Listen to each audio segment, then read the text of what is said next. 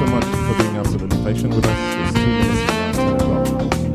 In a few moments, today's session. But first, could we all rise the national anthem of the Federal Republic of Nigeria?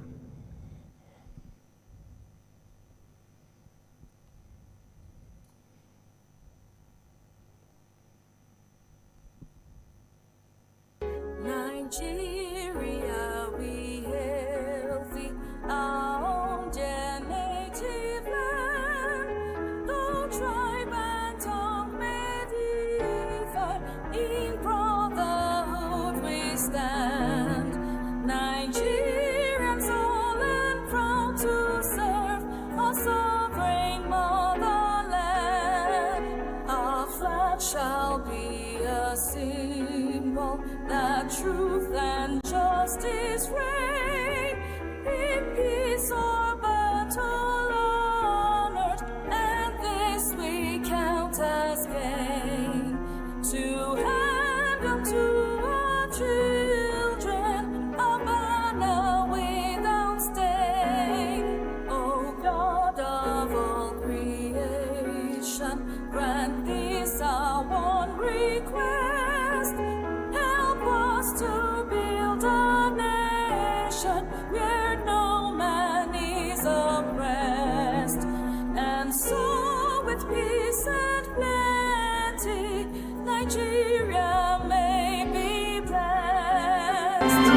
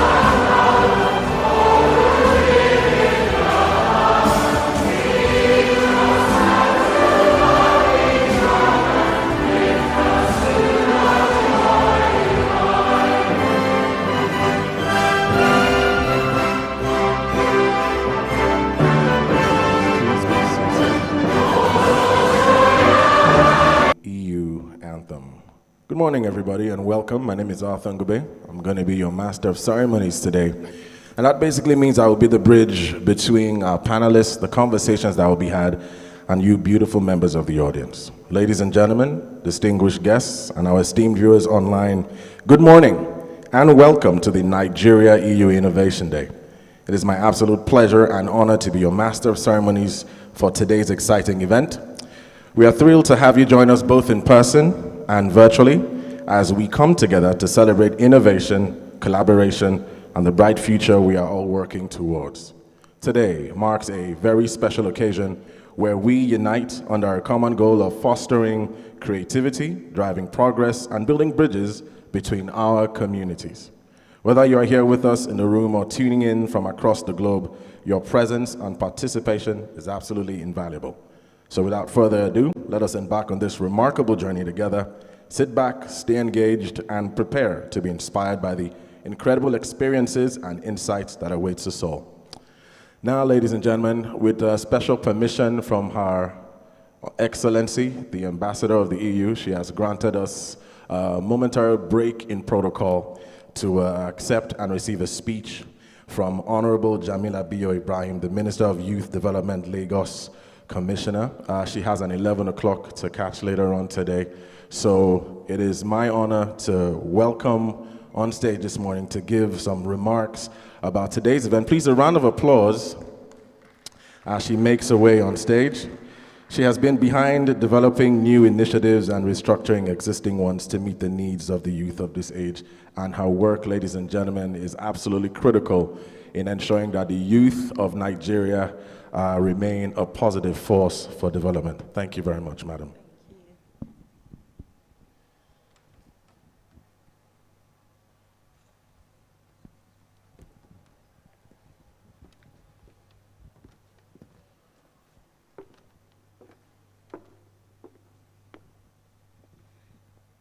Good morning. Good morning, everyone. For the sake of time, please permit me to just proceed by saying a good morning to the Excellency, the EU Ambassador, Your Excellency, Madam Isabella Isopi, and all other distinguished ladies and gentlemen, representatives of top government officials here present, and the members of the EU delegation. I say a very good morning to you, and thank you so much, Your Excellency, Madam Ambassador, for allowing me to speak before you, because I am very, very pressed for time, and thank you for understanding because of how important it is to continue to foster this relationship between Nigeria and the European Union, and of course because my role is very strategic in achieving this, in consolidating on this partnership that has been built between our country and the European Union. By virtue of my mandate as a Minister of Youth Development, making policies and driving policies and initiatives for 70% of Nigeria's population. I feel it is very important for me to be here because despite my other engagements back in Abuja, so she has graciously allowed me to speak before her, reaching the order of protocol on the program so I can be back in Abuja right after delivering my address. So fellow Nigerians, distinguished guests from the European Union, and my distinguished innovators, we are at a crossroads, and Africa, the world's youngest continent, is teeming with potential, yet the future we build hinges on one critical question. Will Nigeria take the lead? Will Nigeria become a stagnant spectator or a scientific powerhouse shaping the world of tomorrow by taking the lead? Our answer is clear. Nigeria chooses to innovate. Nigeria is on the cusp of a technological revolution. Our vision is clear: to harness the power of science, innovation, and technology to drive economic growth, to create jobs, and to improve the quality of life of all Nigerians. Our science, innovation, and technology roadmap encapsulates this vision, which lays out a comprehensive plan for achieving these goals. At the Ministry of Youth Development, we're guided by 3 fundamental pillars that promote STEM education. That's 1, promoting STEM education, encouraging entrepreneurship and startups, and fostering international collaborations. So that also states why I had to prioritize this event, despite how difficult it is or tight it is. And also because the European Union has been very supportive of our initiatives, and it was just important to be here. So first, we recognize that education is a bedrock of innovation. Our programs are designed to promote STEM education at all levels while ensuring our young people have the skills necessary to thrive in a technologically advanced world. By investing in STEM education, we aim to unleash the brilliance of our youth nurturing young minds to become the architects of our future. The second would be that we are committed to creating an enabling environment for startups to flourish. Thousands of startups emerge in Nigeria yearly, with the tech sector leading the charge. In 2021 alone, over 3,300 startups were launched, and in 2022, this number exceeded 3,360, making Nigeria the highest in Africa for new startups. Approximately 800 were tech startups, underscoring the critical role of innovation and technology in our economy. Through various initiatives, we provide youth entrepreneurs young entrepreneurs with resources, mentorship, and funding they need to turn their innovative ideas into successful businesses. This supportive ecosystem empowers youth to drive economic growth and create sustainable enterprises. By fostering a culture of innovation, we ensure that the next generation of Nigerian entrepreneurs can compete on a global stage and contribute significantly to the nation's development. We understand that innovation thrives on collaboration. So partnering with international organizations and government partnerships between international organizations and government opens new avenues for knowledge exchange, technological transfer, and joint ventures. These collaborations enhance our innovation, our capacity, and ensure that we actively participate in global technological advancements. Moreover, to sustain this momentum, we must bridge the funding gap. The days of relying solely on budgetary allocations are over. We will incentivize the private sector to invest and forge strategic partnerships that will fuel innovation. This approach will provide the necessary resources to support our entrepreneurial ecosystems and drive continuous growth. Together, these pillars reflect our mission to educate, empower, and to engage Nigeria's youth, paving the way for a prosperous and innovative future. To illustrate this commitment, let me highlight some of our innovative programs that are driving this transformation. The Nigeria Youth Investment Fund, a groundbreaking initiative designed to empower young entrepreneurs with financial support. The Youth Investment Fund enables our youth to launch and scale innovative ventures by providing access to low-interest loans, significantly contributing to our economy.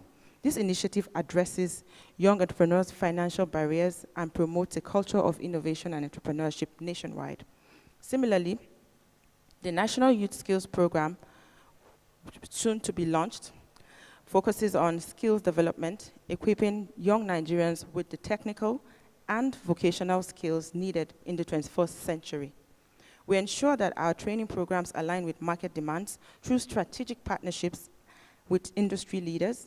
This approach guarantees that our youth are well prepared to enter the workforce, fostering a generation of skilled professionals who can drive economic growth and development. Youth Enterprise Clusters will serve our Youth Enterprise Clusters. That's the presidential initiative on Youth Enterprise Clusters, which is the name of the initiative is self-explanatory. So these clusters serve as innovation hubs designed to foster creativity and collaboration.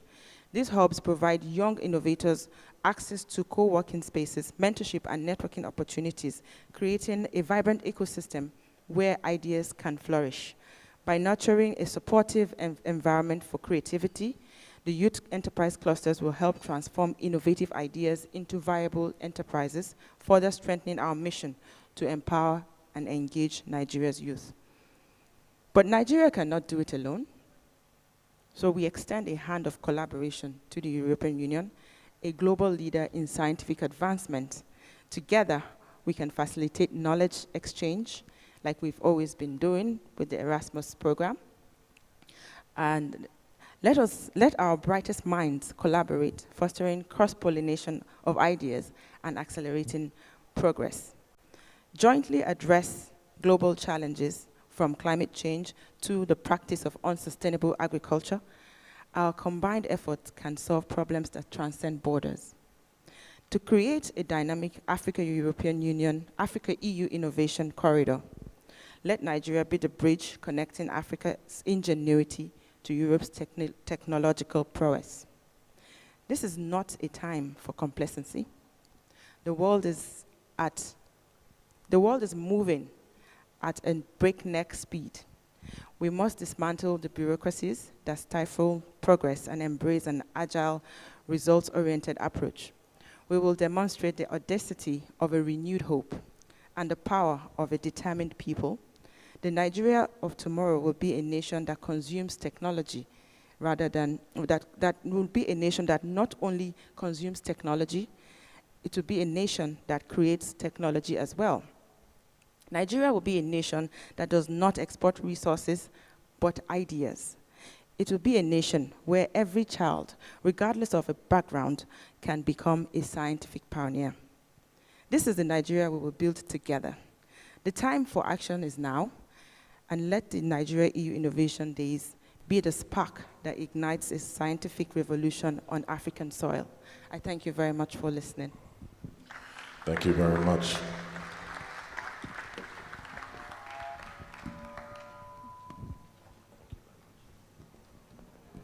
Ladies and gentlemen, can we have another round of applause for the Honorable Minister of Youth Development?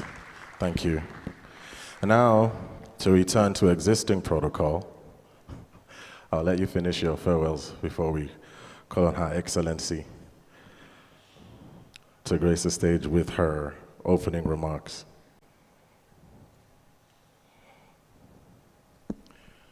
All protocols duly observed now. Allow me to welcome on stage Her Excellency, the Ambassador Samuela Isofi, European Union Ambassador to Nigeria and the ECOWAS, to deliver her opening remarks. Can we have a round of applause, ladies and gentlemen?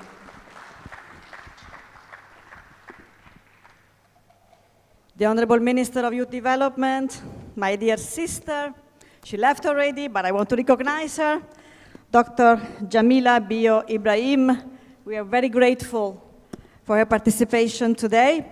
The Honorable Minister of Science, Technology and Innovation, ably represented by the Director of NASDRA, Dr. Matthew Adepoju, I hope I pronounced the name correctly, scientists, researchers, participants, dear friend, welcome to the first edition of the Nigeria EU Innovation Days.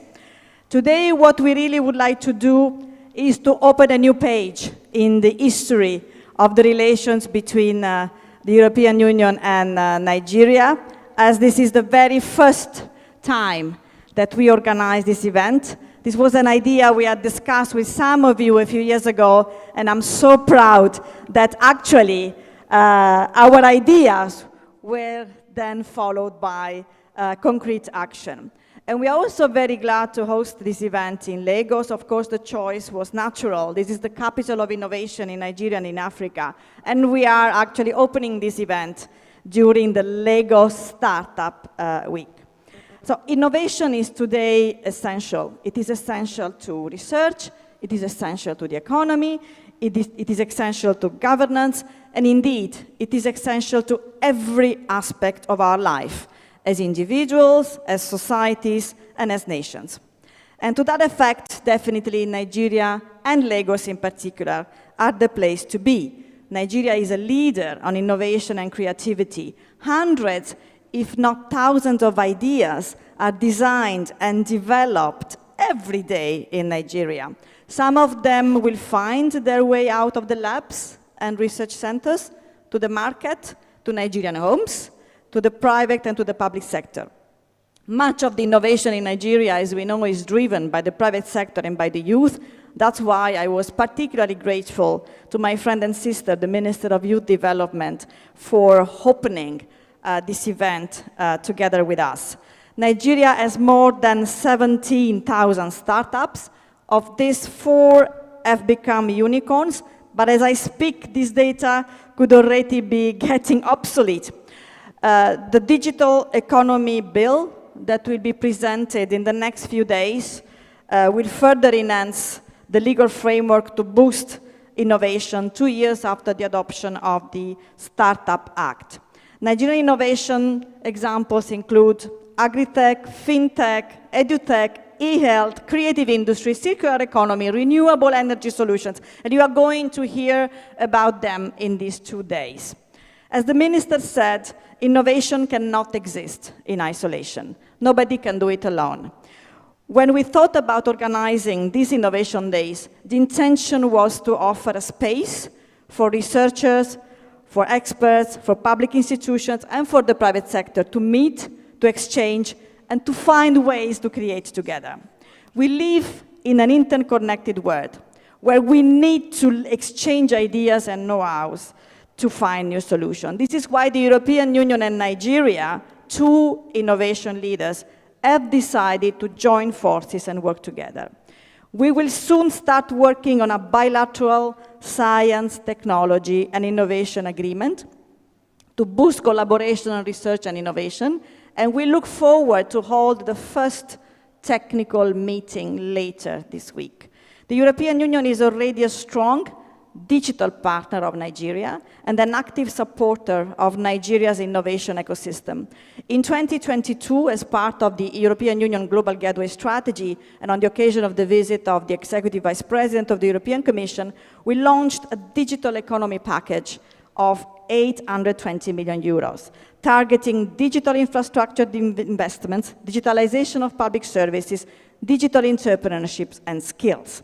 The European Union will support the government's initiative to roll out the 120,000 kilometers of fiber optic cable across Nigeria, and we look forward to working together on digitalizing government services, which is a notable plan of this administration. Nigeria is a top partner and beneficiary of two of the European Union flagship programs on education and research. 142 Nigerian graduates will soon be traveling to several European countries for master study programs funded through the Erasmus+, a program we are very proud of. And it was amazing to meet all of them last week, together with the hundreds of alumni who were awarded the Erasmus scholarships in the past few years.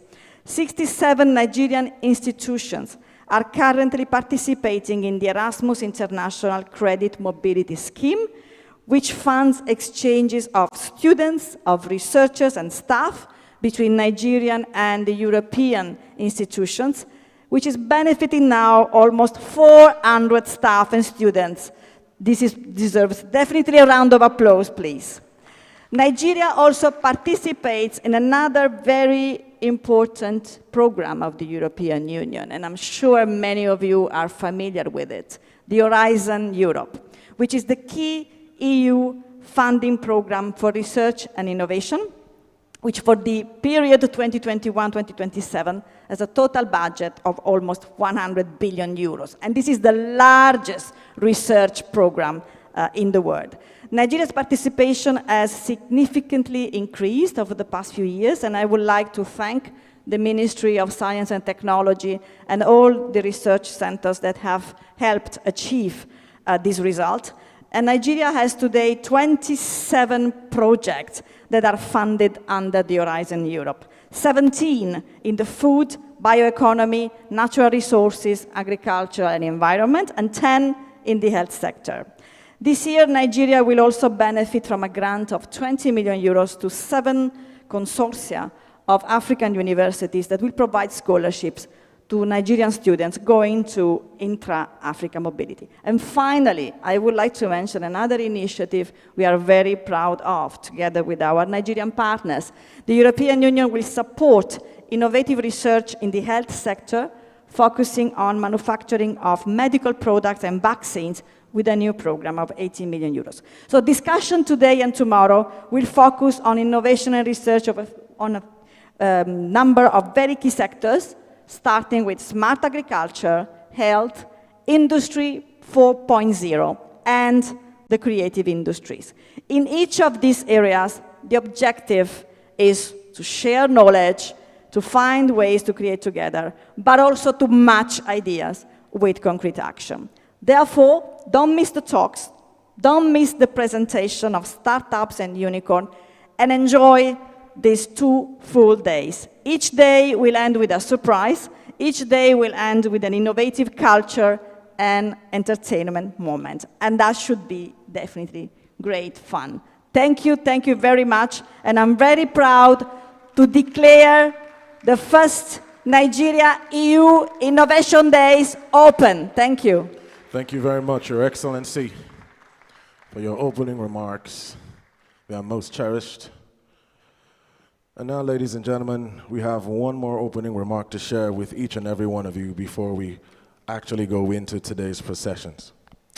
Now, all the way from the FCT, we have representing the Honorable Minister of Innovation, Science and Technology, Chief Uche Naji. We have in the house the DG of NASDRA, DG Matthew Adekboju. Could we get a round of applause for him as he delivers the opening remarks from the FCT this beautiful morning? Good morning, sir.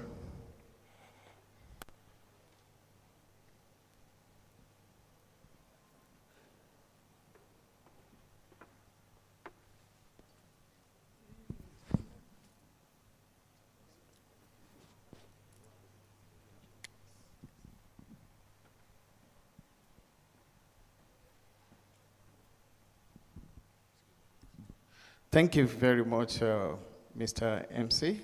It's always a pleasure to be back in Lagos. I am standing in for my honorable minister, who is unavoidably absent for this event because of other engagement. But nonetheless, this is very, very important to the ministry. And as I'm standing in front of you, it is my voice, but what I'm reading, it is the heart and mouth of my honorable minister. So, Her Excellency, Samuela Isopi, head of the European Union delegation to Nigeria and to ECOWAS. Honorable Dr. Jamila Bio Ibrahim, the Honorable Minister of Youth and Sport Development, who just left for the airport because of other pressing engagement. All diplomatic and intergovernmental representative here, Dr. Dairu Ibrahim, Chairman, Presidential Committee on Technology Transfer, the panelists, scientists, innovators, businessmen, and all other very important participants. Men of the press, ladies and gentlemen, good morning and welcome to the Nigerian EU Innovation Day. It is a privilege to stand before you as we embark on this journey of collaboration and innovation. Today, we gather to celebrate and strengthen the ties between Nigeria and the European Union in fostering an environment where innovation, science, and technology can thrive. The significance of this event cannot be overstated. It marks a critical step in our shared commitment to leverage science and technology for sustainable development. The partnership between Nigeria and the EU is built on a foundation of mutual respect and a common goal to drive innovation that can transform our economies and improve the quality of life of our citizens. Through the commitment to innovation, innovation is the engine of economic growth. It is through the innovation and technology that we can solve some of the most pressing challenges facing our society today. This event is a testament to our dedication to creating an ecosystem that supports and nurtures innovation. By validating the outcomes of our research, development, and innovation effort, we are taking stride towards a better and brighter future. The role of collaboration in Nigeria, the collaboration between Nigeria and EU is a crucial in our quest to advance technological and innovations development. Our partnership with the European Union has been instrumental in driving forward several key initiatives. These initiatives are not just about technological advancement, but also about building capacity and creating job opportunities for our people. We are particularly excited about the potential of Horizon Europe, which opens new avenues for research and development cooperation. These are captured under impact on key sectors. Our focus extends across various sectors, including agriculture, healthcare, and Industry 4.0. For instance, in agriculture, the integration of innovative technologies can significantly boost productivity and sustainability. In healthcare, advancement in technology can bring the gap in the healthcare delivery, ensuring that even the most remote communities have access to quality healthcare services. The future of innovation in Nigeria. As we look forward to the future, it is clear that our journey is just beginning. The establishment of robust RDI and STI ecosystem is not merely an ambition. It is a necessity. We are committed to ensuring that Nigeria becomes a hub for innovation in Africa. This involves not only fostering a culture of innovation, but also providing the necessary infrastructure and support system. This led to the call for action. I urge all stakeholders, including the private sectors, academia, and government agencies, to actively participate in this endeavor. Your insight, collaboration, and commitment are vital to the success of our initiatives. Let us work together to harness the full potential of science and technology by driving our nation towards unprecedented growth and development. And in conclusion, I would like to extend my heartfelt gratitude to our partners in the European Union, and I want to celebrate Her Excellency for this wonderful initiative, for their unwavering support and collaboration as well. Together, we can achieve great things.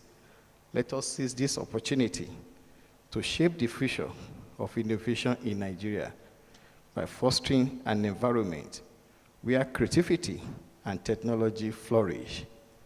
Thank you for your attention. I look forward to a productive, inspiring, and very, very wonderful interactive sessions. Thank you. Thank you. Thank you very much, sir.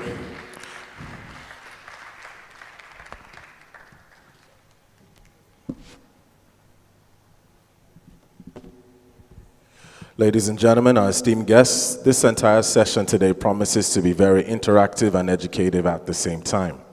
Now, to my technical team, if you could please just highlight the barcodes that our members of audience will need to interact with. Like I said before, it promises to be absolutely interactive. And we'd like to get some of your feedback on some of the activities going on here today. So we're going to have a few barcodes on either side of the LED screens. Please scan those barcodes, and you're going to use it to interact with some of the content that we'll be sharing with you guys later on today. So if our tech teams could just switch for a moment, we would like to see those barcodes. Remember to log in with the details and, of course, interact with the questions that will be there to help us, give us a sense of direction and allow us to understand better how well to serve you guys today. Let's give that a moment. It'll be up in a second.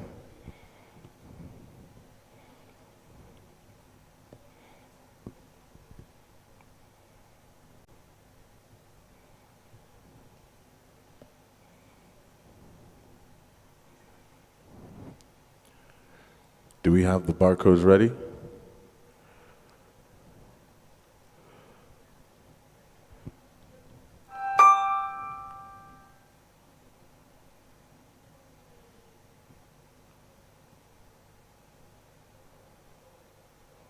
We'll take a short break while we are waiting for the barcodes to come on screen.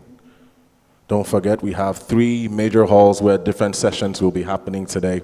This particular hall will be hosting the e-health conversations. We have a couple more halls as well for Agritech and Industry 4.0 any one of our ushers will be delighted to point you in that direction if that is the conversation you would like to involve yourself with. There you go. The barcode is now on screen. Join us by using this barcode, putting the regular details and, of course, answer the questions just to give us a sense of, what's going on in the hall today. There's no way we'll be talking innovation, technology, research, et cetera, without utilizing, the latest in technology to interact with you guys today. And to our audience streaming online as well, we say thank you so much for joining us this beautiful morning. Today's event would not be able to happen without your participation.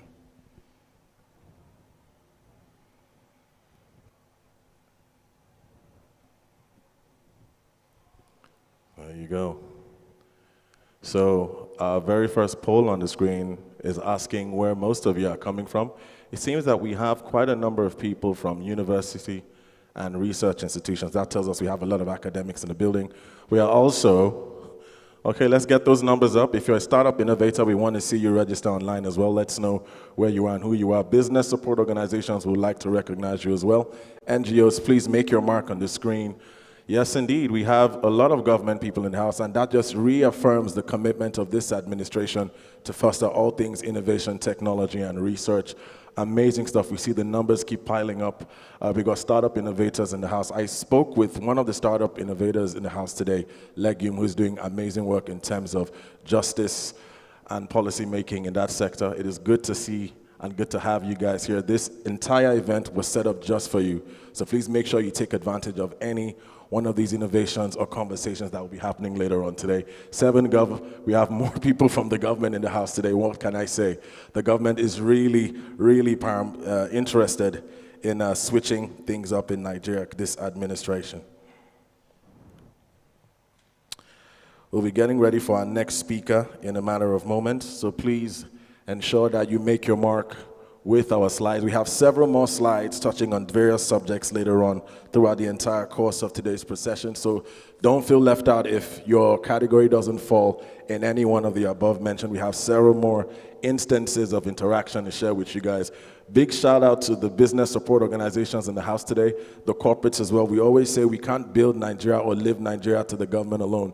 The private sector as well has to be partners in progress. Shout out to our NGOs in the house as well. We see your work and we want to, affiliate more with you. And of course, to our university research institutions as well. None of the work that we are doing today can actually be made possible without your countless hours spent in research and development. Ladies and gentlemen, to make the next set of conversations happen, I have AU-EU Innovation Agenda and Nigeria's contribution to it thus far.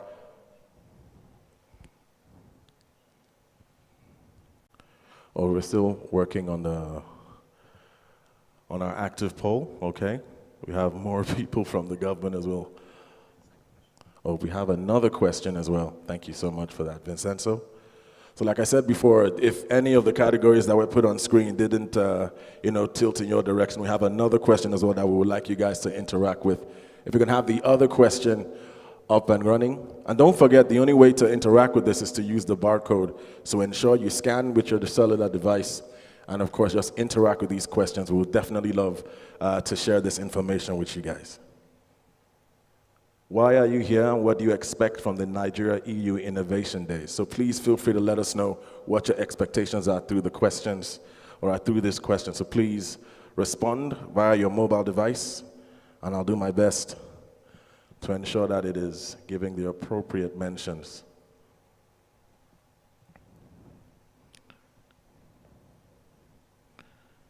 We'll give you guys some time to respond.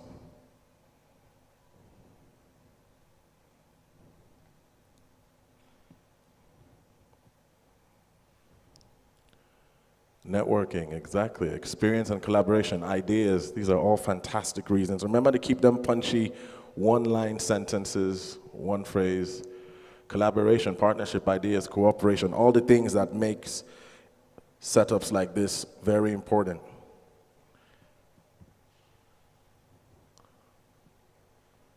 And yes, we have a very deep set of panelists here to engage with you on several conversational topics. So trust me, if you have any major questions at all, Our wide collection of panelists are going to do their very best to answer all your questions. And don't forget, we have 3 halls where we're going to be focusing on 3 major topics: e-health, agri-tech, Industry 4.0. All of these are very important pillars in driving conversations like this forward. So if you're here for the panelists, well, that has got you covered. If you're here for networking as well, we have a very vast catalog of individuals as well, ranging from so many aspects of the innovation sector, who are definitely going to do justice to any of your networking ideas. Partnerships and information, we have that on lockdown as well. Agri-tech, I just mentioned that. There's going to be a whole conversation on agri-tech and how you can take advantage of the advancements in that direction. So please ensure that you interact with our ushers. The agri-tech and the Industry 4.0 halls are to your left. Take the next left. Definitely, when those conversations begin, you can take advantage of them adequately. Pitching, there you go, support. And don't forget, it's a 2-day event, so some of the things that we are unable to do today, we can also address them tomorrow. But today, first and foremost, is all about the AU-EU. Tomorrow, we're going to be focusing uniquely on Nigeria, so please, be patient with us as we put things in perspective. Experience, support, to collaborate, information. These are all absolutely amazing. If you can also take pictures of this and put them on your social media, it'll help, you know, cross-pollinate all these conversations to the wider viewing audience online.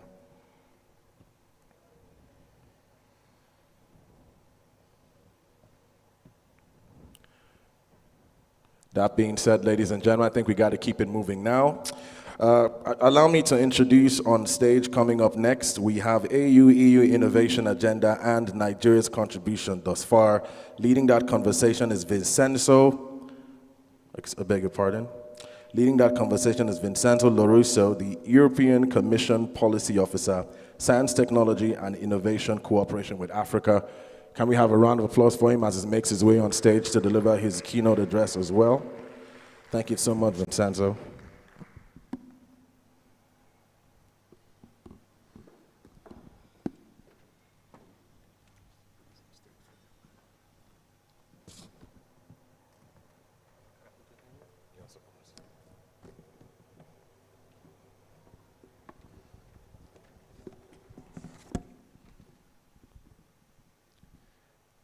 A very good morning, everybody.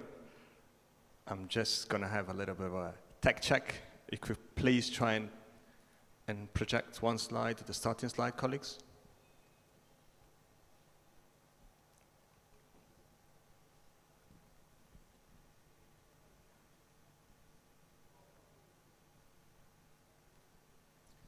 Everybody do okay today? Having a good time yet? I could do some emceeing to get the ambiance a little bit warmed up. Can hear you. Everybody having a good time? Right, okay, so we got the slide, and let's see if I can move them. I can move through them. Let's see, yeah.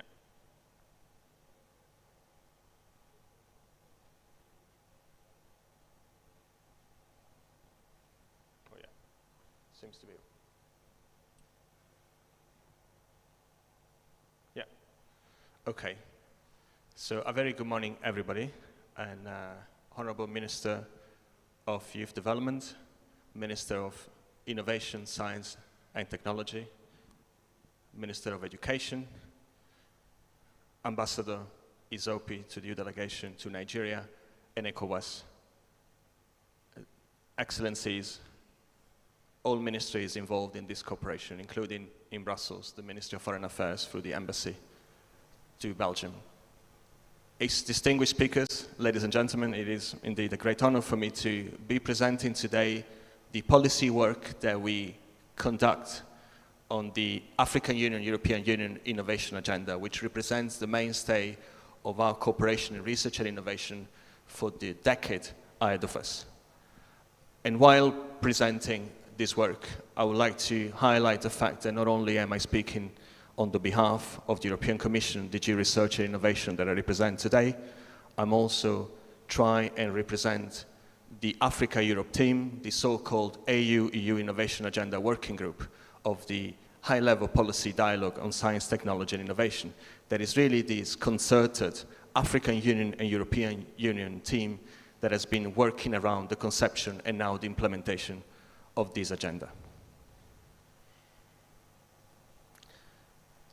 While I get started, I would like to take a little moment to acknowledge the fact that I'm particularly honored and delighted to be addressing this audience today, also for personal reasons that are very much linked to the history that attaches me particularly to the beautiful country of Nigeria.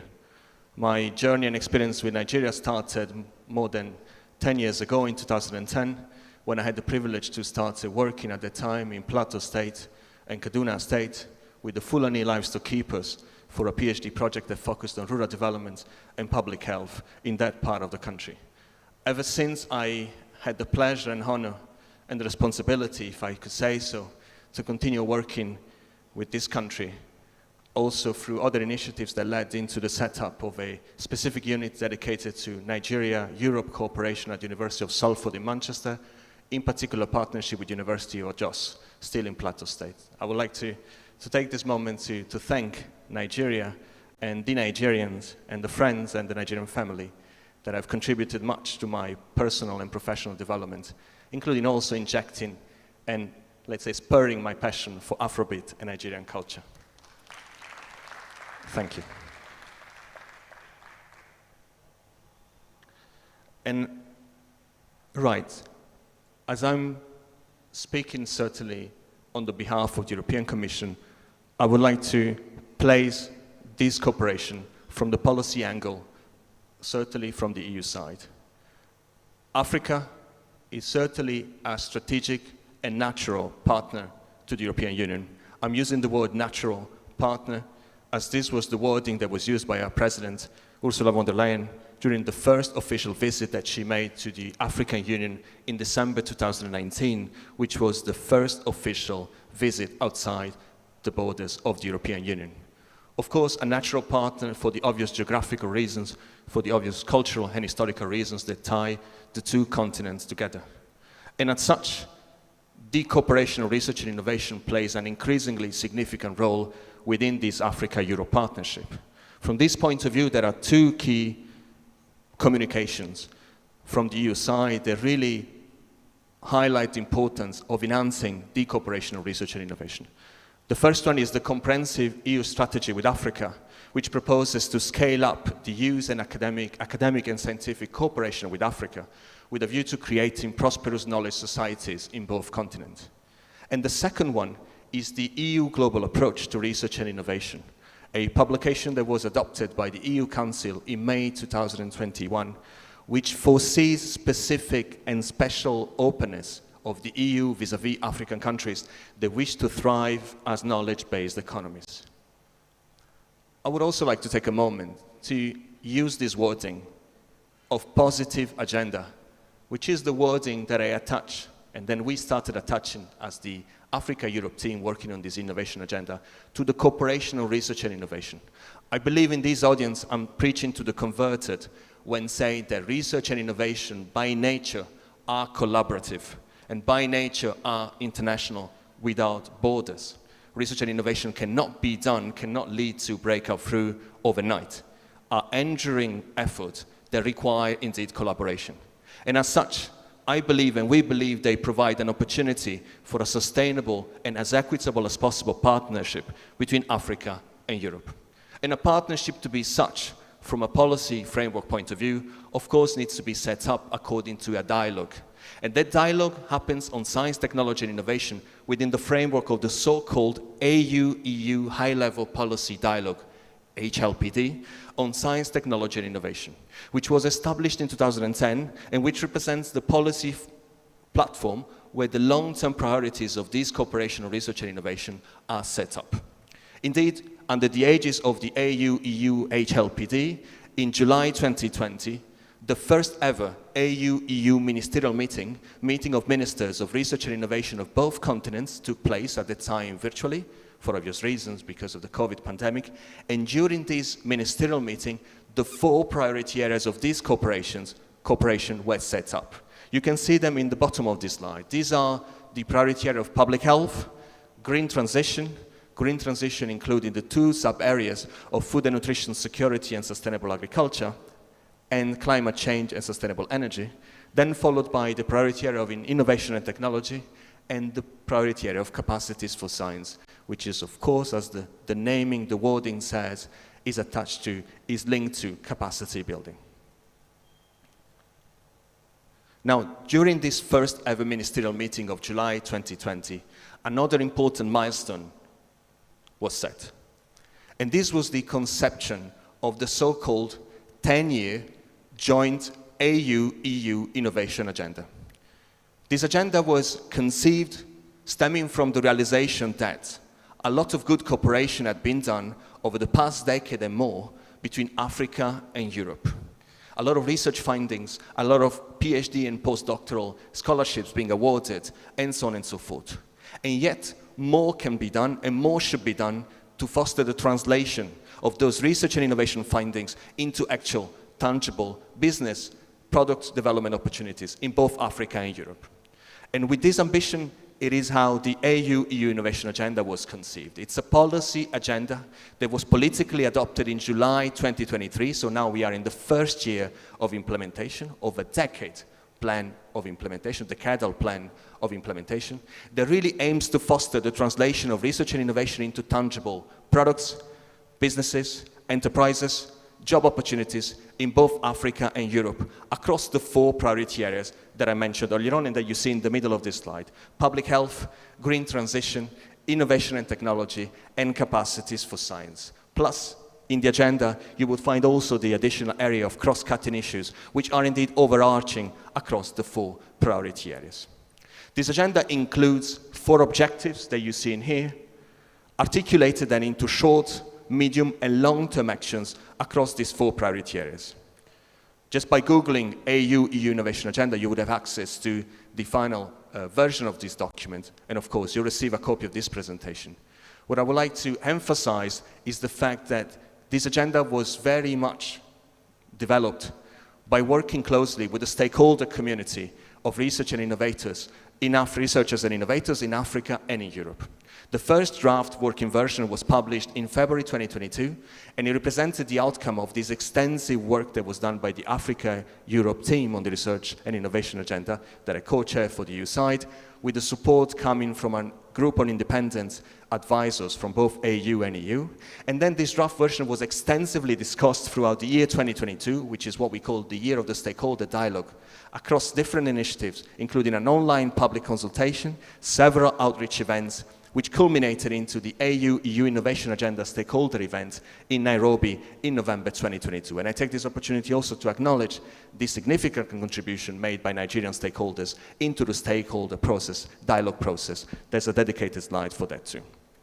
Now, we haven't got the time to go into the details of the content of the agenda, but one thing I would like to stress out is the fact that indeed the feedback and input that we received from stakeholders throughout the stakeholder dialogue process, we then strove for including it in the final version of the agenda. The 4 objectives can be summarized in the titles that you see here.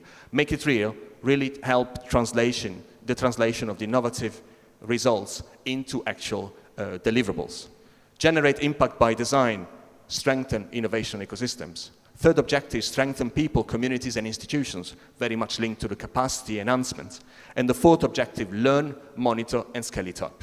It's extremely important as we try and deploy new instruments, as we try to bring together existing instruments at multilateral and bilateral level. It's important that we monitor and measure the impact, assess the impact of the initiatives we are rolling out, so that we can look back and learn from what we've done well and make it turn into better.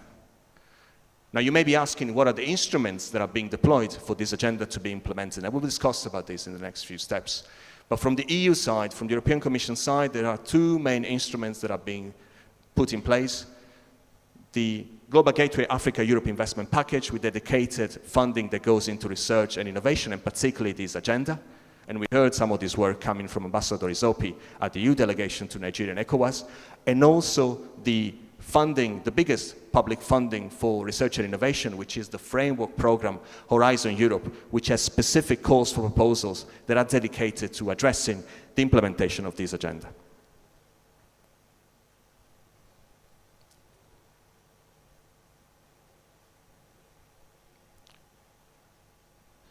And so The objectives and the actions of the agenda were indeed defined based on an extensive mapping of gaps and needs existing in innovation ecosystems in both Africa and Europe, which are were grouped into these 5 big chapters that you see in here.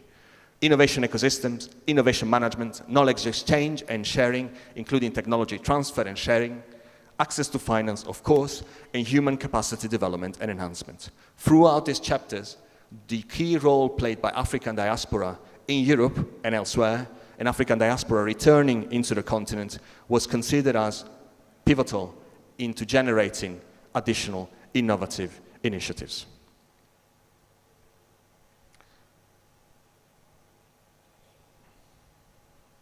And so if you ask me, what do we expect to be there in terms of deliverable out of the implementation of this agenda? Here there's a high-level list of what we aim to achieve. So, creation, incubation, and expansion of new businesses and services, application of innovative tools in agriculture, medicine, climate and energy, manufacturing of health technologies, and so on and so forth. Development and enhancement of transformative value chains, which not necessarily require the employment of new technologies, but require the employment of technologies that have been untapped in certain vast parts of the African continent. Sustainable technology transfers across sectors, training and capacity building through strengthening and upgrading of R&D and higher education institutions, and strengthening or creation of networks enabling the realization of these deliverables altogether. The next few slides provide the summary of the short-term, medium, and long-term actions of this AU Innovation Agenda. It is far from my intention to go through the details of them, but just for you to see that here you will see highlighted a summary of the actions themselves. And I would like to specify that by short-term, we mean the actions that will be implemented within 3 years, will start being implemented within 3 years from the adoption of the agenda, so meaning starting from July 2023. By medium term, we mean the actions that will start being implemented within 5 to 6 years from July 2023, and the long-term actions, those that will indeed start being implemented within 10 years from the adoption.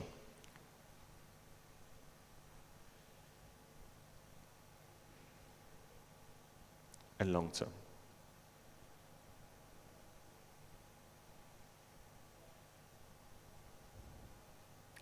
Right, for this agenda to happen, we are also acutely aware of the importance of working in a multidisciplinary and cross-sectoral way.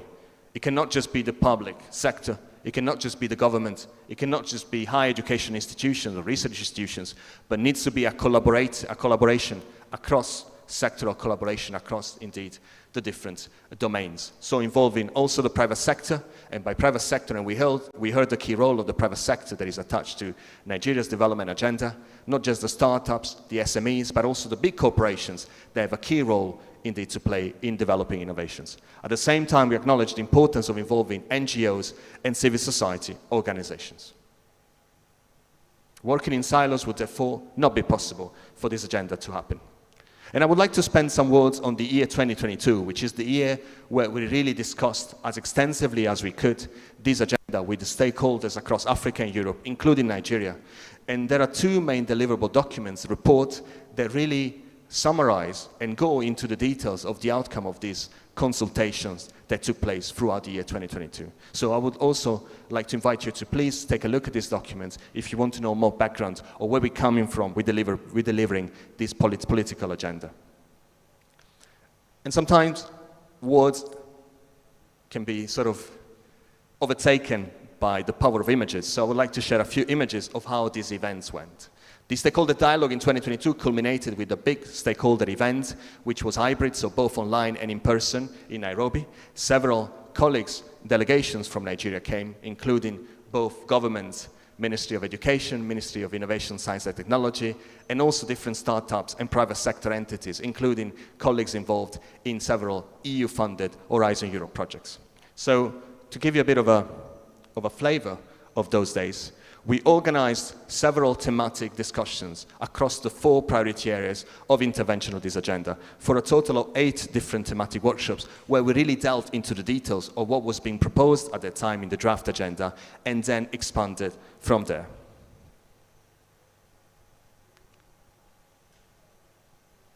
Sorry. We also organized the first ever edition of the AU EU Innovation Fair, where we had innovators coming from both continents, including Nigeria, to pitch about their innovations, and then also exhibit their innovations and innovative solutions in a dedicated space, like what we've seen today in the dedicated fair, just on the left-hand side from here. You can see an innovator, in this case from Kenya, pitching about their solutions in agriculture. And a specific moment of the fair where innovators, entrepreneurs were able to engage with peers, investors, potential funders for further de-risking of their initiatives. I'm also particularly pleased to show this picture because it portrays a stakeholder coming from a Nigerian startup, Prime D Health, that I would like to acknowledge dearly, who will be joining us also in a panel dedicated to health later on today. Indeed, it shows the continuity of this work and the fact that ever since that 2022, this entity has been involved in this process, that we don't want just to be a punctual initiative, but we want in this to be a continuous, enduring journey that we're doing together as a community.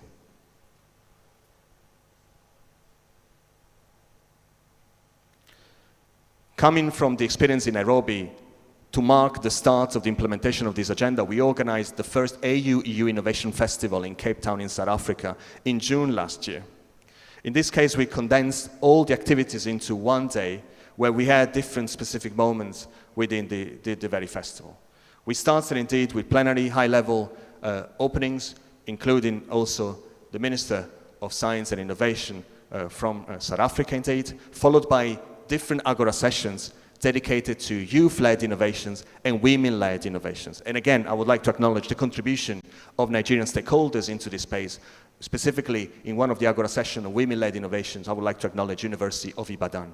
Then we also hosted the second edition of the AU-EU Innovation Fair, with the opportunity for innovators to pitch about their innovations and then to present them in a dedicated exhibition space. We also hosted the finals of the Enriching Africa EU-funded project, Open Innovation Challenge, where again Nigeria was present, and a Nigerian startup was indeed the winner of the Open Innovation Challenge for the green transition area. This journey has brought us until here. The first edition, as Ambassador Izopi was mentioning, the first ever edition of the Nigeria EU Innovation Days. It's been a long journey so far, and of course, we are just starting to make things bigger and indeed building better. Thank you for being here, and also for those following us online, thank you for being with us at this very moment, wherever you're coming from. Perhaps we can acknowledge them also with an applause. Thank you.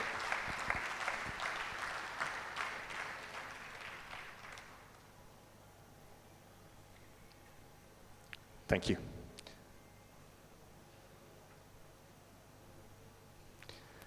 Speaking of instruments, a few words on Horizon Europe, which is the main EU funding instrument to support research and innovation.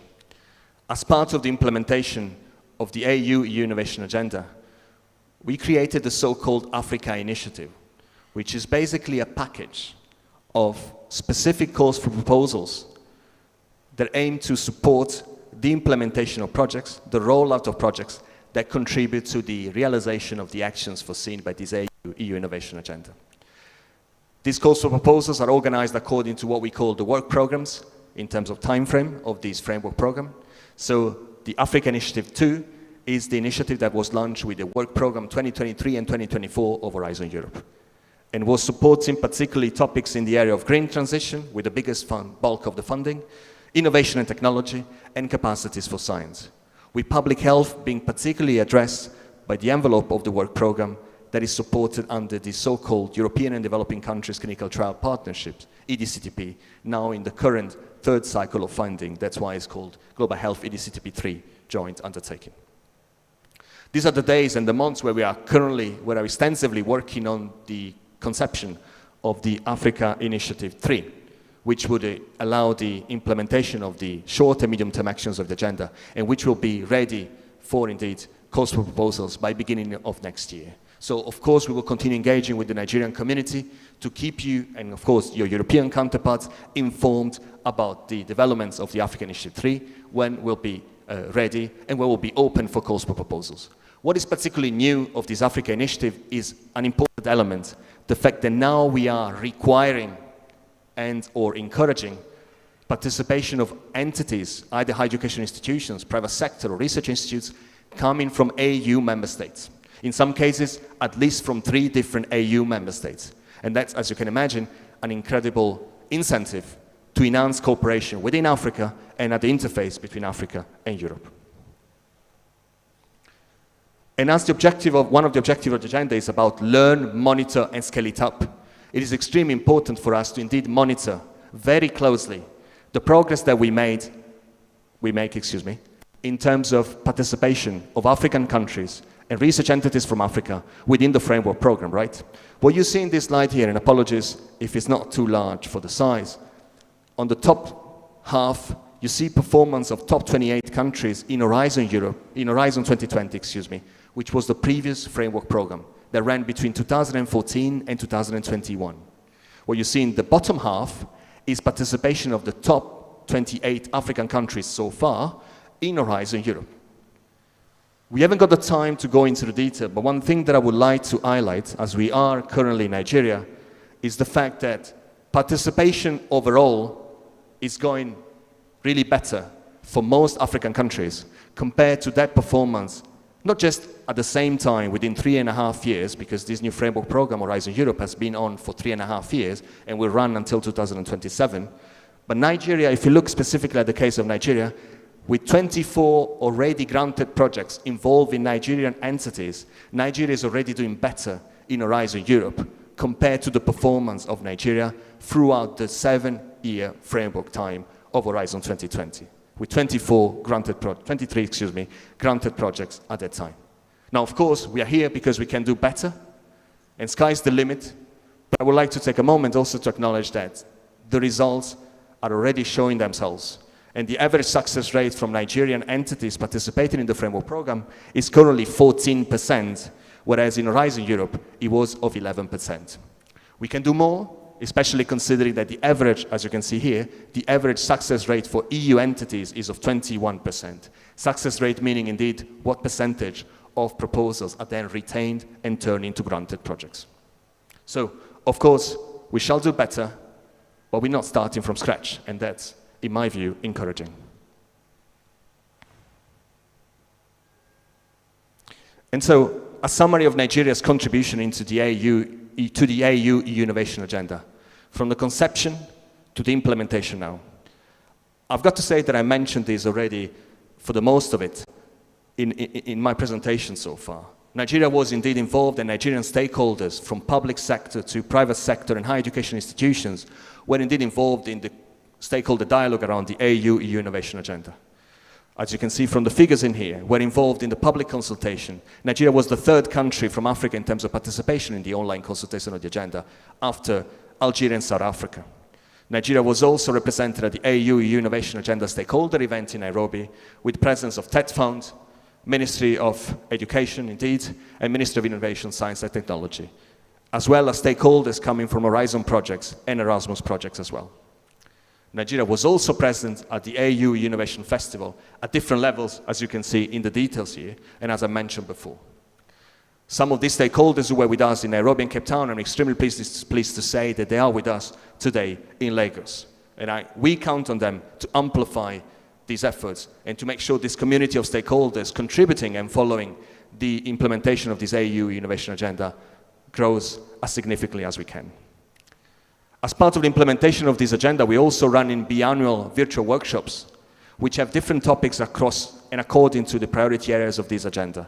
The first one took place in November last year and focused on intellectual property rights. Again, Nigeria was also represented with a testimonial from the University of Ibadan, coming from the experiences at the AU Innovation Festival. The colleague from Ibadan, I would like also to greet Sister Deborah Fumilayo, is also attending today's event, and she'll be at the exhibition space. We also see numbers coming from participations in the Horizon Europe Africa Initiative 1 and 2 from Nigeria, as I showed in the previous slides in the graph. And these results would not be there if there was no active, proactive deployment of energies and know-how coming from ministries in Nigeria. And for that, I would like to acknowledge the effort that was put by colleagues and Nigerian partners in setting up the Horizon Europe National Contact Points Network, which is playing a major role in training university and research institutions across the country about the framework program. And there's a capacity enhancement program being deployed in close cooperation with the EU delegation to Abuja. What we expect for the year 2024, already we've seen the numbers for the year 2024 increasing in terms of Nigeria's participation in Horizon Europe. At the same time, we expect more initiatives to be running within the country, initiatives coming from different sectors, not just from the government, not just from bilaterally, but also from higher education institutions, and also from the private sector, NGOs, and so on and so forth. We are indeed in the phase of implementation of the agenda, and there's many initiatives that are happening and many more to come. You can find them really accessible on a particular web page, which is the AU-EU Innovation Interface. If you simply Google AU-EU Innovation Interface, you will find it. It's a sort of one-stop shop portal where you find all information pertaining to the implementation of this agenda, including information on these virtual workshops that we're running on a 6-month basis. The next one is foreseen for November this year with a specific focus on global health innovation. So for those of you who are interested, please do approach me and let's discuss about potential opportunities therein. And you can find, importantly, also the recordings of the previous editions of the workshops available online through the AU-EU Innovation Interface. As I'm approaching the end of my presentation, I would like to take a little moment to also present the dashboard of initiatives, projects, programs, partnerships, scholarships, regardless of their funded entities and regardless of their implementing entities that are contributing to the implementation of the agenda. So to go very practical, if you're coming from an institution, a startup, a university, whatever the entity, that you think has projects that are contributing to the objectives and the actions, or some of the actions of this agenda, do consider the opportunity to express interest in having your initiative featured in the dashboard of the AU-EU Innovation Agenda. And I'm going to show you. So, yeah, this is the AU Innovation Interface. You can see how it looks like. Again, just by Googling it, you'll be able to find all relevant information.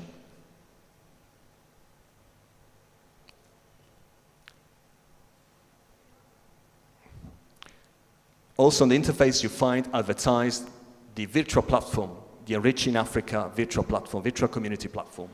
It's a platform that we're keeping alive as we implement this agenda. It represents an opportunity for innovators, entrepreneurs, business support organizations, higher education institution groups to connect with each other and to foster indeed collaborations, including leading to potential investments to startups. We currently have more than 500 members. Of course, we want these numbers to increase and increase. And again, it's a free registration process and allows you indeed to connect and network with peers and potential investors and collaborators through direct messaging and so on and so forth.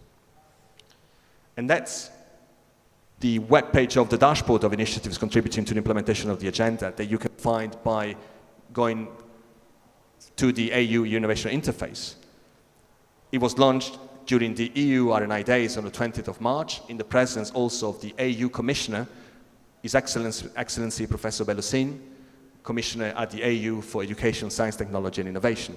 That's how it looks. You can see there's the priority area on the left-hand side, the specific actions, and the projects, the programs, the initiatives that are contributing to the implementation of these actions, regardless of who funds them, regardless of who implements them, and also of the budget size. It could be small budget amount to a very large conspicuous budget amount. For initiatives to be featured in the dashboard, they will need to meet and fulfill a checklist of specific criteria. It's 10 of them. You will find, of course, them online. They are rather inclusive in a way indeed that we are bringing together as many initiatives as possible that are contributing to, in a nutshell, science, technology, innovation cooperation between Africa and Europe, and therefore the implementation of this agenda. And through this website, you can make your expression of interest, submit all the relevant information, such as the starting date, the ending date, implementation entity, funding entity, the geographic scope, the target area, and so on and so forth. And then the Africa Team Europe from the AU Innovation Agenda Working Group will assess your expression of interest, so to update this dashboard on a quarterly basis. In fact, the next updated version of the dashboard will be published by the end of July. So if you are indeed motivated and if you have indeed initiatives that could be featured in this dashboard, I can only recommend you to submit your expression of interest as soon as possible so that it can be considered for the first updating exercise of end of July this year. And indeed, I'm coming to the conclusion slide. I put it under inverted comma because we are not really ending it here, not at all. And this is the start of a journey where we're making things bigger and where we're making this partnership stronger. As the Honorable Minister and the two ministries of Youth Development and Innovation, Science and Technology and Ambassador Isopi have mentioned, we are here indeed to catalyze further momentum on our cooperation on research and innovation. These Nigeria-EU Innovation Days cannot be a one-shot experience at all. Through these, we aim to foster enduring, sustainable and inclusive collaborations between Nigeria, Africa as a whole, and the EU and its member states. And I would like also to acknowledge the EU member states that are present and are very active in the space of this cooperation. The 10-year, 2023 to 2033, AU-EU Innovation Agenda represents the policy opportunity, the framework within which this shall happen. And it's, of course, it's the political injection of the significance of the work that we do. Nigeria has already been involved to a great extent, to a large extent, in the conception and implementation of this agenda. Of course, given the potential of the country, given the number of research and innovation stakeholders and entities in the countries, we can only do better, and the cooperation can only help doing so. So the expectation is really that Nigeria further develops into a major contributing, including also with own resources, to the implementation of this agenda. Of course, in a way that is as enduring, sustainable, and equitable as a partnership as possible.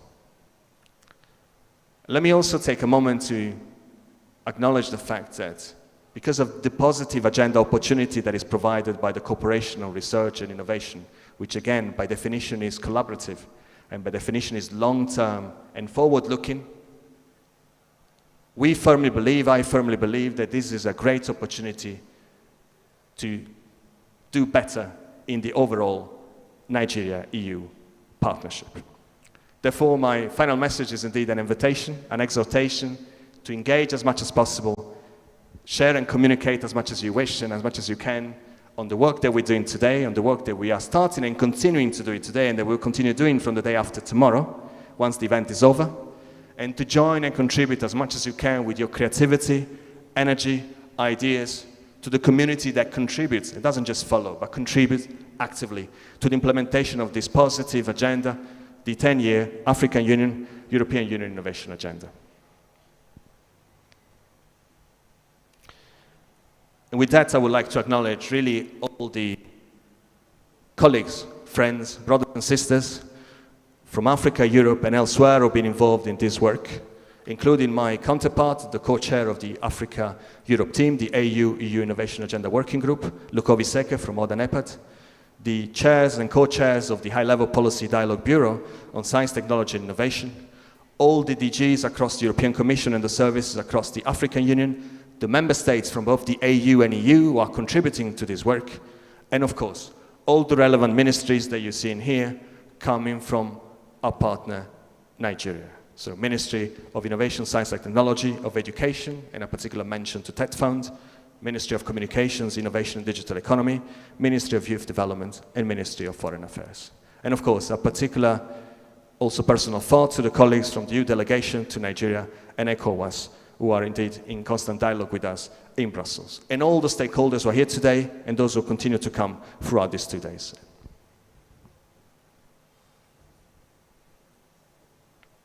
I promise there's been a struggle with this, but I've come to an end and I would like to thank you all very much for your attention.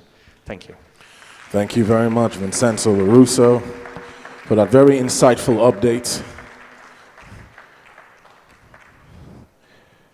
Vincenzo, I would just like to say that, as you are very much aware, we are not where we started when we began this journey. We've made some astronomical strides. And I'm sure that with the collaborative efforts of some of the stakeholders who are here today, we're going to surpass the objectives set for Nigeria. So once again, thank you so much for your presentation. Ladies and gentlemen, esteemed guests, and those of you joining us online, we are about to kick into our very first panel session for today. Now, this panel will discuss the EU-AU R&I collaboration programs, Global Gateway Horizon Europe Delta II, InnoWide highlighting key initiatives, achievements, and future opportunities for research and innovation partnerships between Europe and Africa. Now, driving this conversation, allow me to welcome on stage Inga Stefanowicz, Head of Green and Digital Economy, EU Delegation to Nigeria and ECOWAS. A round of applause as she makes her way up on the platform to share with you today. You're welcome, madam. Thank you. So this is for you. Thank you. This works.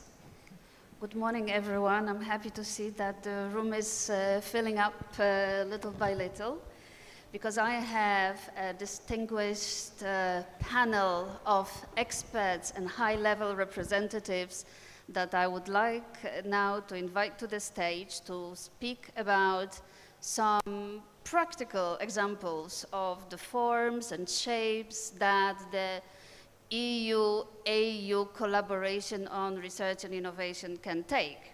So let me start by inviting to the stage the man that you've met once today already, Dr. Matthew Adepoju, DG National Space Research and Development Agency, a distinguished and well-published theoretician as well as applied space scientist, a practitioner in multiple space applications, advisor to the UN, FAO, World Bank, ECOWAS, and many more. Dr. Matthew, welcome on stage. Next, among my panelists, I'm inviting Dr. Mohamed Dahiru. Dr. Dahiru is a chairman of the Presidential Commission Presidential Implementation Committee on Transfer of Technology, my apologies, and the chairman of the Nigeria-Czech Republic Trade and Investment Council, a man combining his vast experience in the world of finance and business with applied research for commercially viable applications. Welcome on stage, Dr. Dahiru. Next on my list, Dr. Olajide Adebola, Chief Technical Officer and Partner at Home Plus Medical Services, a player in the pharmaceutical, bio, and medical technology, and the man in charge of implementation of the EU MAV Plus initiative in Nigeria. He's going to decipher that for you shortly. Expert in e-health, e-medicine, sports medicine, including at the Olympic level. Finally, again, the man that you've met once today already, our own EU from Brussels, Dr. Vincenzo Lorusso. I'm inviting him back to the stage. A man of many talents. But you will have to stay until the end of the day to fully appreciate all his talents. I hope you do. And on that, let me start. I'm not going to sit down. I'm going to move around and try to manage the 45 minutes of this panel. And perhaps, Vincenzo, starting with you, and you have already introduced the topic of Horizon Europe. So I think this is a moment, in a few words, if you can just bring out the most important elements of this biggest, oldest, greatest European research and innovation funding platform and initiative. Over to you.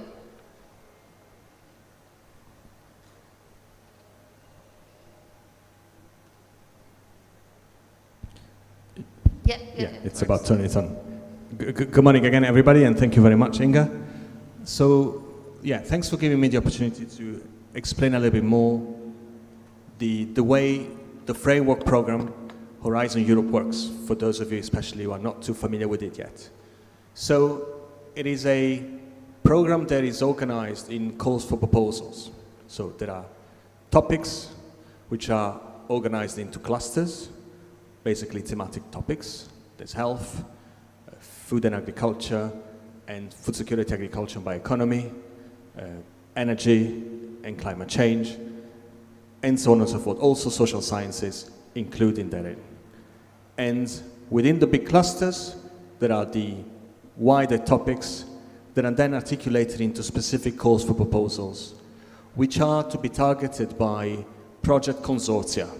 So applying for a specific proposal with a project proposal indeed cannot be done just by one single research entity, but indeed needs to be coming from a consortium of different research entities. It could be universities, higher education institutions in general, so research institutions as well, but also the private sector and civil society organization coming together to respond to a specific call with a project proposal that has a budget attached to that. And of course, the budget needs to be within the allocated budget of the call itself. Importantly, of course, there's different budget sizes assigned to different partners of the consortium, depending on their contribution to the project. And really, the multidimensional aspect of the project contribution is very much given importance to within the evaluation of Horizon Europe. I'll give a practical example. There's a project on food and bioeconomy, agricultural development with specific emphasis in Africa as part of the implementation of the so-called African Union, European Union Food and Nutrition Security and Sustainable Agriculture, FNSSA partnership. Well, in that case, it's not just about the hard science and the agricultural sciences element, but it's also about the social aspects of the work that is done. It's important to go into the very details of the eligibility criteria, of what is expected, the scope of the proposal, and then you will find out that also social science elements on gender equality, women empowerment, civil society organizations' engagement in the projects are really taken care of and given importance to. So the multidimensional opportunity is really there.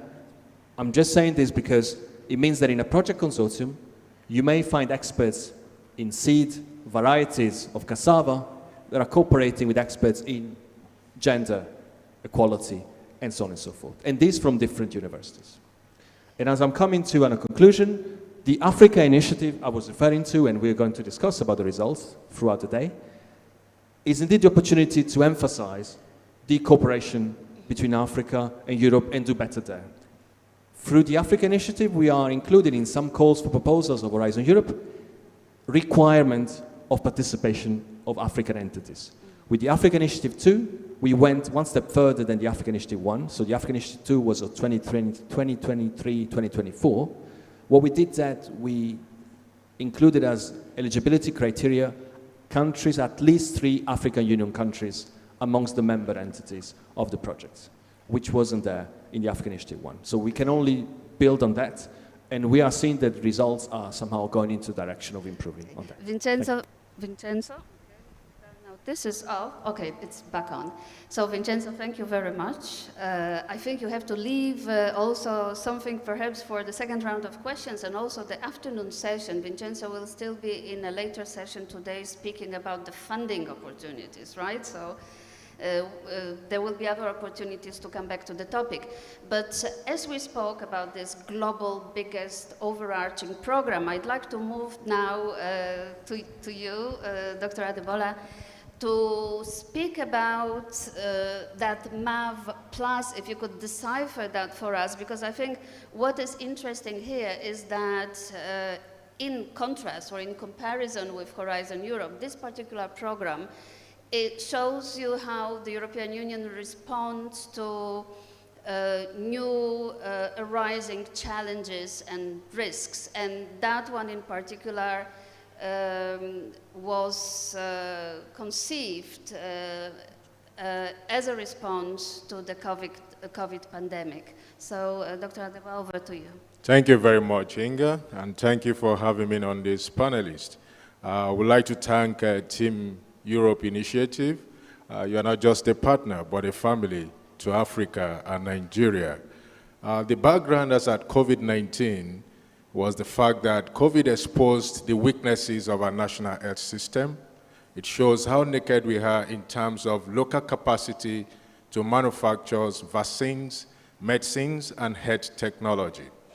And so there was disruption in the global supply chain, and so medicines could not reach most places around the world. And so Team Europe initiative on manufacturing and access to vaccines and health medicines, health technology, that's the MAF Plus 2, came as a result of G20 meeting to support the African partners by Team Europe with €1 billion. That is, for us at the country level for implementation, we have a population that is over 200 million, projected to be 230 million, and we lead the highest burden of diseases in terms of under 5 mortality, where 2,350 children die per day, and in a year, 858,000 children. We lead the global highest burden of maternal mortality, 25% happens in Nigeria.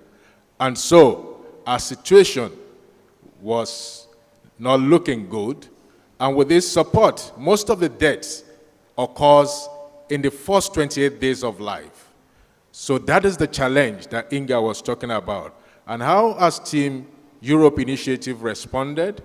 By creating a 360 degrees approach, looking at the supply side, demand side, and enabling environment, such that we can improve the local capacity of our pharmaceutical systems and capacity to manufacture vaccines, medicines, and health technology in Nigeria. And most recently, in 2022, the support of Team Europe Initiative, working together at enabling environment in terms of policy, worked with the Federal Ministry of Health, which is the coordinating ministry, and the implementing agency, the National Institute for Pharmaceutical Research and Development.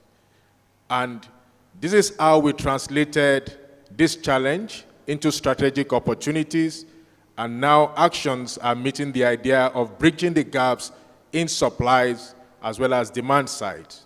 So we conducted an operational research using a mixed method, looking at quantitative and qualitative analysis to understand and to know why are we not producing sufficient medicines, vaccines locally for our consumption in Nigeria. And as a result of the outcome of that study, we developed a costed national plan which complements the national vaccine policy of 2021 and the existing national immunization policy. You will agree with me, if Nigeria produces its own vaccine, definitely it will help to combat vaccine delays and refusals, as well as vaccine hesitancy, because now my brother, your brother, works in these pharma factories that produces these medicines, vaccines, and health technology.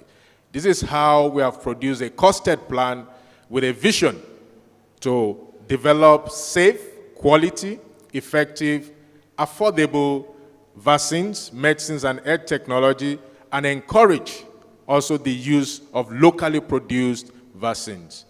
Already there are industries, local farmers taking advantage of that plan to see to the implementation. It's a 10-year plan, 2024 to 2024. Thank you very much, Inga. Thank you very much. If we can just park it there, because I want to ask you at least one other question later on, and I think there is more to say about that. But I recall just last night, Dr. Matthew, we were having this conversation because I think there's an interesting interface here between different technologies. When you were talking about producing more medicines and Dr. Matthew was talking about getting them to the people and how that technology was already used during the COVID pandemic and could be used further. Maybe you want to comment on that?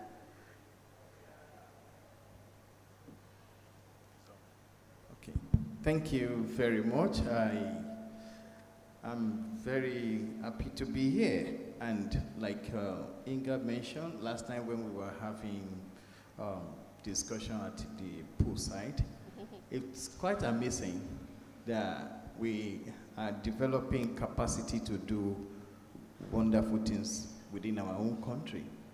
But people in this hall will bear me witness that we went through some challenges during the COVID-19 when we're supposed to get the palliatives to the right places, but palliatives did not get to the right places.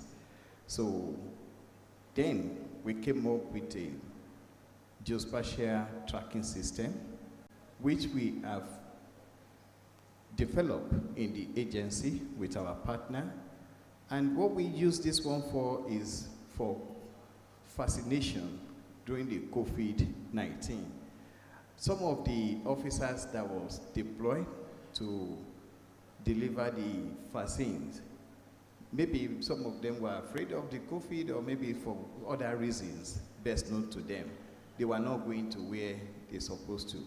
So we adopted the geospatial tracking system for them to go to the places where they're supposed to vaccinate. You know, they created the Primary Care Development Agency, created vaccination centers, some hospitals, in some local areas, they find a place. So we put the GTS with the officers. If you do not go there, we will know. Right from our laboratory in Abuja there, we were monitoring what was happening on the field. So there are great handshake from the space technology that can help every sector. And I'm able to say that space technology is the new ubiquitous, because in every field you find application of space science and technology. And that is one of the things that when we cross-reference or cross-breed innovations and invention from the pharmaceutical, from biosciences, from agriculture, from environment, climate change, there are nexus that can be connected, and we are connecting them from the space science and technology. Dr. Adepoju, precisely on that point, we are currently developing cooperation between NASDA and European Space Agency. Perhaps you can add a few words about how that could be useful in the field of climate and agriculture. Okay, I want to first and foremost appreciate Her Excellency, the Ambassador, for graciously approving the grant for our research and innovations on the area of climate smart agriculture value chain development, which we are bringing the geospatial technology to help our farmers, especially the small farmers, farm owners, which are the 92% of our farming community in Nigeria here. So the relationship with the EU, Nigeria has found a positive and concrete expression with this our relationship. In fact, we started with a technology transfer workshop, and the mechanism upon which this one is being implemented is through NASDA and ESA. ESA means European Space Agency, and we had an expert that came, conducted the workshop on big data, on AI, and automation. So by the time we fully developed this platform, we envision it to be cloud-based, but we have infrastructure in our laboratory so that we'll be able to run some of these things. One of the major challenges we have is satellite imageries. If you want to analyze the satellite imageries for Nigeria, most of our workstations cannot handle it because of the processing power that is required. So the cloud-based technology will help us to do national and regional projects. And thank God, EU ambassadors does not cover Nigeria alone.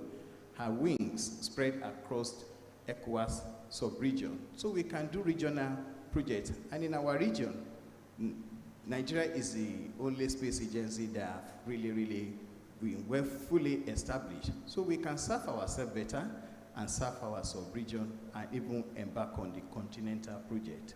Thank you. Fantastic, thank you very much. And just let me stress on this occasion that here you heard an example of cooperation between the EU and an African country that is a bilateral cooperation. We've heard about projects such as Horizon, global projects when you apply to the global facilities, or MAF Plus that also cover multiple countries. Here we are working on a bilateral EU-Nigeria cooperation. And to complement that and to stress that also the EU and Africa cooperation can take different forms of shapes, let's not forget about the bigger Team Europe approach and the member states, EU member states. So in this instance, we have asked Dr. Dahiru to speak about his experience working on the Delta II project with the European Union member state, the Czech Republic. Over to you. Good morning all. The Delta II program is developed by the Technical Agency of the Czech Republic, and it's a bilateral cooperation in applied science, research and development between the Czech Republic and foreign partners. And as a country, we applied to be a member of the Delta II program, and we happen to be the only African country in that program. What we agreed as partners is for us to exchange, know-how and best practices in research and development and innovation support, transfer of technology, and most importantly, commercialization of the R&D output. We have about 10 thematic areas which this cooperation covers, wide range, and with a clause that we can include any other areas that the entrepreneurs, scientists, and researchers of both countries agreed upon.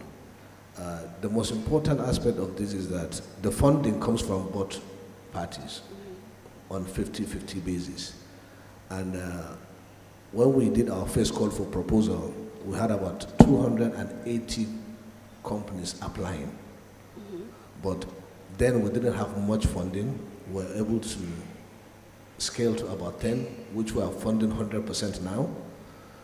But with the recent funding that has been released by His Excellency, the President, by next year we'll scale to about 40 or 50 projects, because we will have about more than $100 million to invest in most of our research and development outputs. Because the most important thing is not just the collaboration. Yeah, we'll collaborate, but we'll have to create something that we commercialize. So it's collaboration, creation, and commercialization. That is what Delta II is all about. And I think the most important aspect of it for us Nigerians is that we are the ones that will come up with our need of what the research should focus on. We do the need assessment here. The Czech Republic doesn't know what our problems are. We know what our problems are. So we do the need analysis here, and we now tell them, these are the areas that we want you to help us with know-how, best practices, technology transfer. And once we do that, we'll set up a consortium that have 2 participants from Nigeria, a research agency that will domesticate the research output, and then the entrepreneur that will take the output to the market. Same with that in the Czech Republic. So once we have this consortium, then we'll now go ahead and fund the project. And we have, for every project that we are funding, the go-to-market time is between 6 to 36 months. Fantastic. So for each project that we are funding, we must have something that is ready for market within 6 to 36 months. And so far, with the ones we have started, we are doing well. We are funding 100% from Nigeria. Like I said, we don't need grant because we have enough funding to scale up our activities in that area. So what we need from our partners is the know-how, best practices, and we also give them access to market. Of course. Because at the end of the day, whatever research you do, if you are not going to take it to market, it's of no use. So we have the market here. So that is what is motivating our partners in Europe to partner with us, because we have the resources and we have the market and they have the know-how. So that is what Delta 2 is all about.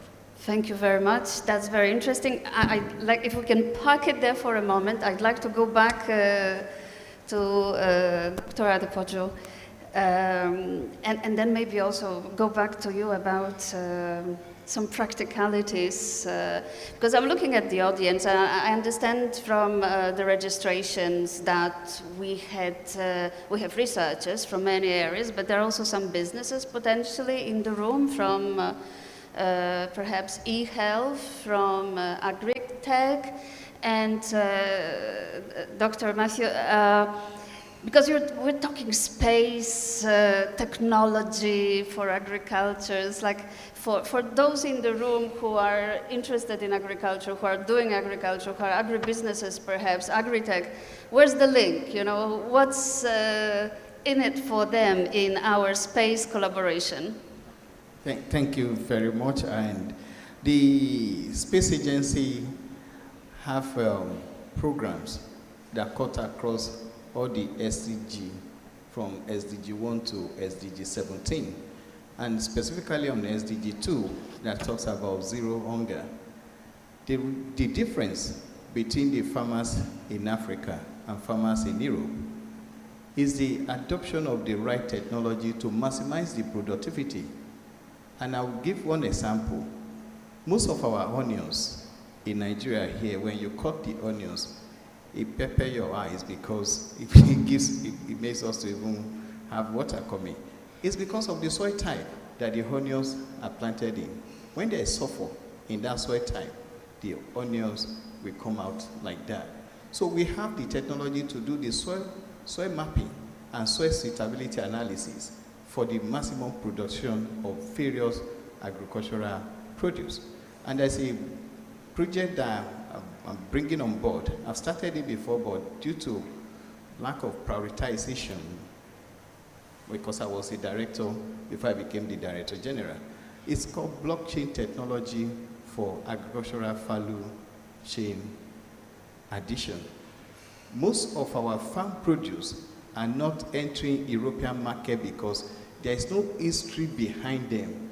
The production chain, the soil type, the fertilizer, the agroclimatic condition where they were produced, all those informations are not there. And people who care so much on the health of their citizenry, we find it very difficult to just allow anything to their store. Because if you do that, you are going to pay heavily on health services. I know the crisis or the challenges that is on NHS and other national health programs in in Europe and America. So they want to be sure that the production of those agro-allied products are what they can vouch for. So space technology is being demystified because we can find expression even on our handset, so also the farmers can do so. And the crop itself, when the crop are stressed, before our naked eye can see, through the space technology, we can identify 15 days before you begin to see the negative impact. Either the water is not enough, or that you need more nutrient. We can do NDVI to actually see through the vegetation before it becomes too late. Because most of our farmers, they react to some of the challenges on our plant when it is already too late. But with the satellite images and analytics that we carried out, we can quickly tell this section of the farm is stressed. You need more water here, or you need this kind of fertilizer. And one of the challenges that we have in this country is, I'm a son of a farmer, and the fertilizer that my dad was using as far back as 50 years or 70 years, is still the similar one we are using now, NPK 1515. And the soil type in Nigeria differs. The soil type in Southeast is different from the soil type in South-South, is different from Northwest and North Central. But we need to have interventions or products that is suitable for different agroclimatic conditions in Nigeria. And of course, on the area of climate change and environment, There's no other platform in which you can actually monitor the changes. I got my PhD from University of Leicester, studying the changes along the coast of Lagos, because so many things were changing here rapidly, but nobody talks about it. So I was able to bring satellite images of 1984, 1986, 2000, 2002, and 2004. And I did the change detection and analysis and was able to get the rapid changes that's happening here. So in so many areas, space technology can really help us. As we are doing this, there are so many innovations that is coming our way. For example, now, we've been able to get the graphene culturized into various products that is even better than what is in the market in the area of cement production, in the area of paint production, because the paint that comes from graphene is 50 years guaranteed and nothing will happen to it because it has the capacity for to tackle corrosiveness in iron and steel. And thank you. Dr. Adepoju, I know you could be speaking for hours about the many applications NARSDA is working on and already applying in Nigeria. And then thanks to our collaboration with the European Space Agency, we are really hoping to do more of that together.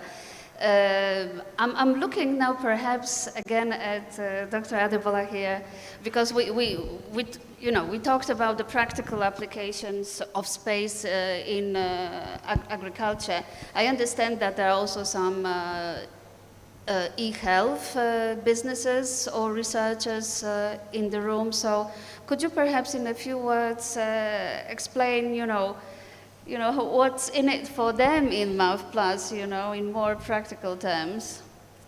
Yeah, for digitization in terms of supply chains and tracking of supplies to the last mile, talking about vaccines, medicines, and health technology. Also, the National Institute for Pharmaceutical Research Development, that is the lead technical arm for the current administration to ensure that researches in the healthcare results into innovation and then goes to commercialization. They have an AI center, back center, to facilitate research in drugs, production, active pharmaceutical ingredients. And so I will encourage those who are here to please follow up NIPRID on their various handles, their website, because calls will be going out as part of MAV+ is to build capacity, particularly for researchers in the local vaccine manufacturer production chain. And so which are groups of the stakeholders that participants are in, either you're a research institution, academia, or you're a manufacturer. We also need the workforce, the manpower. So NIPRID will be there as we take steps to implement MAV+, and then they'll provide capacity for you, and at the same time, you can be part of those research efforts. And the good thing is that NIPRID has a reach across the region, because the plan is not just looking at self-sufficiency in terms of production for Nigeria. How can we have a multiplier effect to increase the demand sides across the region? So it's open to participate. It's an ongoing process, and I'm sure maybe by September there will be more updates on that. Thank you very much.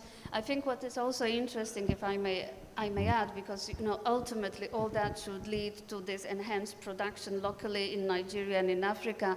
So opportunities are there for researchers, and opportunities are there for manufacturers equally for funding.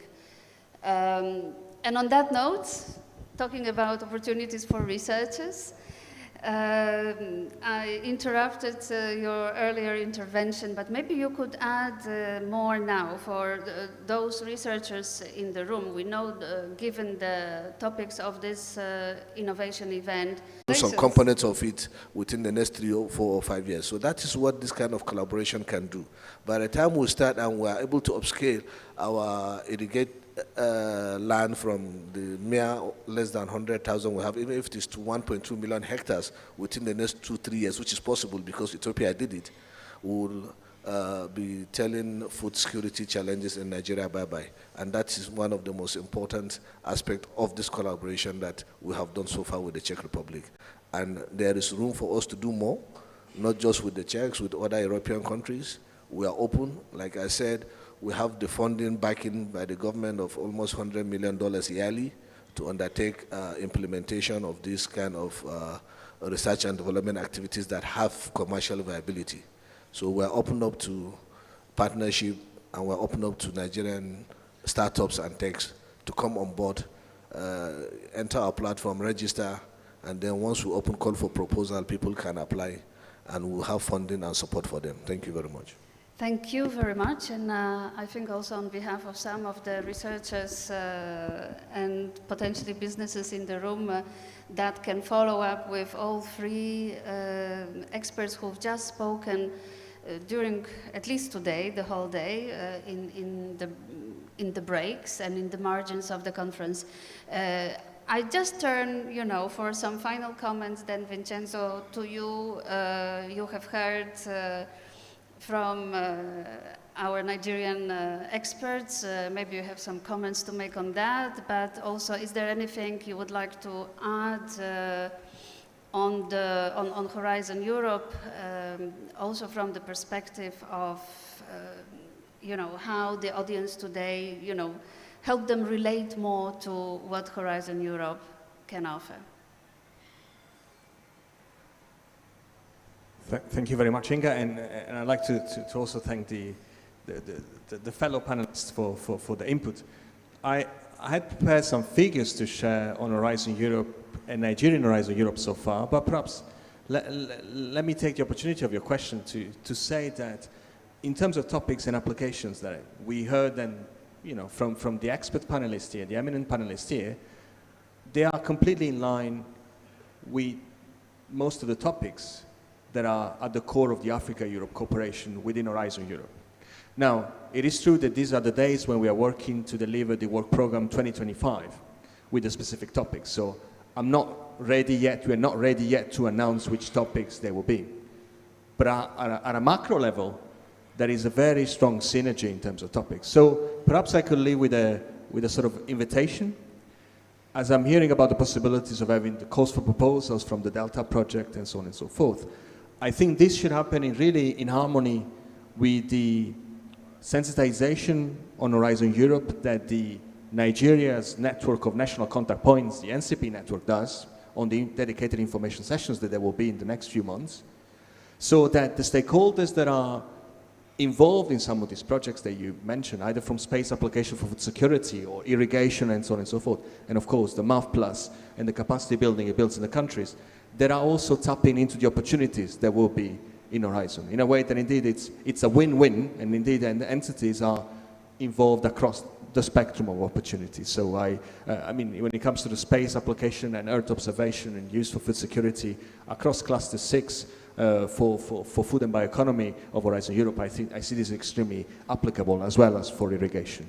And so perhaps I just want to leave with this invitation in a way that indeed we try and not work in silos, and we keep in touch, and of course we involve in this conversation the Horizon Europe NCPs, the National Contact Points Network, which in Nigeria is very wide and strong now across the country. Thank you. Okay, thank you very much. Any reactions from the other, any last words from the panelists? Thank you very much. Everywhere I go to, because I'm less than 2 months as the Director General of the Space Agency, I give my vision. The major priority area for me is to midwife the private sector into the Nigerian ecosystem, space ecosystem, because that is how we can create opportunity for the youth and job creation and inventors. And of course, I'm happy to have the researchers and scientists from various platforms here. So please reach out to us.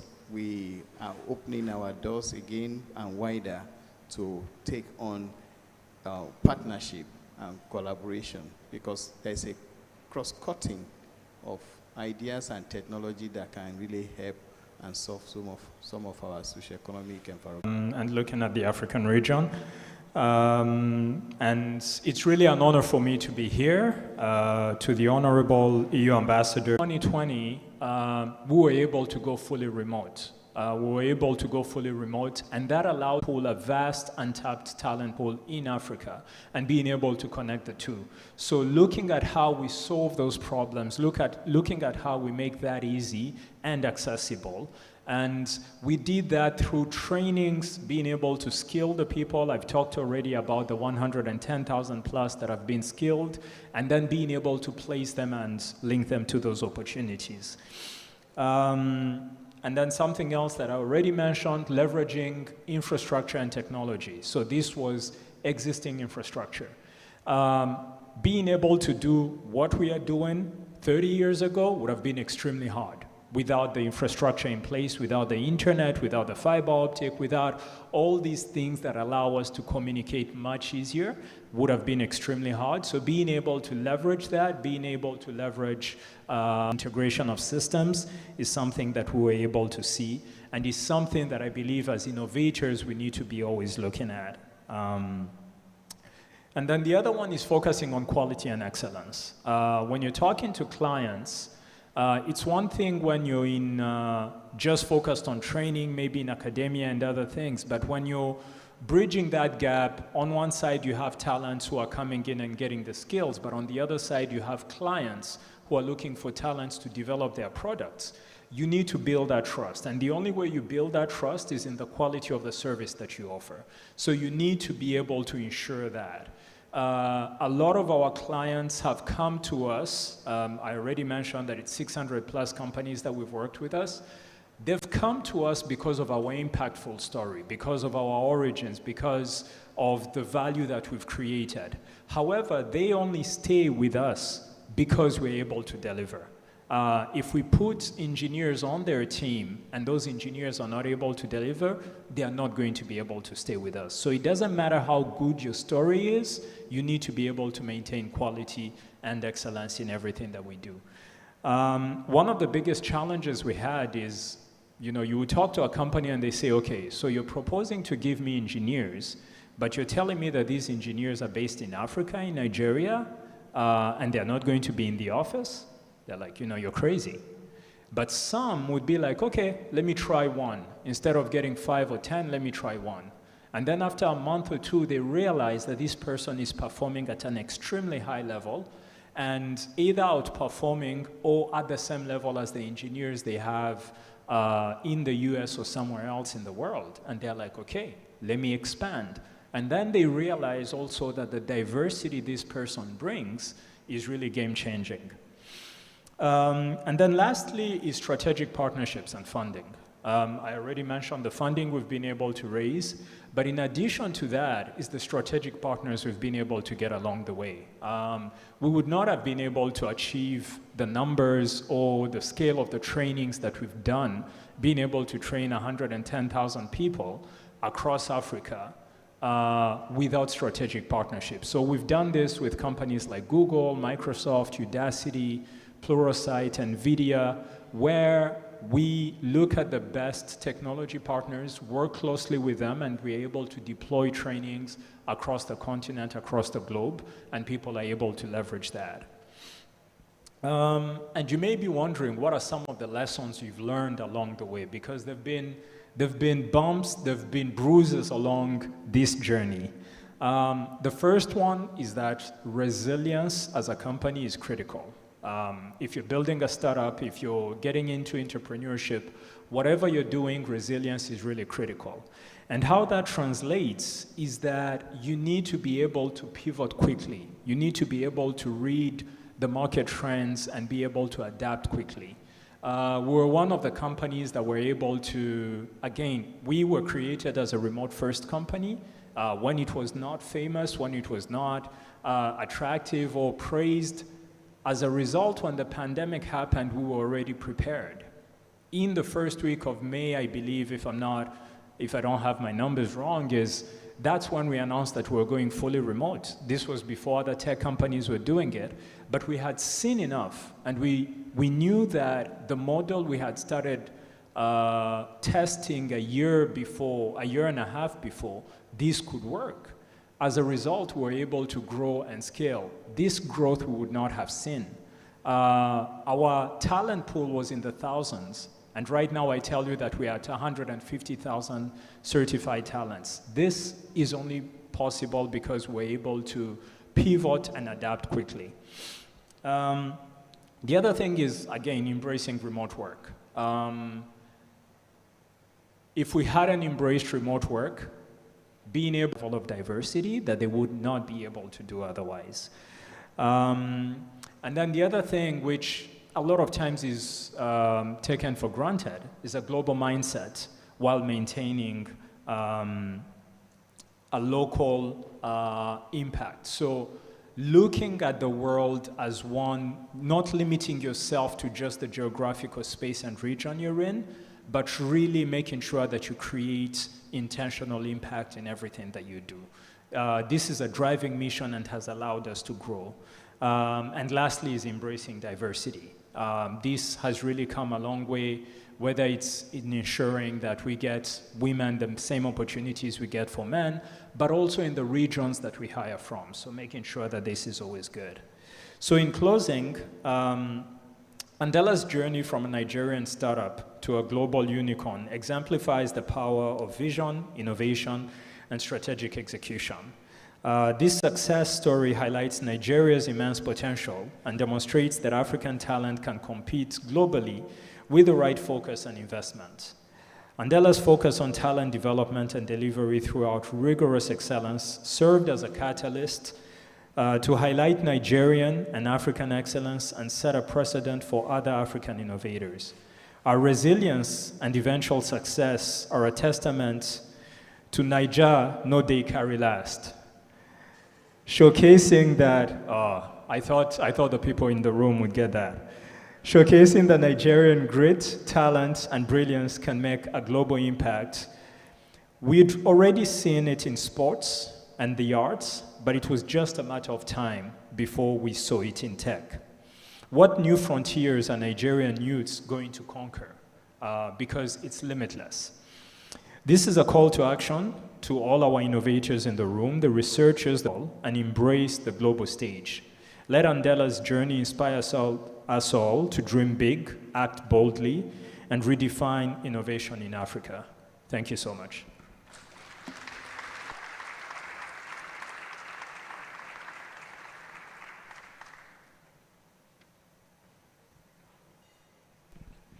Thank you very much, Mike. Another round of applause for Mike, please, all the way from Rwanda. I gotta tell you, Nigeria is an amazing country, but sometimes the narrative that nothing good can come out from Nigeria sometimes becomes the narrative of the day. What Andela has been able to do has shown you that that narrative is untrue, and that Nigeria has so much potential that's just waiting to be unlocked. So for you, so you gotta upgrade your skills too as well. And don't forget, resilience is absolutely key.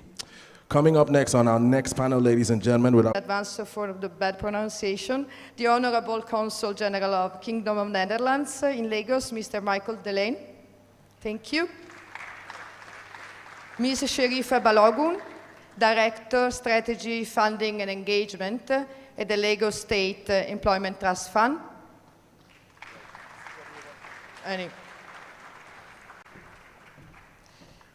Charles Mbolu, a very well-known figure here in Lagos, Board Chairman of the Innovation Support Network. And Ms. Mariam Wadebe, founder of the Blue Sapphire Hub, coming all the way from northern Nigeria. Very glad to have her here with us.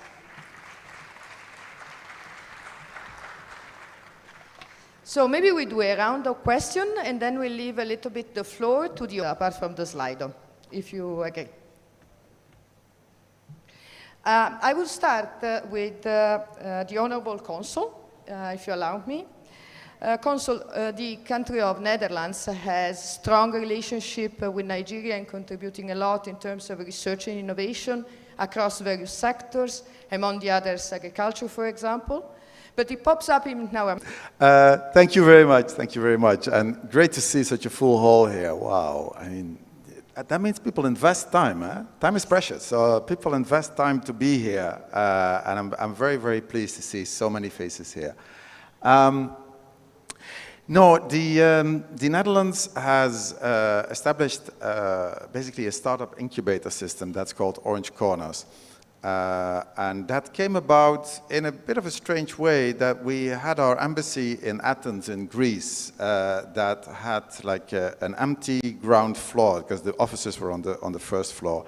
And the Dutch ambassador at the time said, you know, they tell us that we should support startups and innovators, and if there are specific challenges in the region where you're operating, and how, of course, your hub is supporting women innovators and so on.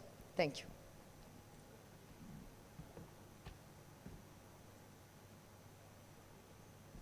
Okay. Hello. Thank you, Margareta. Thank you very much for the opportunity. Good afternoon, everyone. So, Blue Sapphire is the first innovation hub in northern Nigeria. And one of the major challenges that we have been able to identify that female innovators usually face is actually an enabling environment. Enabling environment that accommodates their peculiarity, that understands their needs and be able to allow them to be able to become more innovative. So, and these are things that has to do with, okay, does it, if you're having a program, is it going to be a mixed gathering? That is one. And because there's that cultural nuance in the ecosystem that you have to be very cautious of how you're able to implement that. Is it going to be, are you going to allow me to be able to bring my child if I'm coming to a program?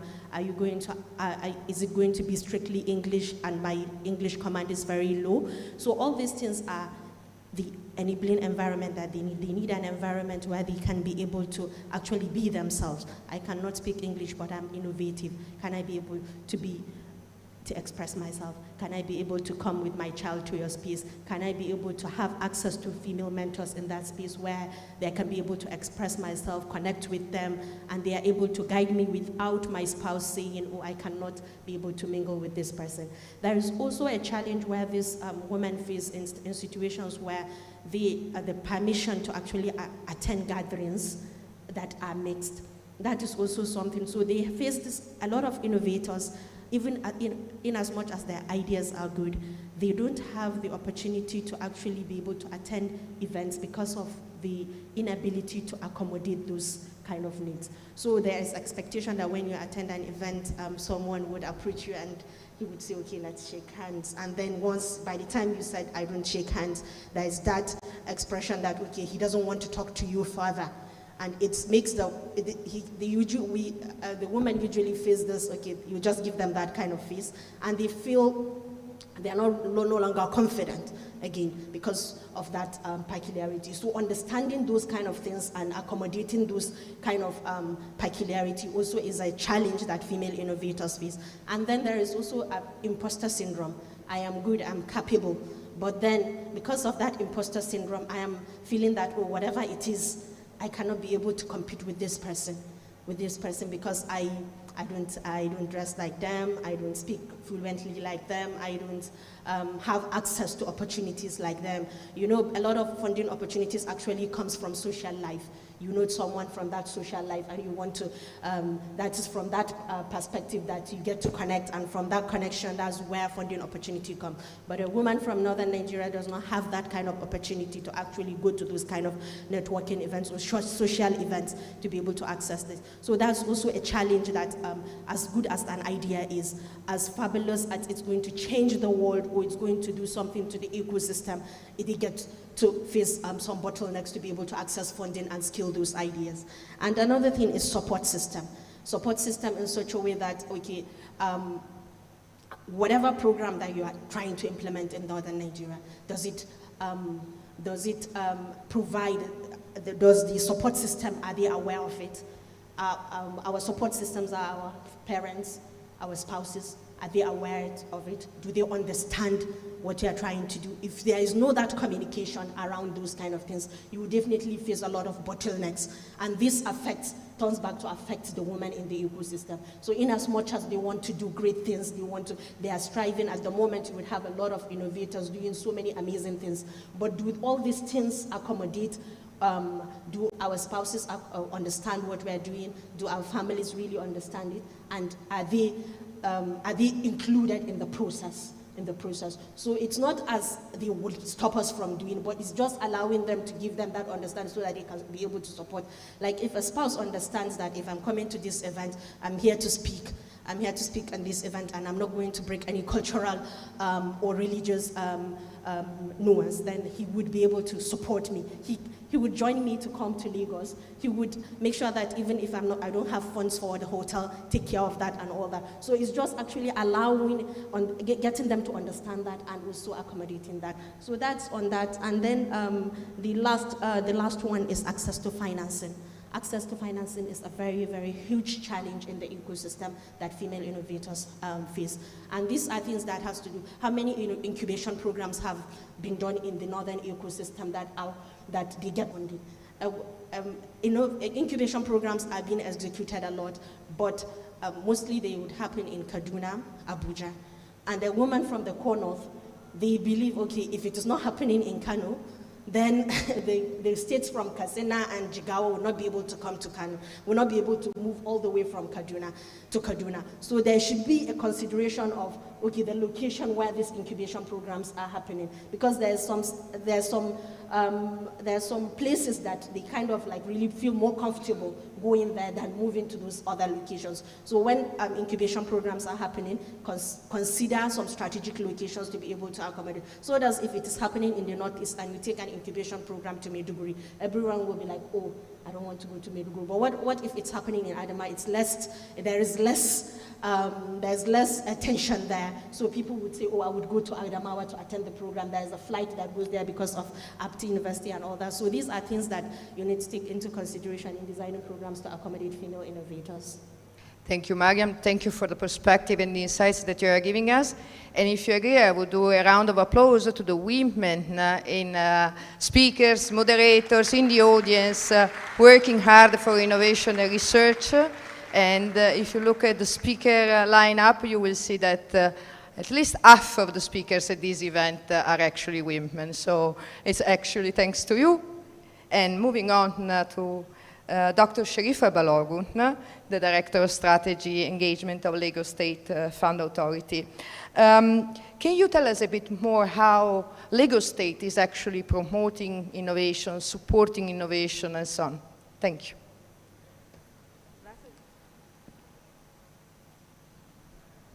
That's a very wide question, because the Lagos State is doing a lot across different agencies, stakeholder management.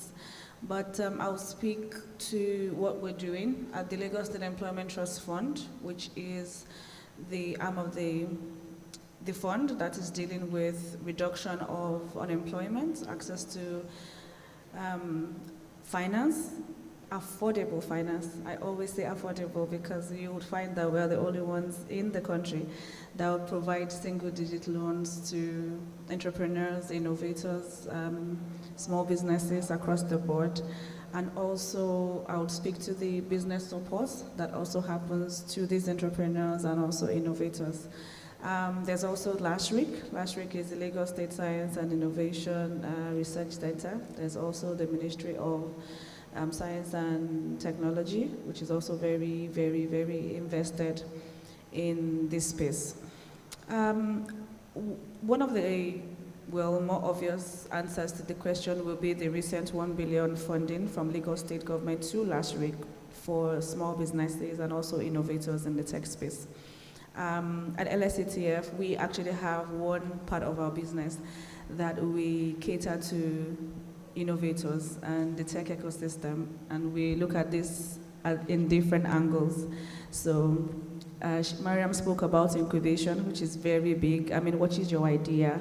How can we scale this idea for you? And then we move on to, that's the ideation program where we support entrepreneurs, innovators, small businesses in coming together and saying, what do you have and what do you want to solve? And I know Mr. Dinan here mentioned that where is that space where you can actually find the specificity of what is needed for Nigeria or for Lagos or for where your own space is, and that's what we do at the Lagos Innovate, to say how can we provide a space for you to think of an idea that really will work for Lagos State. And then we move on to the workspace voucher, which is really important. The workspace voucher is an opportunity for you to have access to infrastructure, like-minded space, meet your co-workers and say, how do we build or even break down these challenges together? And then this is free. This is what the government will give to you as an entrepreneur to assist you, to put you in that space that allows you to grow and also innovate further because you see your like minds around you. And then there's the Idea Hub. This is really important to us. We provide larger access to funding, 20 million naira, 50 million naira for those who want to create co-working space for an idea that has already now scaled. So you now need more, you need a bigger space, and you want to be able to expand. And these three parts of our business, on the innovation side and technology side, really speaks to what the government is doing for entrepreneurs and innovators in Lagos State to say, we see you, we see the struggle, because the eventuality of what you're doing is also for the betterment of Lagos State, Nigeria, Africa, and the whole world. So Lagos State, as a government, is doing that. And then there's the business support angle, where we have mentors, free master classes. Come here from those who have done it, who are still doing it, who are available for you to ask questions, reiterate, get it wrong, and then scale. Again, free, and opportunities like this are what the government is doing and investing heavily in across the ministries and agencies in Lagos State. Thank you. Thank you, Dr. Sharifa. Charles, Innovation Support Network, 198 hubs in your network. That's impressive. Can you tell us more about this network and how you actually support the hubs in your network? Okay, thank you. Good afternoon, everyone. I'm Charles Mbolu. I am a founder of 2 innovation hubs across Nigeria. One is called Raw Nigeria Hub, which we founded in partnership with the University of Nigeria in a place called Enugu State.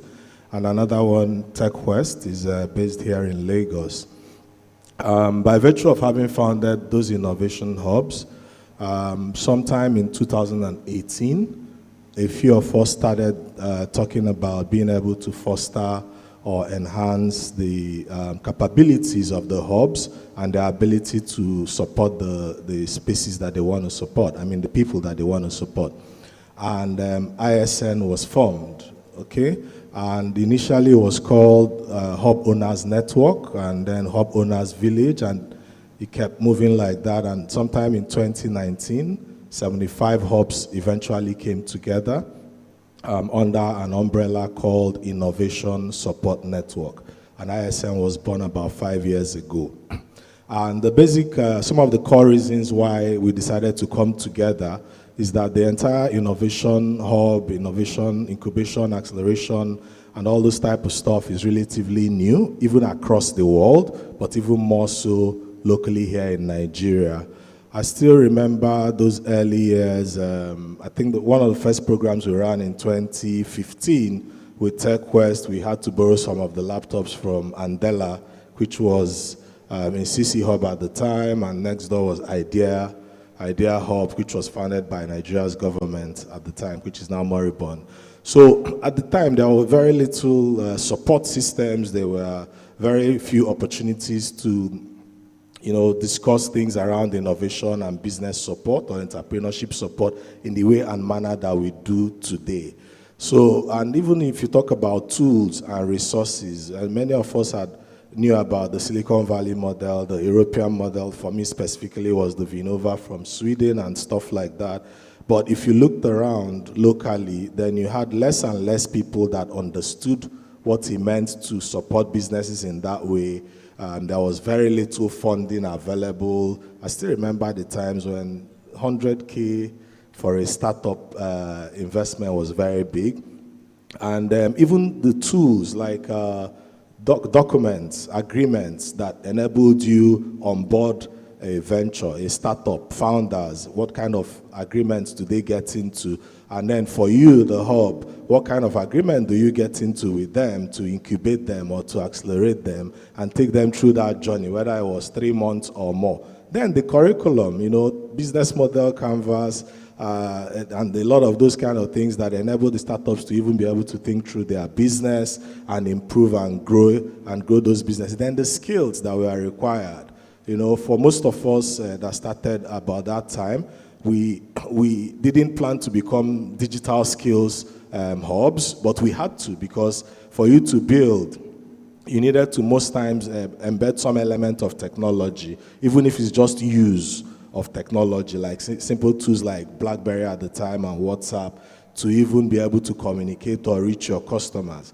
And understanding these things and enabling sharing between the hubs and learnings that would make you be able to grow, to succeed, and not have to reinvent the wheel with every founder or every business that you try to support, meant that coming together was a very brilliant idea.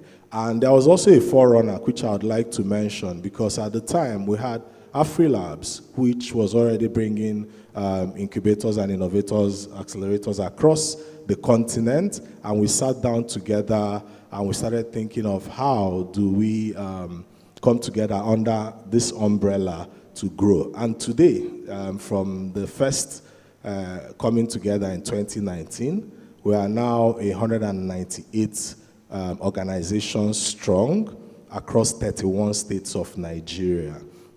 And these hubs are focused on different sectors. Today, I've heard health, tech, I've heard agric, I've heard all sorts of creative sectors. I've even heard the space, which is a conversation we would like to have, is to say, how do these startups focusing on different sectors in different geographies, improve the work that they do in supporting businesses? So it's an ongoing conversation, and I can tell you it's still very early days.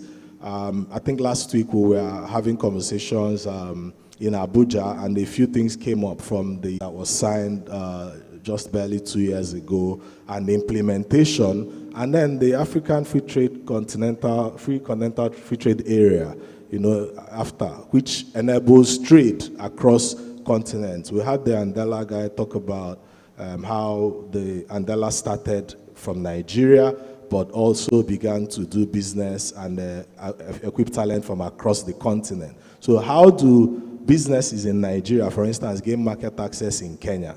Sometimes they don't know where to go. And going through the innovation hubs, they can get that support that they need. They can get the training that is required. They may get the funding. They may find the talent, and it provides them also access for them to be able to engage for the different subsectors, including government and the private sectors. I'll stop here for now. Thank you. Thank you. Before moving to the second round of questions, is there any question from the audience?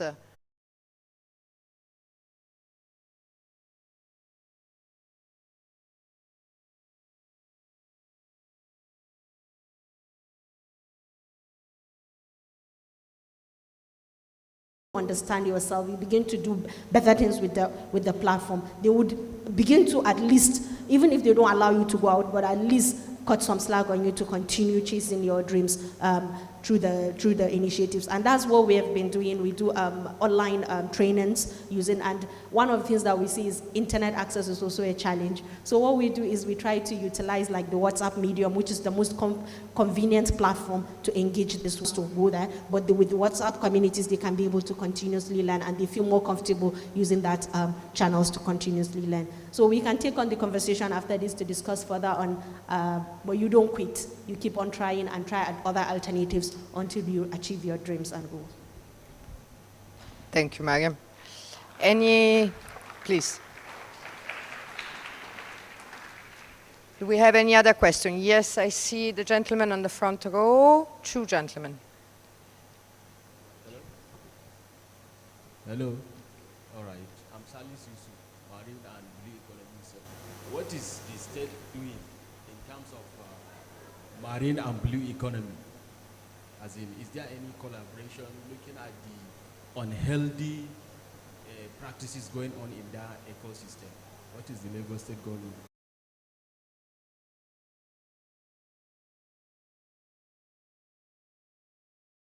National innovation ecosystem, and be able to deliver that. And I can tell you today that that project is ongoing as a direct support from the EU co-funded program under DTC. And then the second one I would like to mention is also that earlier this year we had the Omniverse Summit here.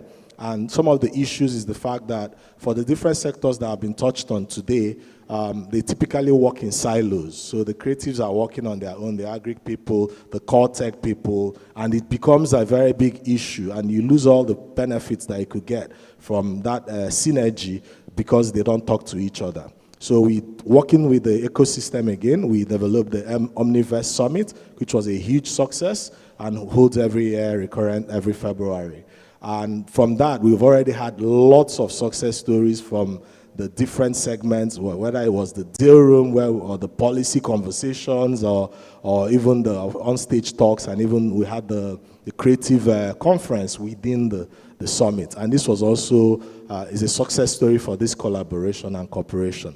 But the final point, which I would use to talk about the success story that you talked about, is the Tech My Biz, which is basically, it was a pitchathon that was implemented by the DTC again, but brought in together entrepreneurs and founders from across the country.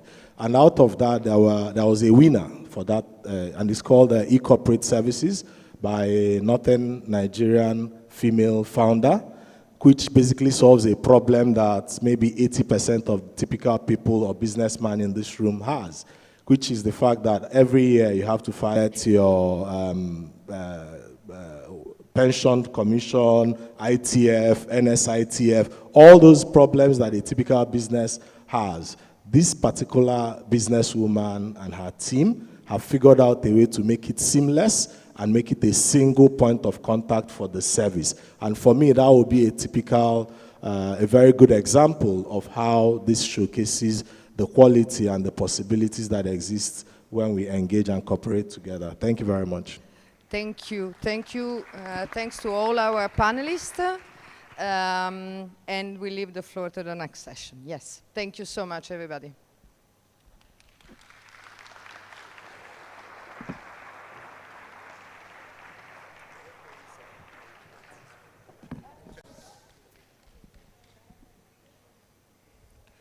Thank you so much, Margarita. Hopefully, photo session is up next. Ladies and gentlemen, esteemed guests, please, we would like you to focus your eyes on our screens. We have our QR codes coming up as well. Don't forget, this is our interactive session with our audience. Remember, let us know how we are faring so far so good. Please take out the time to interact with some of the startups in the reception hall. You would find some amazing work that they are putting together. Specifically, I've seen some fantastic work in the areas of agri-tech, Industry 4.0, and e-health. We're also going to be having focused conversations in several halls. This one and the other two, to your left when you step to the reception hall, you would find agri-tech and industry. And our QR code on the screen, it'll instantly take you to a portal where you can interact with all the amazing work we've been doing so far. Let us know what your thoughts are in the question segments. Our next question is, which parallel panel will you follow later today? Agri-tech, e-health, Industry 4.0, and let me tell you, some of the amazing work I've seen in agri-tech is absolutely unbelievable. There's a gentleman outside from the ECOWAS Commission. They have some technology in terms of regional innovative fruit flies control system. And so far, with my conversation with this gentleman, they have been able to devise a method that entraps fruit flies that destroy mango crops. Some of us are aware that the amazing damage, or rather horrible damage, that some pests inflict on our crops could be astronomical. In Nigeria, we've suffered a few with our tomato crops. In West Africa as well, mango crops are constantly under attack. But what these gentlemen have been able to do is to create a method that doesn't harm the environment, that doesn't harm other animals and interactive agents that are necessary for cross-pollination. Now, what it does is it traps the fruit flies and, leaves them for dead, allowing mango crops to flourish and thrive. That's amazing stuff. So if you want to learn more about agri-tech or you're in that playing space, please feel free to indicate on the screen. E-health as well, we have 25% of the members of the audience, and Industry 4.0 sharing at 23% now, 28% for e-health. So that tells us that agri-tech, the way to go. Africa needs to invest more in its agricultural, technology, and investment programs. So it looks like we know what hall is going to have the most participants. So once again, use the QR code on screen, or you could visit slido.com. Slido is spelled S-L-I-D-O. Enter with the hashtag on screen and interact with the content that is available. 48%. We definitely know where the money is today. We have 2 questions for this Slido segment, so please don't be shy. Let us know where your chips are flying or where the birds may. Industry 4.0 at 31%, e-health at 23%. Don't forget that health is wealth, though. You need your health to be able to achieve any of these dreams, people. So ensure that health is also paramount on your agenda today. Industry 4.0 equally as important, but you cannot be in 2 places at the same time. So pick your innovation struggle today carefully. You could also network with one another. So if you came as a group, you could split yourself up, go to the e-health segment, come to the agritech or 4.0, and later on compare notes with one another. Remember, we are here to also share and network. Agritech has now dropped to 39%. Wow. Okay, fantastic. I also saw some amazing tech in terms of future fish farms. What their technology basically does, it gives the fish farm owner the ability to coordinate fish farm activities, from changing the water, putting feed, and so on and so forth. If you've ever owned a fish farm, you could tell it's really smelly business. So in case you want to operate your fish farm from a remote area, well, this technology allows you to do just that. There's this and so much more to discover with the later technologies that will be available later on today. Can we have the next Slido question? So 39% for 40% for agritech, industry 4.0, still fluctuating with e-health. I think members of the audience are still trying to make up their mind where their birds are going to fly. But if we're good here, let's have the second Slido interactive and see what else we'll be interacting with today. We also have a seasoned journalist coming up next to deliver some amazing conversations with us later on, just before our lunch break. So please keep your energy levels up. Second Slido, please, tech team. Okay, we're going to revert back on that one. Ladies and gentlemen, esteemed guests, our next conversation will be how to promote African innovation uptake by private and public organizations. Now, this session will explore strategies to ensure robust support, investment, and adoption of African innovation by both private and public sectors. Now, we have expert speakers from diverse backgrounds, and they will discuss the importance of creating an enabling environment for innovation. They will also address barriers to adoption and showcasing successful case studies. Now, as members of the audience, you will gain insights into effective policies, investment strategies, and collaborative approaches that can drive innovation and uptake. Now, I enjoin you to lend us your ears as we foster on a culture of innovation within institutions and leverage African ingenuity to address local and global challenges. Now, taking lead in this conversation, I have Nkechi Isaac, a renowned innovation science journalist. Can we give her a warm round of applause as she makes her way off stage to get us in motion?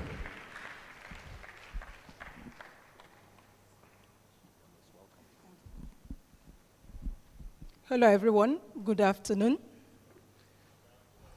We all look amazing. Okay, so I think I am the lady standing between you and lunch. So we are going to have this as quickly as possible. Okay, as mentioned, we'll be looking at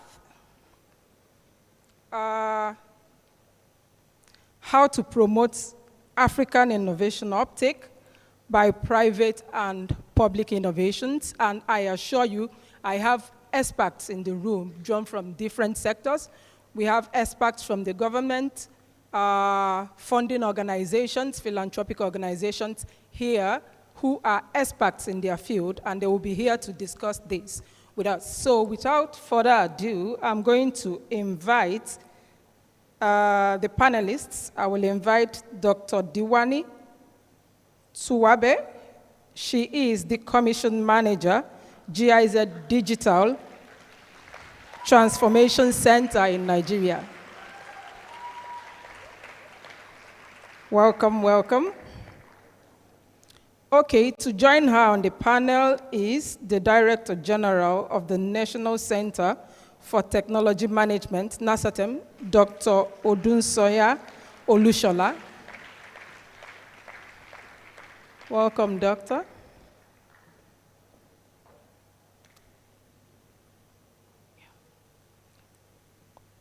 Okay, my third panelist is the Senior Program Officer for Agriculture at the Bill and Melinda Gates Foundation.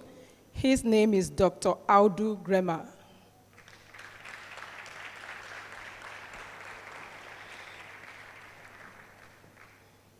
Okay, I am going to go over here and sit with you guys.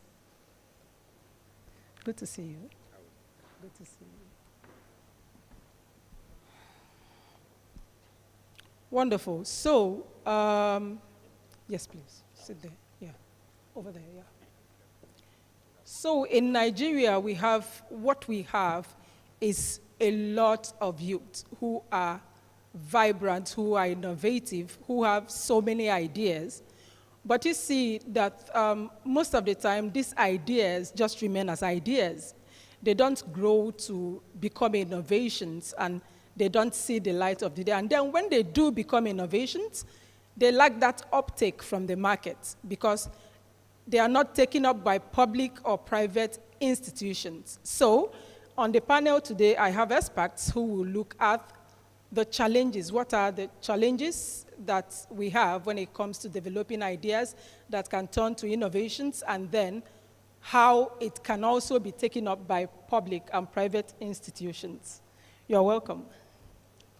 Okay, so I'll just jump right into it. My first question will go to Dr. Olusoya from the government angle. We are going to start from Nigeria, and then we scale it out to Africa in general. So, Doctor, I would like to ask you, what are the basic barriers when it comes to technology adoption? What are the basic barriers that we have in Nigeria in terms of taking up innovations in the public and private sector? Well, I'm somebody that likes to pattern things. And I would like to pattern the problems in terms of, strata of different kinds of problems that we face. And those problems, if we break them up, could be infrastructure problems, there could be knowledge problems, there could be cultural problems, and there could be our general understanding of the way the world works. And most of these problems also come from the structure of our system here in Nigeria. And it is a problem of how Nigeria itself became formed as an entity and how we seek knowledge and acquire knowledge in our societies. And most of the time, many of the things that we do are things that are in silos and do not look at the big picture. The challenges to technology adoption, if you look at them, the infrastructure problems are very real. Power is a problem. Bandwidth problem is there, making it difficult for us to access information and to use that information for the benefit of growth and development. It also stops us and stymies our opportunities in such a way that we'll not be able to see what the rest of the world is doing. And in a way that connects many of the most important things to come to education. We have lost certain aspects of the educational structure. If you look at any job genre, because the purpose of education at the end of the day may be to provide jobs, you realize that most instances, vocational education is suffering. And we are now migrating most vocational training institutions to universities. But on the job side, vocational education provides 70% of the opportunities, while higher education provides 30%. Now, when you look at what we are doing, migrating vocational training institutions to universities, it means that we are shutting ourselves out of those opportunities that are numerous. And it cuts across all sectors of society in such a way that we need to actually make those changes that would help us adopt technology more aggressively and then deploy them into the needs of society. So the problems is not the focus, but the issue is how we are structured has really affected, the outcomes we are having. We don't have good roads because we don't simply know how to make good roads. And we don't know how to make good roads because we have not taught our larger population on how to make good roads. And when you make good roads, you start with understanding the underlying structures you have. If you have a soil that has montmorillonite, which is a black cotton soil, which tends to soak water and sway when load is applied on it, when you apply a road on that, it's going to fail. So these are issues that come with our fundamental education structure, and they now metamorphose in such a large way. So there are issues that we all know very well: infrastructure, culture, education, and our way of life. Even reception of technology is also part of what is our issue. Oh, that's wonderful. We have peculiar challenges in Nigeria: data, good roads, and power. They are the key issues. And then we have issues with governments, organizations working together. They would rather work in silos. Okay, I'll take it to you, Dr. Twani. You've worked more in Africa. We have GIZ operating in many African countries. Now, I would like to know, apart from what you've just heard, what are the key challenges that are facing the uptake of innovation technologies in Africa, and what can we do to mitigate these challenges? Hello? Is it on? Yeah, okay. Thank you so much. Yes, I have worked in Africa. GIZ is actually a worldwide organization. We implement practically, I think, on almost all the continents in the world. Very strong presence in Africa, and very many years in Nigeria as well. So I think a lot of these challenges are similar in Africa, but if I would just break it down maybe a little more, if you're looking at infrastructure, what we're looking at, because that's a fundamental need. There's a fundamental need for internet, for connectivity, for power supply, and all those things that you need to be able to access digital innovations. And if we just look at internet alone, is the penetration, is the connectivity. Let me not even take you far. Let's just look at Nigeria. I learned from Mariam, sitting right there, my good friend yesterday, that there's a difference in the pricing, the difference in broadband pricing between Kaduna and Kano. Why? It's the same country. So people in Kaduna may be able to access internet cheaper than in Kano. What does that do? That means that Kano, which is actually has a thriving ecosystem, is going to be basically slower, at getting ahead. So should everybody then shift to Kaduna, or should we just put our heads together, maybe coordinated by a mandated agency, and sort of get the policymakers, the governors and all to understand what kind of impact it has, just the pricing of that will have on innovation in their states. That's just one of the things. So we do need concerted effort and intentional investment in infrastructure in Africa generally. If we really want something, then we must be ready also to work for it. So the fundamental question across all challenges I may mention is, how much do we want it? So how much are we willing to invest to get what we want? Another one is just the digital skills, digital literacy. We are the DTC supporting the harmonization of digital literacy standards for Nigeria with NIDA. And that is so important right now. When we come to Gen Alpha, which will be the next one after Gen Z, that may not be as important anymore. It would have moved on to other things. But what we need to do right now maybe is not just harmonize these standards, but integrate it into school curricula so that children are able to learn from an early age and not be disadvantaged. We say that the next frontier of poverty will be determined by the ability to use digital tools. or to have digital skills, to be digitally literate. That will define how poor people are in the future. So we need to take that very much into consideration and take that very seriously. So we also have disadvantaged our marginalized part of society. Mariam talked at length about women when she was up here. Youth, we have people who are challenged physically or in other ways, and all these sectors of the population need to be included somehow. So when we're talking about that, we are talking also about the challenges of, like I said earlier, organizations and the resistance by organizations to actually change, to employ change. We are very much, you know, sometimes you want to sign stuff, yeah? I mean, I personally have a lot of pleasure in doing a to-do list on paper and then just, you know, just canceling out all this. It's very satisfying, just canceling whatever I did today until you come to a point where you have a 4 pages long and you have to transfer things elsewhere and you can't see and you realize you have to migrate to something more efficient and probably more environmentally friendly. But how do we do that? By sensitizing, by driving awareness, by cooperating between public and private sectors, by investing in innovation, because even though we have a massive amount of talent, you know, an idea remains an idea. It becomes you know, an MVP somewhere along the line, but this business will only thrive if it grows. Because with business, you either grow or you die. That's it. And a lot of our startups are failing just because they don't have that.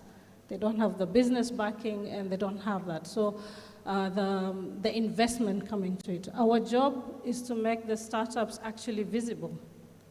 You know, just make them visible and get them ready to absorb investment and, you know, to make the fundamental decision of, am I just selling the innovation or do I want to own it and run this as a business and then equip them with business skills? So there's a lot we can all do to drive innovation in Africa and to drive its, you know, adoption by both the public and the private sector.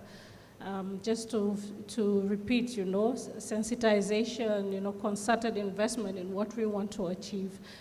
Very targeted, very deliberate, and very intentional. Thank you. Thank you so much. That was quite insightful. It keeps resonating, the issue of infrastructure and the need to have digital literacy so that when the funders come, you will be ready to absorb the funding and utilize that. So when we are talking about innovation, one of the things we are battling with currently is food insecurity. So I am just going to give this to Dr. Audu. What is the Bill and Melinda Gates Foundation doing in the area of supporting innovation uptake within the African agricultural sectors?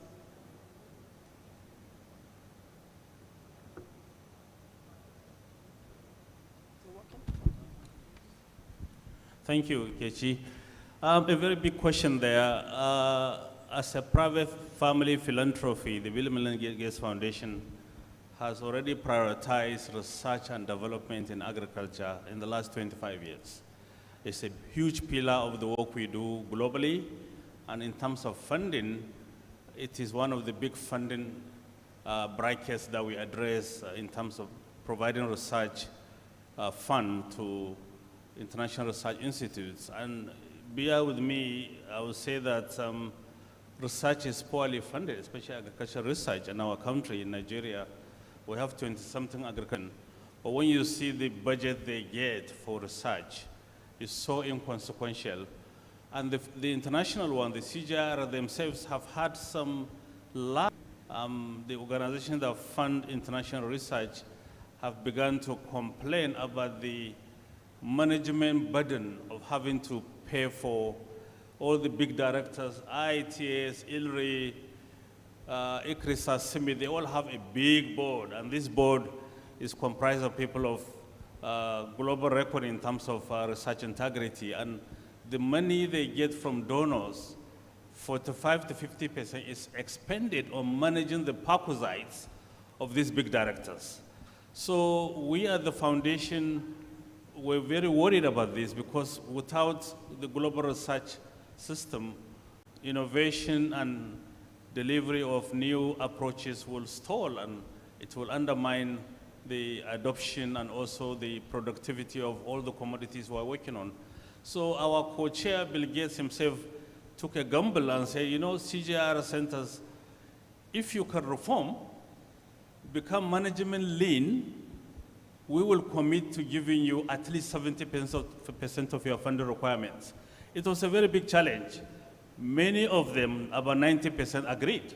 So instead of having a big management board for IIT, another big one for IRRI, another big one for ICRISAT, why don't you have one management board for Africa with all the 4 international research institutes governed by, and they realize, oh my goodness, there's no way in hell we can fund all this. And now they came back and said, fine, we will accept to go with your reform and follow the mainstream. So we are very relieved and happy. They are not going to get those massive research grants back, but at least they agree to go lean and mean, and research and development will be better off for it. So in summary, all I'm saying is funding research is tough. You have to draw the red line sometimes, which is what our foundation did, and we think, give it a couple of years, the research outcomes will begin to fuel innovation space, and adoption will be better for it. And the NARIs, National Agricultural Research Institutes, are poorly funded. In the Nigerian case, the NARIs are built around commodities. So we have one big research institute for oil palm, another one for cocoa in Ibadan, another one for horticulture also in Ibadan. Those commodity type arrangements were meant to feed the industries in the 60s. So we were thinking the cocoa industry will feed the cocoa research, and oil palm industry, ditto for oil palm. In practice, to be honest, it doesn't follow the script, and I think government is really struggling to fund what they do. But we are trying our best to make sure that research doesn't stagnate. In terms of funding envelope in Nigeria for agriculture, probably research and development takes about 50 to 60% of our budget. So we're very happy with what we put in, and we think without innovation and discovery in agriculture, we will just stagnate. There will be no new approaches to things and new research outcomes that we can take into the adoption space. Thank you. Wonderful, wonderful. So I'll circle back to you, Dr. Tweba. You have worked a lot with innovators and, startups in trying to give them visibility. Now, in your assessment, do you think that African inventors are matured enough for the market uptake? I think that basically market readiness would depend on how you define that. If you're defining are the innovations ready to be marketed, I think that Africa is a ripe place for innovation. We've got a lot, like I said earlier, a lot of it has to do with identifying the innovations and then supporting the innovation process to the end, so that you have a product that can be sold, and we have that. In DTC alone right now, we are putting into an acceleration program 22, B2B digital solutions that we identified through the Tech My Biz Pitchathon. And then we have 5 others developed in partnership with our sister project in the Lab of Tomorrow, which are, I think, logistics innovations. But I think that having market-ready innovations is just, half the story. Do we want to own the innovation? That's the guiding question, because the business part of it is just as important, and we tend to focus a lot on developing the innovation, so that you see a lot of startups that, quite a bit of support for startups or for innovators in the initial stages, in the seed stage. But after that, they're on their own. So they're not able to make it against the competition, because in order to grow, you need substantial capital and investment. So grants are good, subsidies are good, but there are things that, unless you treat them as an investment and you're going to recuperate that money and make it grow, they will finish. You will use it, it will finish, and then what? What you really need is to expose our innovators and their innovations and teach them good business practices. At the end of the day, it is business, it is about the bottom line. And so that's what we're about, not just giving them the stage, but giving them the access. We do not have funding to give to startups. What we have is capacity building. So we are making a tailor-made program. You heard about, for example, one of the winner of our Tech My Biz Pitchathon, a lady by the name of Hafsat, and her innovation, Easy Comply, very good, very easy to work with, and quite, let's say, cost efficient for businesses to use. So she is so advanced at a certain level, and we cannot put her in the same basket with somebody else who's not as advanced. So we give this tailor-made program so that we can say, okay, if you're already at the place where you can market, let's look at the business model. How are you going to manage the deluge of customers that will come to you if we do an advertising campaign for you? Are you able to manage that? How robust is your tool? This is what we do, really. But as far as innovations are concerned, I think just think of it, 7 of the unicorns that came out of Africa are from Nigeria. You've got Flutterwave, you've got Paystack, and let me just mention M-Pesa. Totally revolutionized mobile money. Today in Kenya, Tanzania, when people can't even imagine carrying a lot of money with them.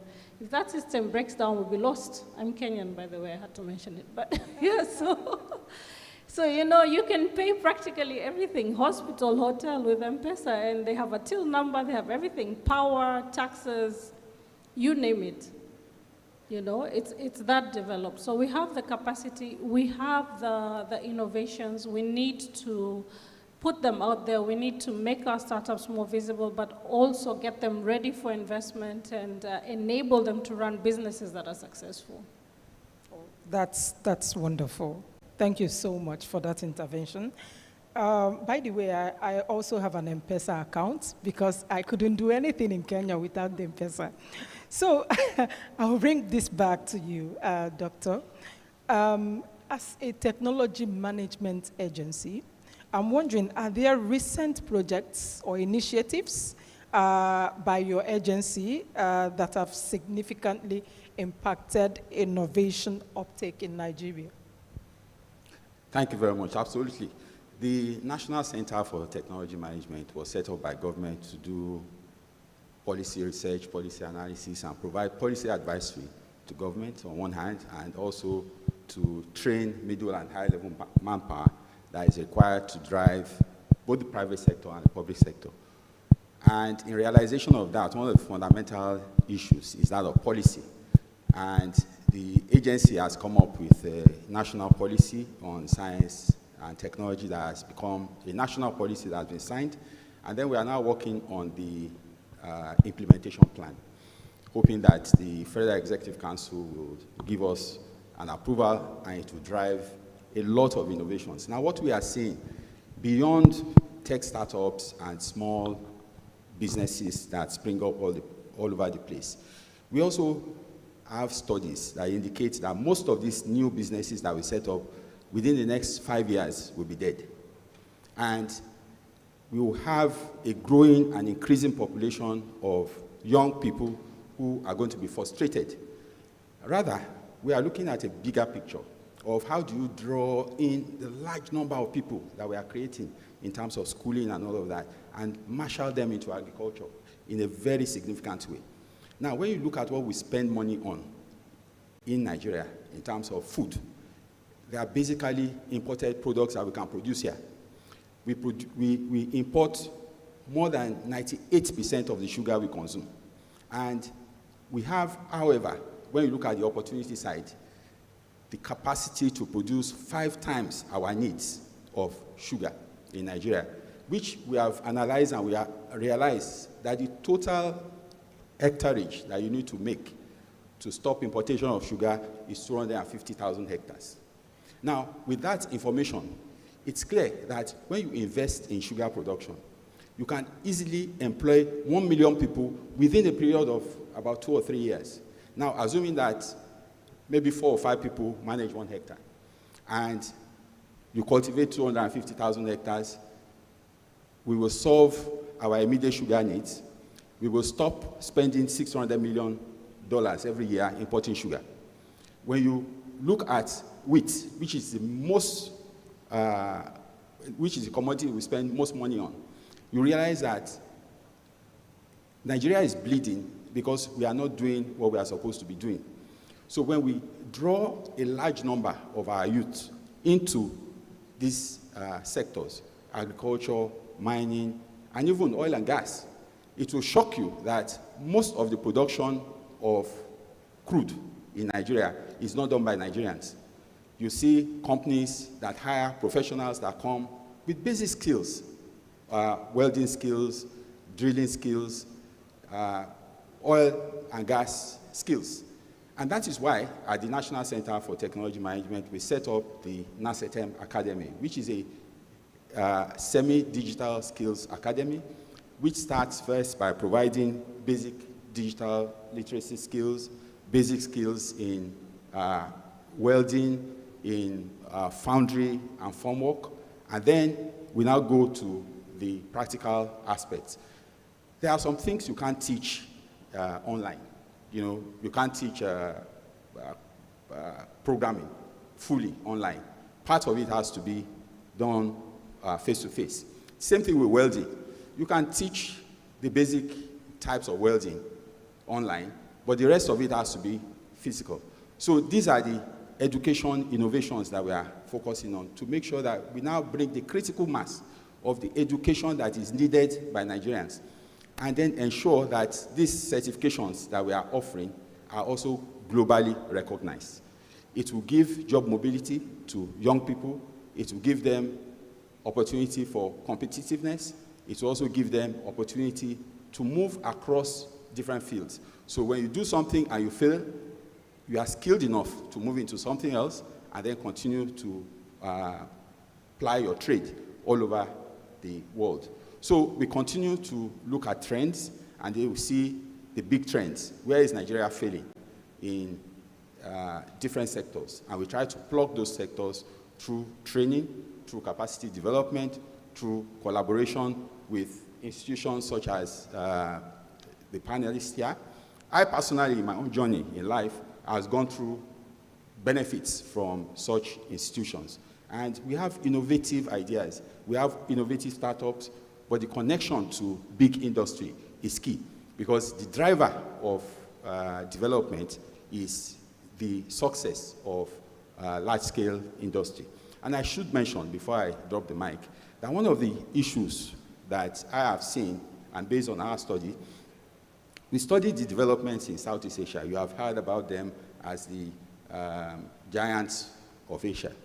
Whereas the World Bank gave us the impression that these countries developed as a result of innovative policies. When we studied those policies, we realized one thing stands out that Nigeria has not done. Nigeria has not focused on export-based industrialization. And because we have not focused on export-based industrialization, the industries that are here focus on producing products for Nigerians. And because of that, they are just basically logistic operations. They bring raw materials in, they bring personnel in, and they operate within Nigeria.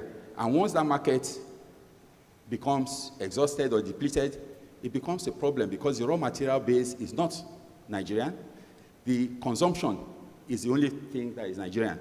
So if we focus, like the Southeast Asian economies did, on export-based industrialization, we will marshal a lot of young people. So we'll not just be producing sugar for Nigerians, we'll be producing sugar for the rest of the world, we'll be producing wheat for the rest of the world, and that is the only sustainable point where our progress will be made. So all of our efforts at NACETEM are based on researches that we do and the studies that we do, and then we try to make sure that this becomes policies of government, and those policies begin to drive innovations, activities, and development within the economy of the country. Thank you. Awesome. Okay. So what I just understood, took out from your intervention is that there is need for collaboration. When it comes to development, developing all the sectors, the agri sector, the mines and steel, and all the other sectors, there is need for collaboration. Now, Dr. Grema, being a funding organization, a philanthropic organization, let me ask you, how can organizations like the Gates Foundation encourage private-public sector collaboration in innovation? A very good question, and I think this speaks to what we are doing right now. I'll give you 2 or 3 examples. Aflatoxin contamination, there's a fungus that our maize, when grown in different parts of Nigeria, comes with. And this aflatoxin has been traced even to poultry carcass. As you know, the poultry feed millers are one of the largest group buying maize and turn it into poultry feed. This fungus is traced even to the meat. And in some regions of Kenya where they also grow a lot of maize, it has even led to fatalities. People eating poultry meat with this aflatoxin contamination and going into hospitalization and all that. So to answer your question head on, we did work with IITA. We provided funding for IITA to first develop the recipe that protects the maize crop from the aflatoxin contamination. It's a powder called Aflasafe. Not only did they produce it, they actually commercialize it.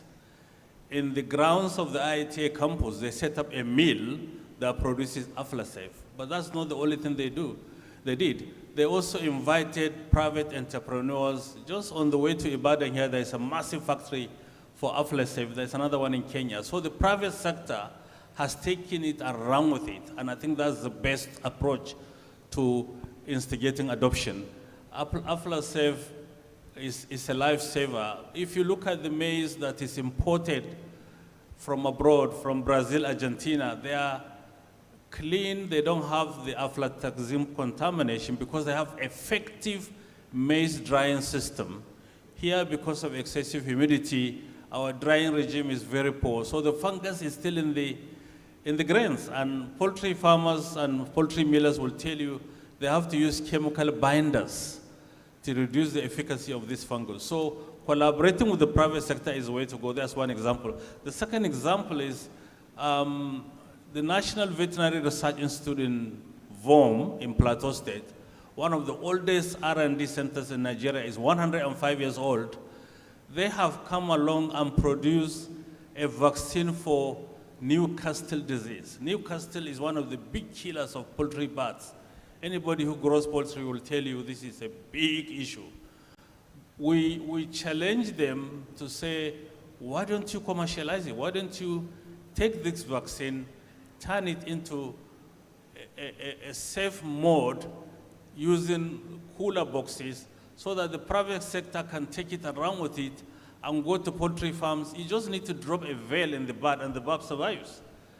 And they've done that. Now, they've developed the product, they have the patent, we funded the commercialization, and now this thing is saving poultry bats across Nigeria. That's one second example. A third example I'll give you is on the need to reform the age-old seed systems of some of our crops. You know, the yam is an example of one ancient crop that requires about 15% of the yield to go back next year as a seed. So all the baby yams are kept aside for planting next year. And agriculture economists say this is inefficient. This is food, actually. So why do you want to go and plant food back? A very wise question. And I think that challenge has meant that they now, IITA have thought about, and Umudike, the National Root Crop Research Institute, how to produce vegetative bubbles in the lab, like baby seed yam, that you can go and plant. It gives you a yam of this size, and then you go and become self-sufficient. You don't have to go and put your food back into the ground. They also have done something else. They went through a semi-hydrotrophic technology to produce plantlets in the lab of yam and cassava. If you go to their lab now, you'll see it. And those plantlets, you can take them and form a seed bed behind your farm, and then within 2-3 months, they are also plantable. So I think the private sector also had a role to play in this. The Sultry farm here in Oyo State, Northern Oyo, she took this technology, turned it around, and now farmers are buying cassava seeds from her. And the beauty of it is the industry is the better partner in this, because they buy the cassava. As you know, cassava has huge industrial application. They extract industrial ethanol, they extract starch, and the cassava flakes themselves are sold. If you see buying agents across Oyo and Osun State buying cassava flakes, most of them from Asia, from Taiwan, from Thailand, they take them and clean them up and turn them into a powdered source of tableting. So the cassava powder made out of cassava flakes will be the carrier. Pharmaceutical companies are buying it and dropping the active ingredients into tablets. We are only selling the flakes. Somebody else is making more money out of it. So I think the use of private sector in delivery, in scaling, cannot be underemphasized. Thank you. Thank you. Thank you so very much. Thank you so much. So we are so pressed for time. We have to go to lunch. I don't know, unless there is any burning question, I would like to, okay, can we take just one question? Just one. Can you get the mic over to him? Okay. All right, go ahead. Okay, good afternoon.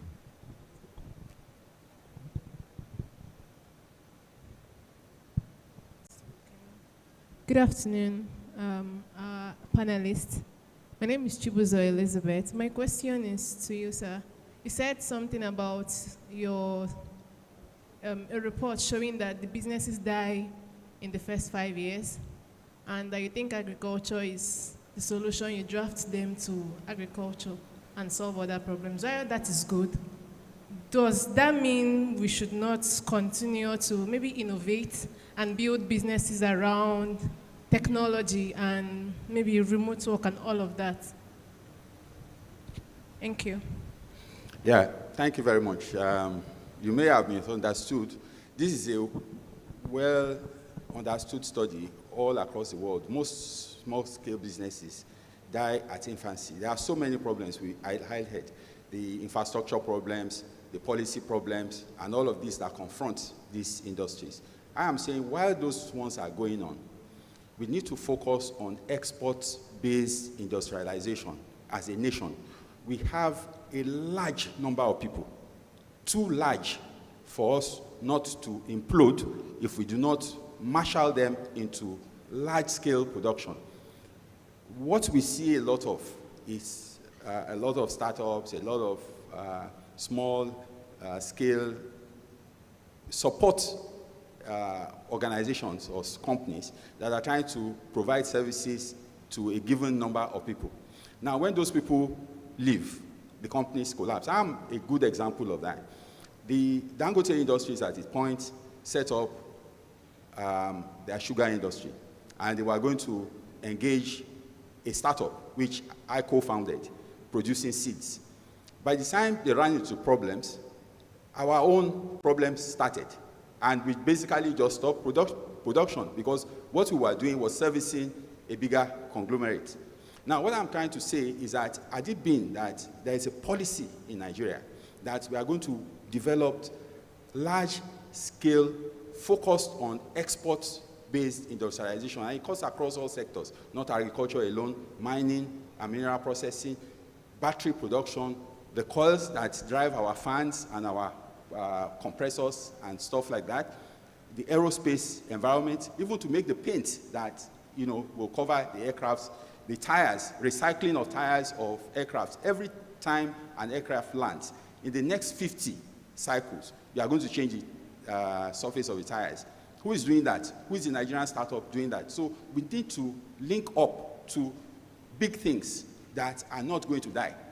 So it's not just to look at something, oh, it's a good idea, but we need to link those good ideas to something sustainable. And these are the issues that concern policy. And that's why in the National Science and Technology Policy of Nigeria, we are looking at all those big-scale things that will cycle into growth, and the growth will be sustainable, and it's going to suck in a lot of young people. I'm not saying stop your innovation ideas. Innovation is what drives economies. And you can see in this new government, we are talking of innovation in science and technology, innovation in transport, innovation in aviation. Innovation is key. We need to think. But most important is innovation in how we teach. What we are teaching, perhaps, is not what is needed in our society. So there is need for innovation in how we marshal and think about teaching. So I am all for innovation, but I just section out one area because of time. But the movement is about for us to focus on export-based industrialization, to marshal a larger number of people into productive activities and not just leave them to their own devices to think of innovative things, to support small ideas that would elapse after some time, but take it into something that we use all the time. Everybody here, at one point or the other, may have taken sugar today, and it's a product we spend $600 million every year importing, and that's why our forex crisis continues to mount. Thank you. Thank you so much, Doctor. Thank you so much. So I am just going to give you under a minute each to give me your final thoughts about how we can promote innovation uptake in Africa, especially in private and public institutions. 1 minute each, please. Under a minute. I tend to talk too much, but I think the most important thing is for us to look at trends and ensure that the trends that we look at relate to what is important to us. I am an advocate of quality education, and I think the major problems of Nigeria start from that education point of view. We need to look back at what we are teaching, and it seems our education appears not to be very, very relevant to our socio-economic development needs. And if we fix that, we'll fix a lot of problems. Dr. Tuweba? Thank you. I think we need a lot of cooperation and a multi-level approach. So at the policy level, I would say we need to create an enabling environment. In Nigeria specifically, we have good policies and strategies.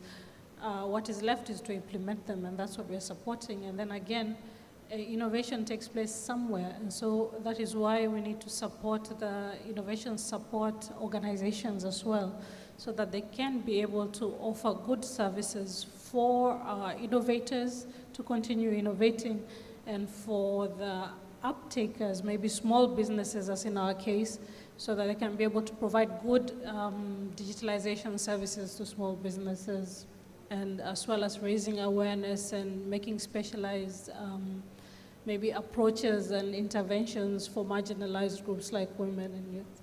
Thank you so much. Dr. Grema? Yes, our research institutes have a lot of technology solutions on the shelf. My advice is they should dust those research outcomes and products, open their doors to the private sector. The industrial establishment can take it, run with it, and they have more scale in terms of reaching adoption numbers that we want. And if you just leave the research products within the institutes, they will become stale and unimportant. So commercializing research outcomes using private sector vehicle is the way to go. Thank you. Thank you so very much. Thank you, everyone. Thank you for listening to our panel. Thank you.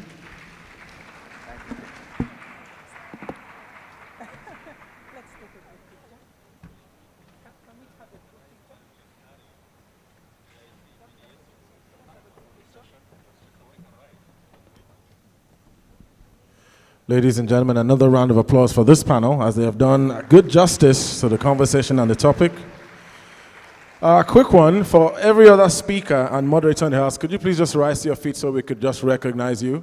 If you've been a moderator, if you have been on any of the panel sessions earlier on today, could you just rise on your feet so we could recognize you in the hall? Thank you very much. Please, a round of applause for them as they rise. Please keep standing, please.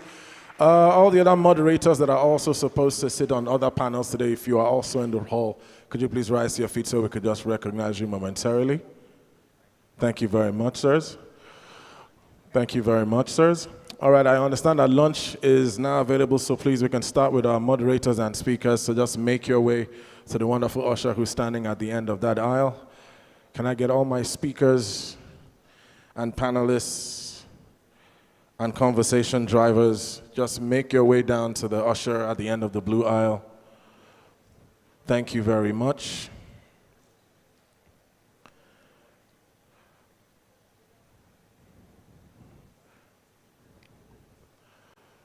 It is also my duty to remind everyone in the hall today that when we come back from our lunch break, we are going to have three sessions happening simultaneously. One of those sessions will be on e-health. That'll be happening in this auditorium. The other conversation, Agri-Tech and Industry 4.0, will be happening at the other auditoriums. Take your left outside at the reception and take another left again. Our receptionists and, of course, ushers will be there to assist with you. Our lunch break starts off now, ladies and gentlemen, but please give it a moment. We have a little bit of crowding at the dining area. We have 1 hour for our lunch break session, and we'll be back here at top of the hour, 3 p.m. Thank you guys so much for being part of the very first half of today's Innovation Day conversation. At 3 o'clock, we will reconvene, ladies and gentlemen. Kicking off the afternoon of the day one of the Nigeria EU Innovation Days. So my name is Vincenzo Lorusso. I work at the European Commission, DG Research and Innovation, where I'm responsible for EU-Africa cooperation on science, technology and innovation, public health and global health included. Also looking at the side of the bilateral cooperation of EU with Nigeria. So it is my great pleasure and honor to announce for this session a panel of 5 eminent speakers representing several sectors. As you will see, we will have private sector, and we heard about the importance of private sector into developing and delivering innovations to the marketplace and to end users, ultimately, but also higher education institutions. So I would like to ask and welcome to those who are joining us, or will be joining us in the next few minutes. I would like to ask to welcome each and every panelist with a round of applause after announcing their names. And we're starting with welcoming on stage Dr. Are Abdulhafiz, CEO and co-founder of Primed eHealth. Dr. Are, please come and join me. There was a bit of a timid applause, so Dr. Are Abdulhafiz, Primed eHealth, please make your way here. And I would like to also ask for an extra applause for Dr. Are, not yet, because his startup, and we're going to hear everything about it during the session, was involved in the first edition of the AU-EU Innovation Fair, which took place in Nairobi in November 2022. Welcome, Dr. Are. Second eminent speaker joining us today will be Dr. Temitope Agbana, CEO and founder of ADX Medical, coming all the way from Rotterdam and University of Delft as well. Welcome, Dr. Tope.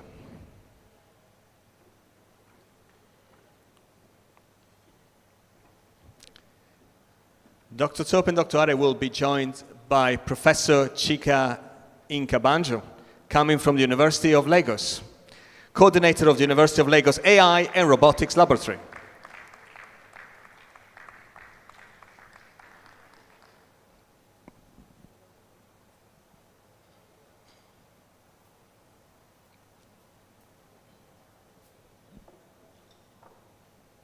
Welcome, Professor. The fourth eminent distinguished speaker of the session will be Ms. Uzoma Ezeke, Executive Director of Emzo Pharmaceutical Industries here in Nigeria. Ms. Ezeke, you're very welcome.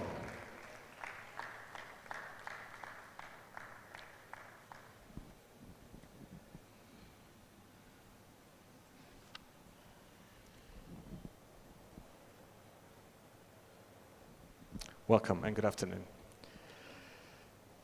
And last but not least, we will have Dr. Steve Onya joining us, CEO of Anchor Healthcare.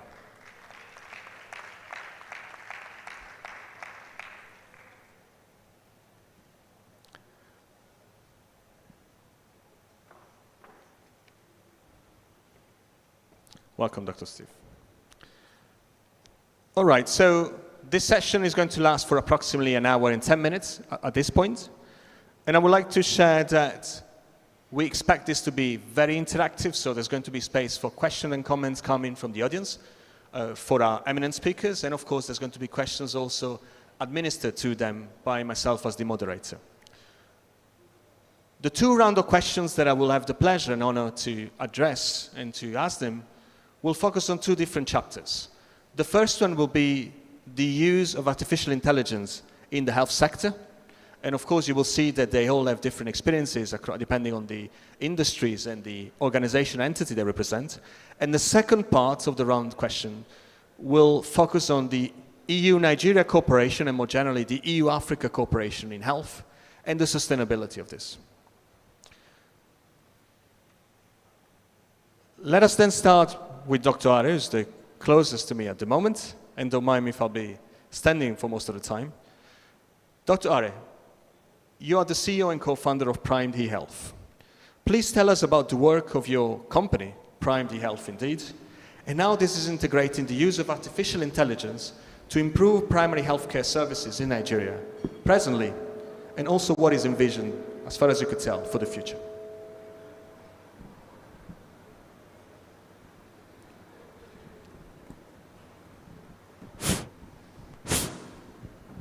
Okay, thank you so much.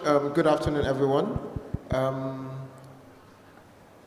Primed eHealth has focused on facilitating access to healthcare. For a couple of years now, I think in 2011, we did a research study. I was in National Hospital as a clinician then, and we realized that 2 out of 5 patients had their records lost. So every time a patient came to the hospital, we had to open a new folder. So healthcare is continuous. We need a story to connect the dots. Then there was no AI, or at least it wasn't used as much as that. So the doctor's head was always having to be very intelligent.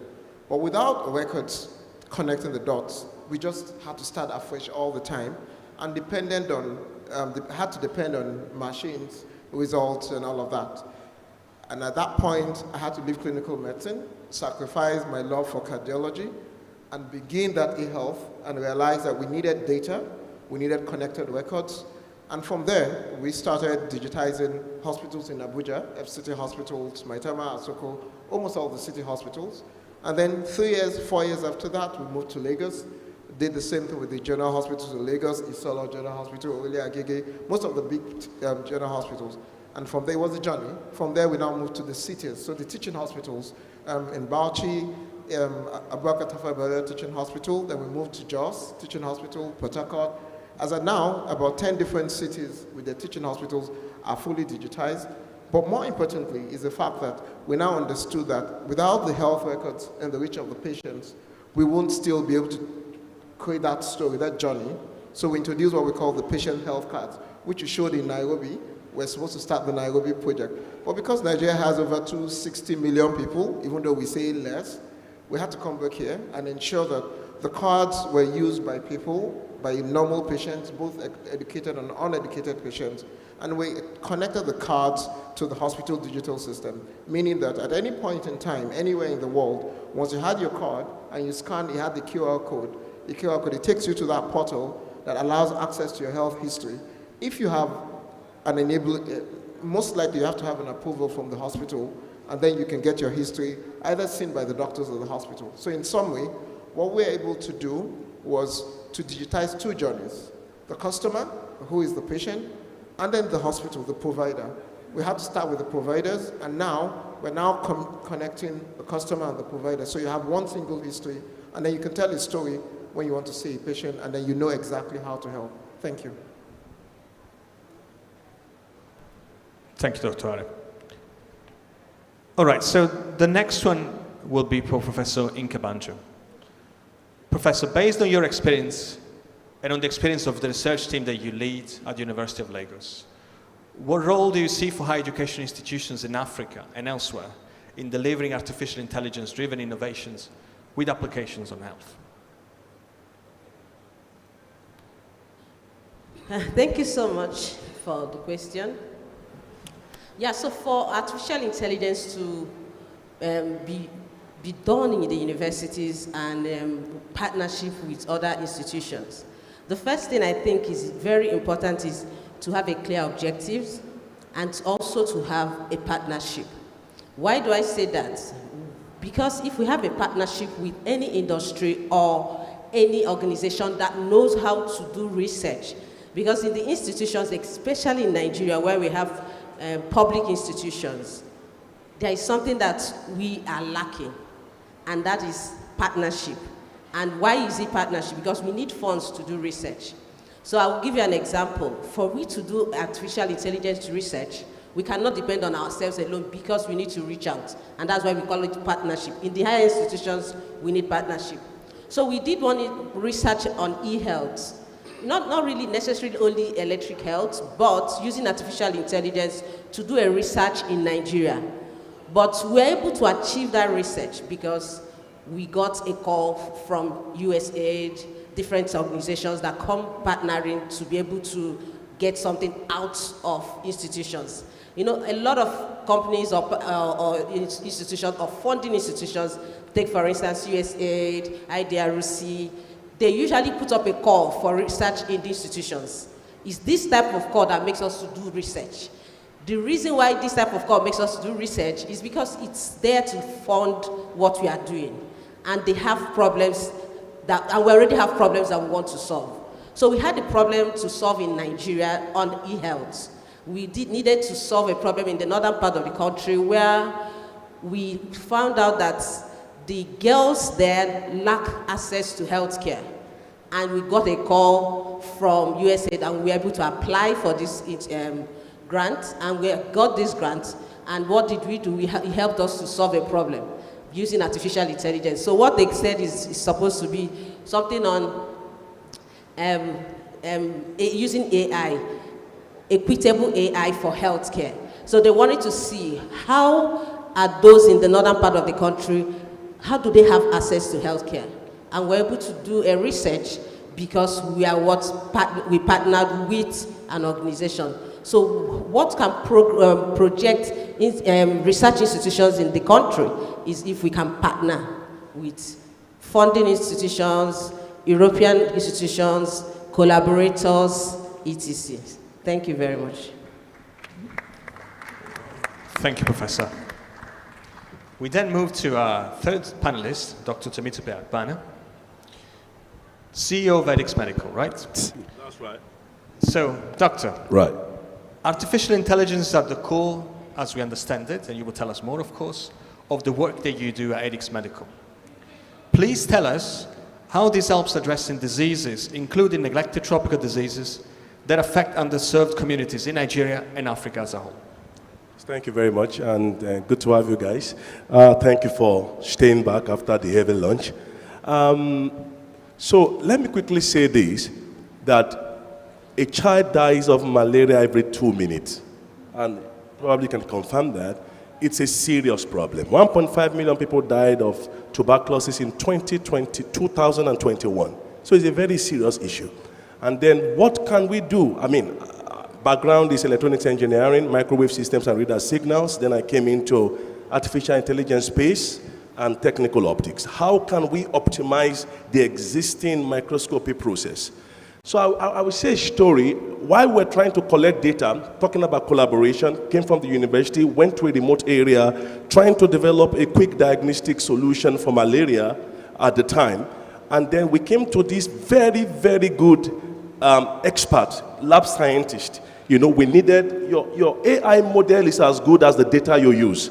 So if you have good annotation, good segmentation, good points, because it's artificial intelligence, you are trying to mimic someone's brain. You have to teach the software or teach your model.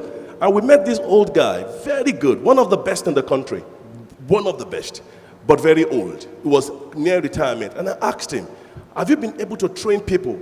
And he said he has lost count, the people he had trained, but sadly, none stayed. Everybody leaves, everybody's jackbuying. And you can imagine, if people jackbuy from Abuja, from Lagos, now imagine what people do from remote area, from the rural areas. So this guy was just devastated. And I said to him, the goal actually was to reproduce his capabilities to a very large extent. So we got this man through collaboration again to help us annotate, find the parasite, identify the parasite, and use this data to train our model. And now we can reproduce. Now people are living, there's no accessibility.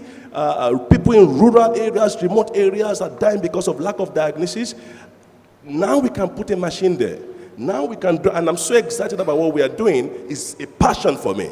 We've done some work around neglected tropical diseases as well, schistosomiasis, messing up our school-age children, responsible for cancer, for bladder cancer, for stunted growth, for all manner of the wicked, complex problems.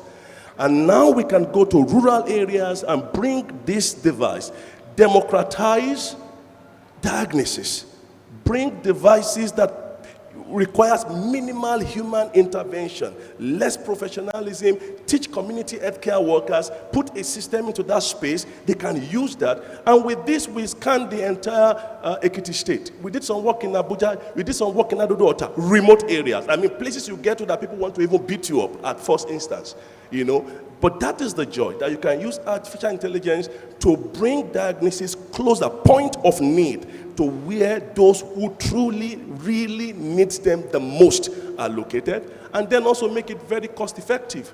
It's affordable, and you are sure that even if by any means you lose this system by theft or something, you can replace it, you can put it back, and then you keep the cycle going. And that's been our journey, that's what we're doing, that's what I'm passionate about, really. And I always love to say that part of my passion is also based on the fact that I lost an older brother to tuberculosis at a very young age. And I can feel the pain of a mother losing a child. And if we can do something around it, with technology, with AI, with collaboration, let's do it. Thank you very much, Dr. Tsope. And of course, we're going to talk more about the technology behind it and the uses of Adix Medical. Now, we stay within the with industry, and we go to the pharma and biotech industry, and we're talking about Nigerian firms. So, Mrs. Eoke, as a key representative of a leading pharmaceutical company in Nigeria, Emzo Pharmaceutical Industries, how do you see the use of artificial intelligence shaping the evolution of the pharma and biotech industry in Nigeria and broadly speaking in Africa?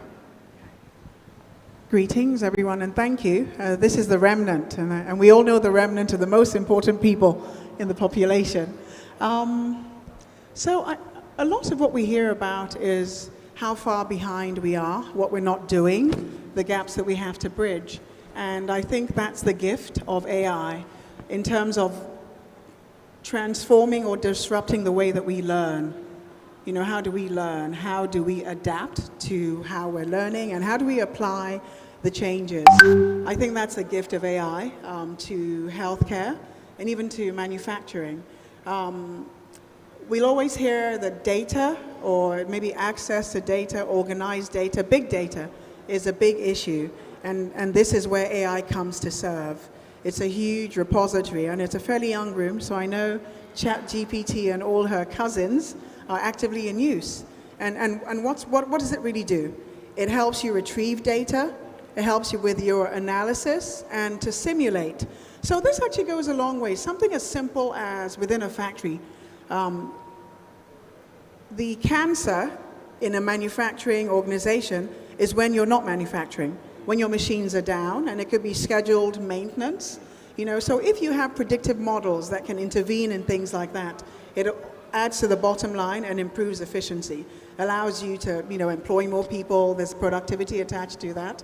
The other area that's very key is around healthcare tech for individuals.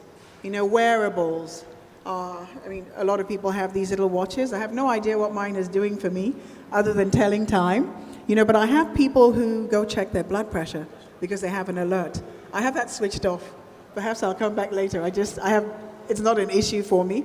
But imagine if we look at things like managing diabetes. I think many people are familiar with people who have the little pumps, you know, attached, and you get customized dosing. Because what AI does that also generates some fear is that it learns you better than you know yourself. So how can we harness that knowing to improve the quality of life and even save lives?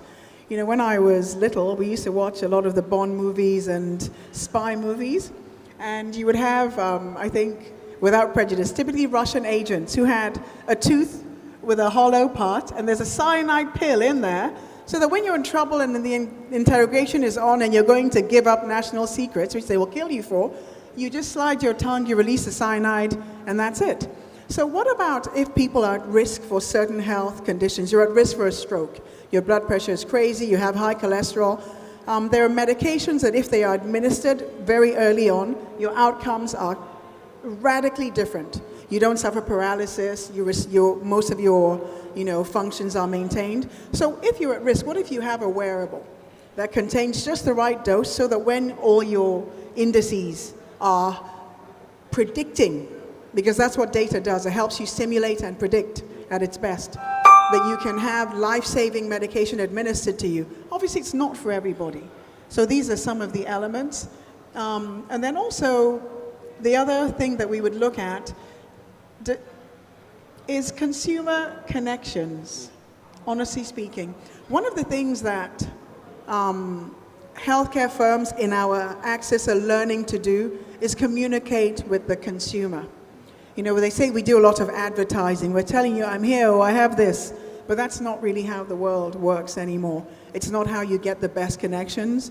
Apple doesn't spend so much time telling you that they're here, except when they have a new iPhone out. But it's the experience. And I think having an experiential relationship requires you knowing a person. We know all our data has been collected, right? How many times have you had a conversation with a friend and you suddenly start getting random ads for the thing you were talking about? Everything is listening. Sometimes I lift my hand too fast and Siri will tell me, I'm sorry, I didn't catch that. And I always say, I was not talking to you. But whether you're talking to the cloud or not, it's gathering data all the time. So how do we do that to serve you better? If people have concerns around certain healthcare areas, we are able to direct formulations towards that, have things that improve compliance. You know, sunscreen used to be so common years ago, but now even my teenager tells me, oh, don't buy that one, it'll give you cast. I was like, what is cast? You know, the pink shadow on your skin. That wasn't an issue because you were thinking then, I'm going to be outside all day at the beach and I don't want to burn, because yes, black people burn, you know, and skin cancer rates are rising among us actually, especially as we use all these nasty creams, all these triple combinations. Let me just throw that out there. It's a looming crisis. So it allows you to also know that the consumer not only wants to be protected, but wants to look very good. And in our environment, the way that a cream might apply on you, Vincenzo, would be horrible on me because I can see it. So these are small nuances, but you learn to serve better because needs are also changing. Thank you. Thank you very much, Mrs. Elke, also for bringing in the consumer's experience and the importance of assessing and measuring them, and monitoring them from company's perspective.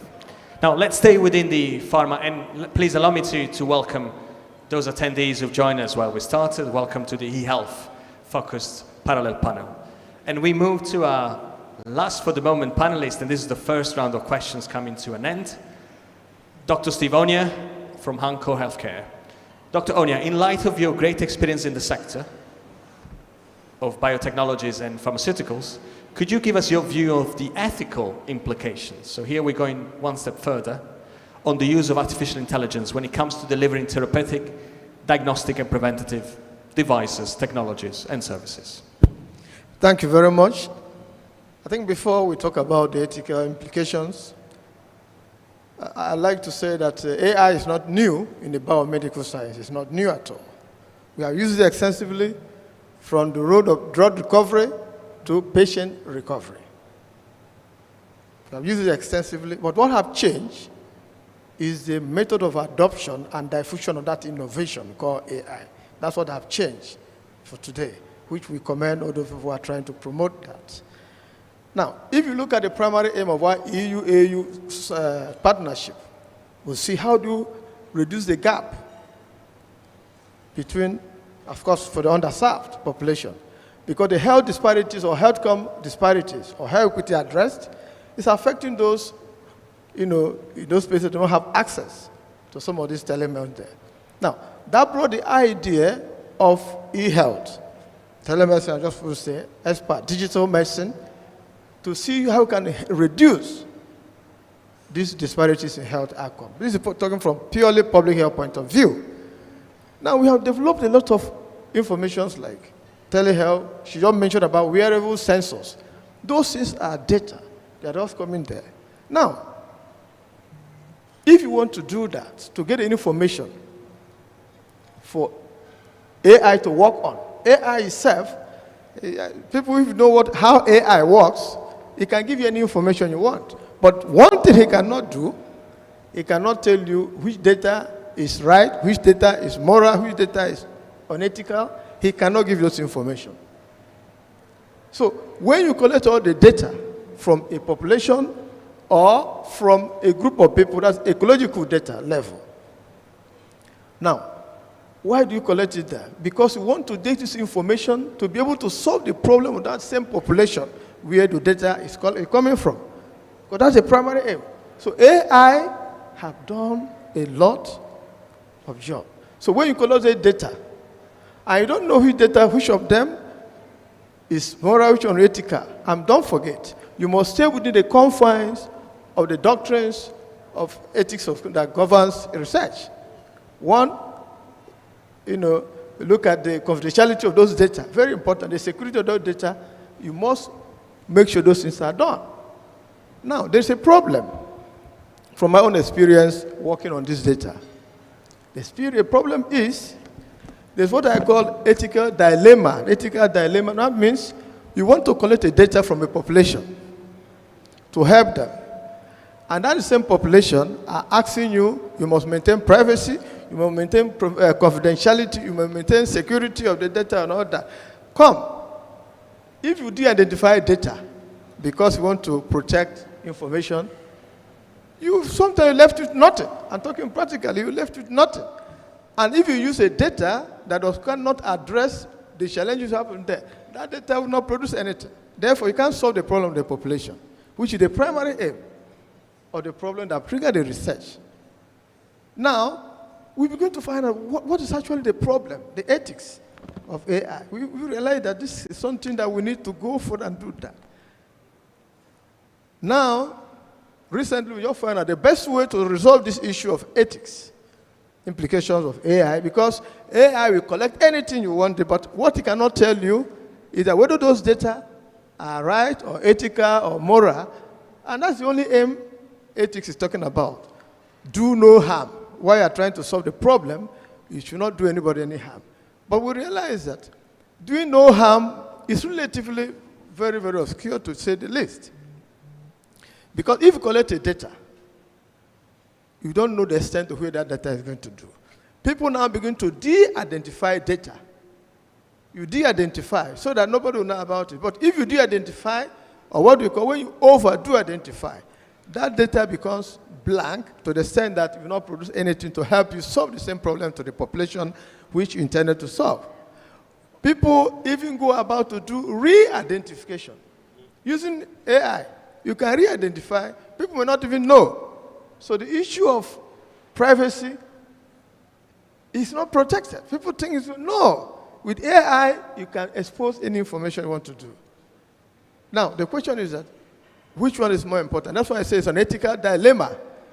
On one hand, you want to protect the population using their data.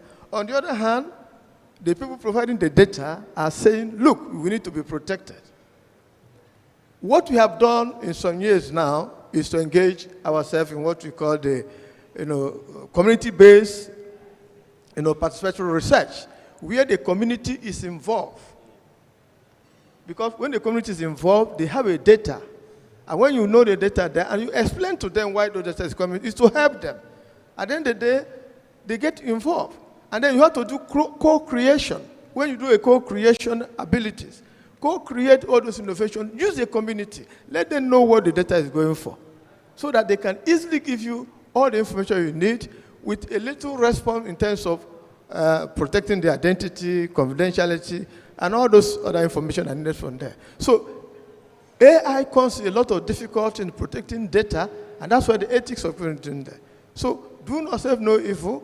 All we need to do now is when we engage the community, please let them know the importance of this data you are collecting. It's going to be for their own good, and that's the essence of trying to bridge the gap and build equity that will make sure that we have, a health equity that drives in such a way that people have a minimal problem in terms of data. Using the same data they are provided with, protecting them, and at the same time making sure that these data are not going everywhere while delivering the message of bridging the gap in health equity. Thank you very much, Dr. Ani. All right, now we come back to this side to Dr. Are again, CEO and co-founder of PrimeD Health, for those of you who weren't here for the first round of questions. So, Dr. Are, PrimeD Health and yourself have been involved in the work of the AU-EU Innovation Agenda that was presented earlier on today. Since its early days, actually at the time of the AU-EU Innovation Agenda stakeholder event that took place in Nairobi in November 2022. Can you please, as candidly as you can, share with us your view on how PrimeD Health can contribute to the implementation of this agenda now that it is adopted, looking particularly at the actions that are foreseen for the priority area of public health, of course. Thank you.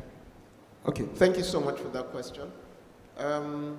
So I will say that I've learned from every panelist here, and then I'll use the knowledge, not that I'm AI, but I understand how it works, is that I'll consume the information you've shared, and then I'll push it back to the origin of knowledge that I got.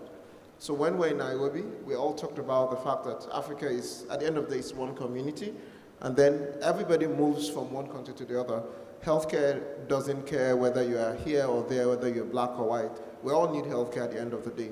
So one of the things we talked about was to ensure that it becomes a right for all of us to access all of this equitable, from e-health to agriculture, food, and all of that. Now, it's too big for us to solve. That's probably what I learned after the whole summit. We were supposed to scale to Nairobi. We had over 10 public hospitals that wanted us to do technology, automate, and everything. We spoke with Maidawa, the biggest pharmaceuticals there at that time. But thinking around what we talked about, it can't just be one country. It has to be, we need a model that we can scale and share. We just had to take the hard lesson, took a flight back to Nigeria, that's probably why you didn't see us, and then came back to Nigeria and worked again for another 14 months. So as of today, when we were there, we just had Bauchi. That means we have a data bank of a public hospital, meaning we had a lot of data to work with. But we knew it wasn't enough. Now, after all of that, what we did was to realize that we had to use existing systems and then connect them with the educational sector. So as of today, we have University of Ibadan, for example. I know I spoke with Luz when she was the acting VC. University of Lagos at that time. And we talked about the fact that we can build research on medicine.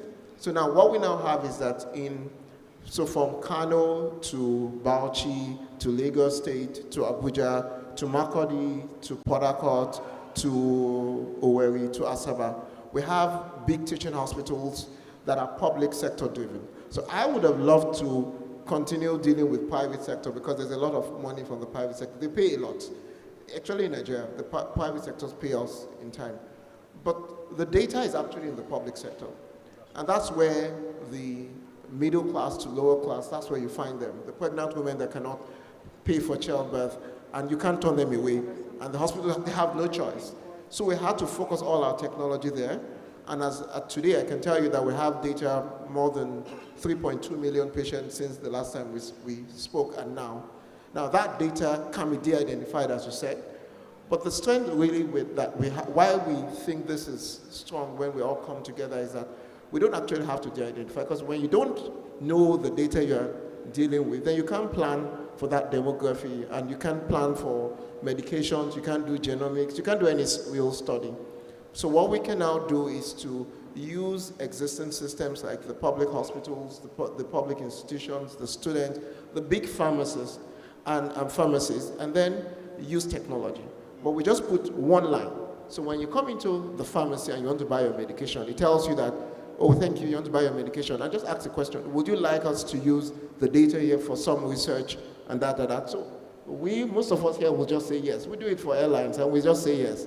We do it for insurance and we just say yes. So why would you not use it when we want to protect healthcare? So let me say yes, and then later you can explain to me, maybe when I'm going out, that yes means that we're going to use the data. Oh, is that it? Oh, it's fine, let's go. But let me say the yes, so that we know that we're taking care of the data privacy people that are somewhere in this room, and we know that that's covered.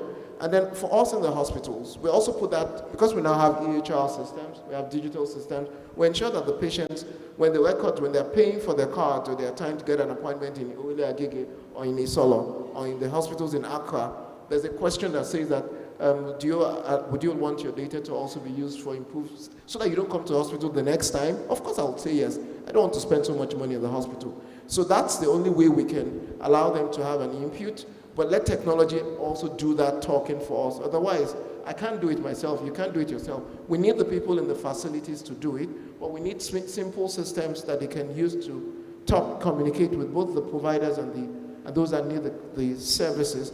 And then we have a lot of data. That's the only time we can plan. In some way, the greatest learnings that I can take is that we can build healthcare for everybody in this room, for our families, for our communities.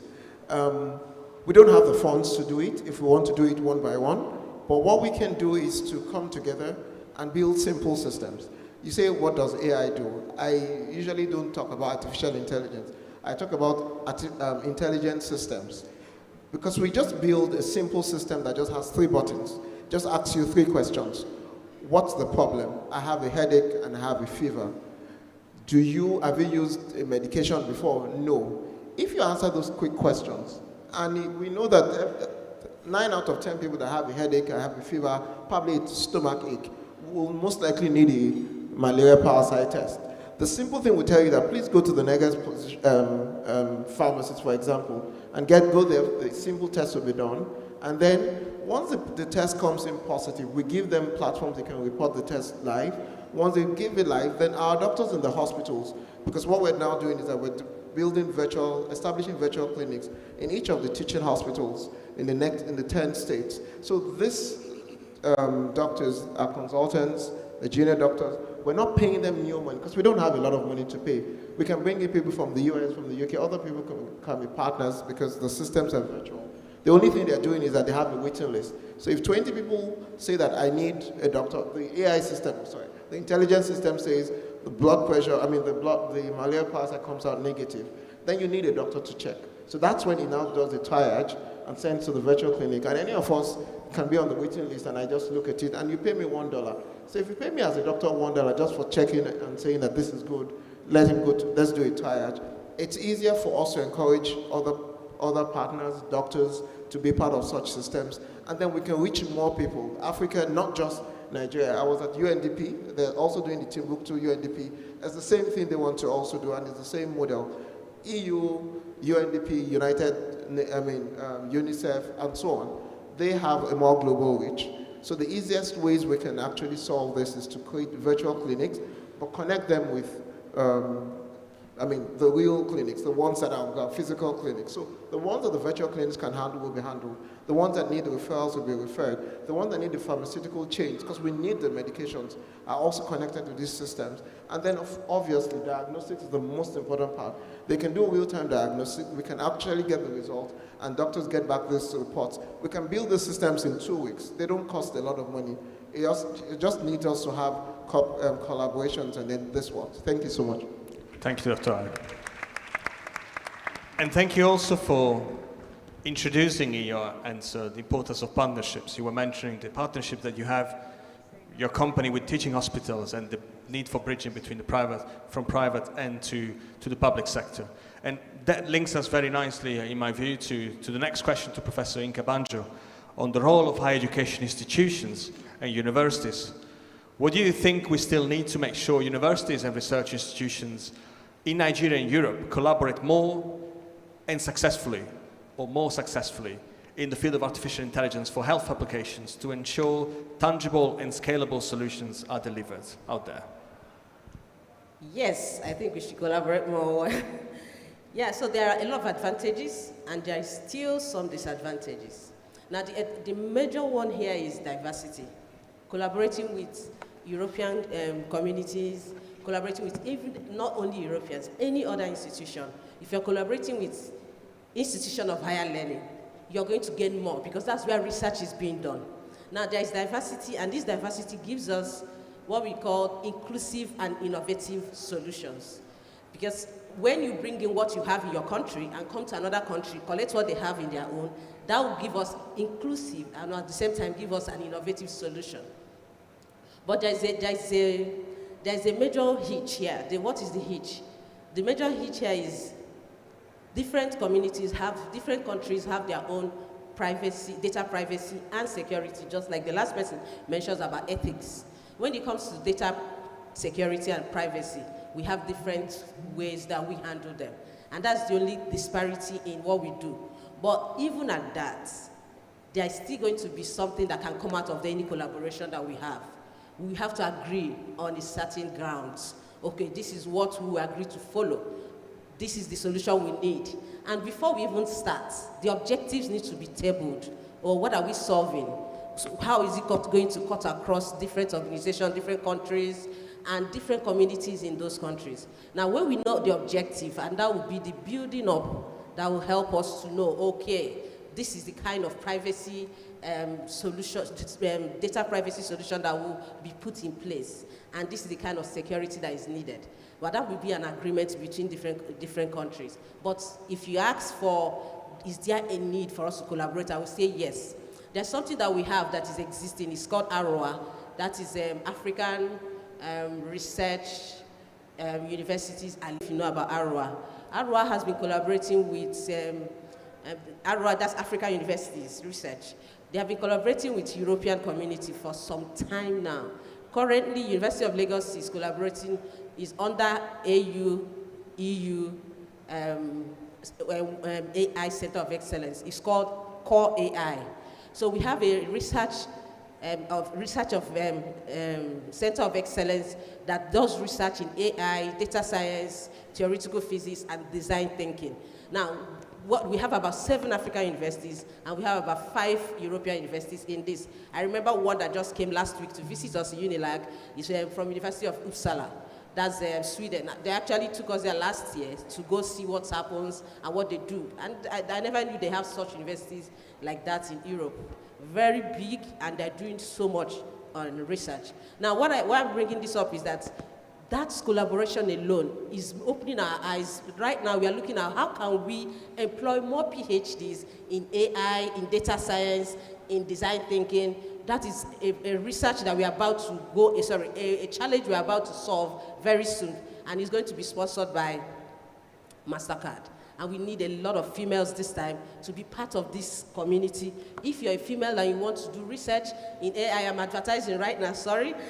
You want to do research in AI in health, AI in different fields, but you want to apply AI to solve real-time problems, then you are entitled to come apply for this when the call is out. Well, it's going to come out. And that call is coming out because we are collaborating. We are not standing our own. If you stand on our own, we can't move. You can't work in silos. Thank you very much. Thank you very much, Professor Nkabanjo. And also for advertising. I mean, this is the platform and the place to do it. So for anybody potentially interested in doing research at postgraduate level, I guess, or PhD programs on artificial intelligence, in different uses, if I understand correctly, including health, please do approach Professor Nkabanjo and take it from there. And thank you also for introducing the clusters of research excellence and the partnership between the African Research University Association, ARUA, and the Guild in Europe. Now we move to Dr. Akban again from ADIX Medical, and with him we will talk about sustainability. Yeah. And can you please tell us about the current and the future market uptake and the market shaping of your organization, ADIX Medical?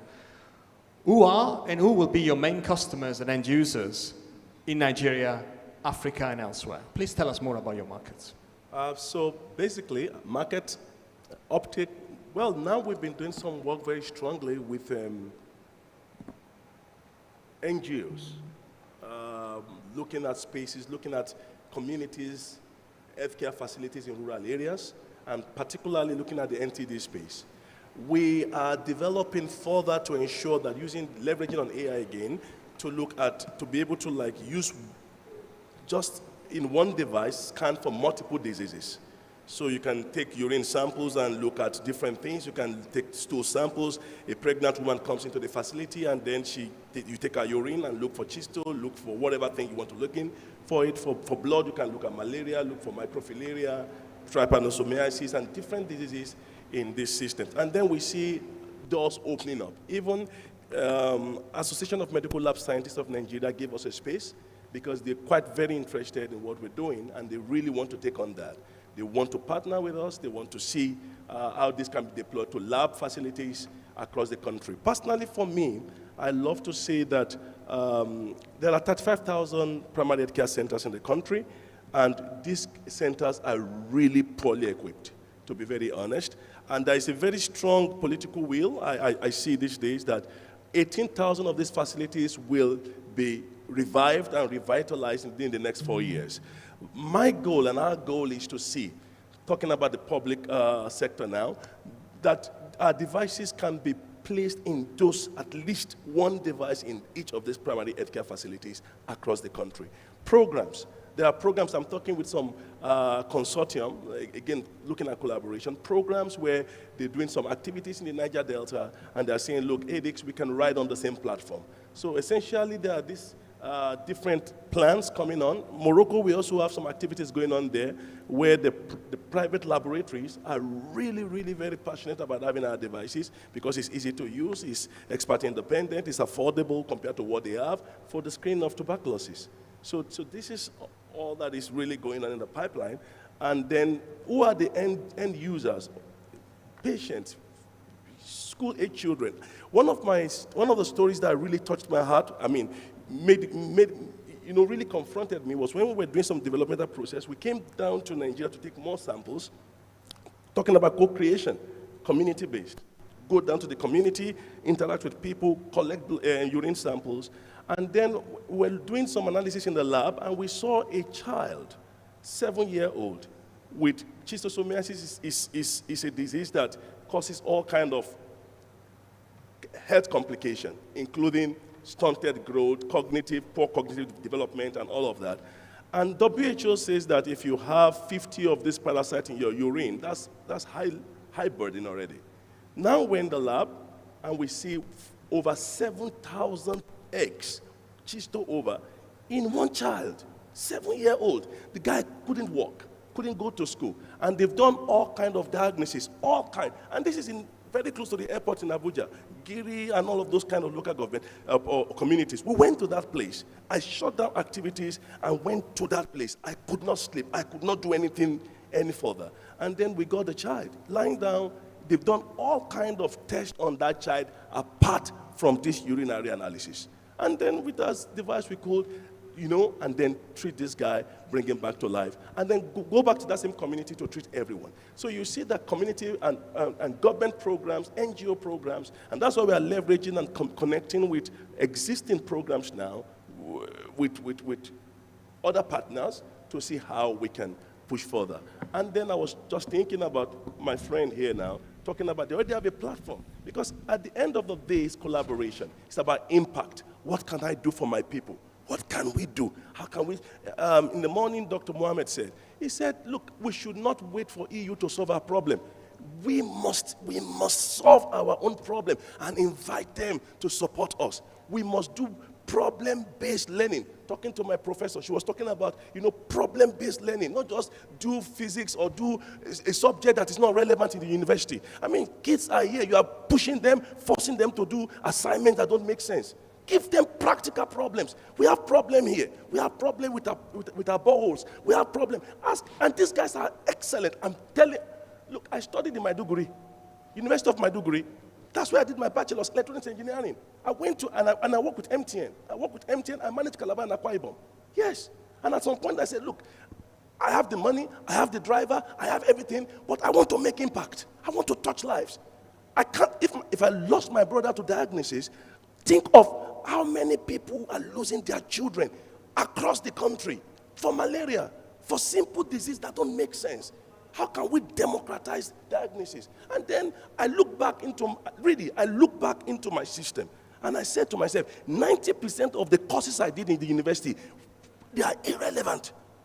Sorry to say, you're just making people work. I'm sure the students are laughing now, they're happy. But really, you just make these guys work out their life, do assignment, do TDB, run everywhere, do things, and they don't contribute to nothing. At the end of the day, this guy leave university, they can't even work for themselves. So what can we do? And that's part of my goal. During my PhD, I said this the last time, I brought about 15 Dutch students to Nigeria for co-creation, to UNILAG. Then we got some funding, came to UNILAG, employed 2 PhDs, one from Ibadan, one from Lagos, and brought them to the Netherlands. They spent 2 years in the Netherlands, 2 years in Nigeria to transfer this knowledge so that we can come and reproduce it. And even the products we developed, I ensure that, because when we did co-creation, we found out that most of the products that are donated to Nigeria from the EU, they are just there. Nobody's using them. They are in the labs. Nobody can fix them. Nobody can repair them. Big machines, nobody can fix them. In fact, the cost of getting the machines to work, you have to go and import people to come and do it. So we factored that into it, and we try to make sure that whatever we develop can be supported, can be worked on, can be in fact assembled by our students in Nigeria. And that's to make sure that we can really put this on programs, put it in our facilities, put it everywhere, and get results. Thank you. Thank you. Thank you very much, Dr. Agbana. And indeed, if my understanding is correct, indeed, we hope that your devices can be really sold successfully across health institutions and health centers in the country, and in partnership, of course, also with NGOs and other organizations. Now, the last question for the second round of questions before the audience can come in and make comments and share views with our eminent speakers. It's to be shared by both Mrs. Euke and Dr. Onya, so 2.5 minutes each. The question will be, indeed, focusing specifically on the EU-Nigeria cooperation, what is your number one wish that you would express, that you would like to express for this cooperation to enhance as effectively as possible the development and delivery of needed quality innovations in the pharmaceutical, biotech, and more general healthcare in Nigeria? Please. Your number one wish. He's just told me that my wish is his command, so I'm going to restructure my answer. I think it would be that the support is fit for purpose. Excuse me. And we've heard from, the previous 3 speakers, the purpose needs to be impactful.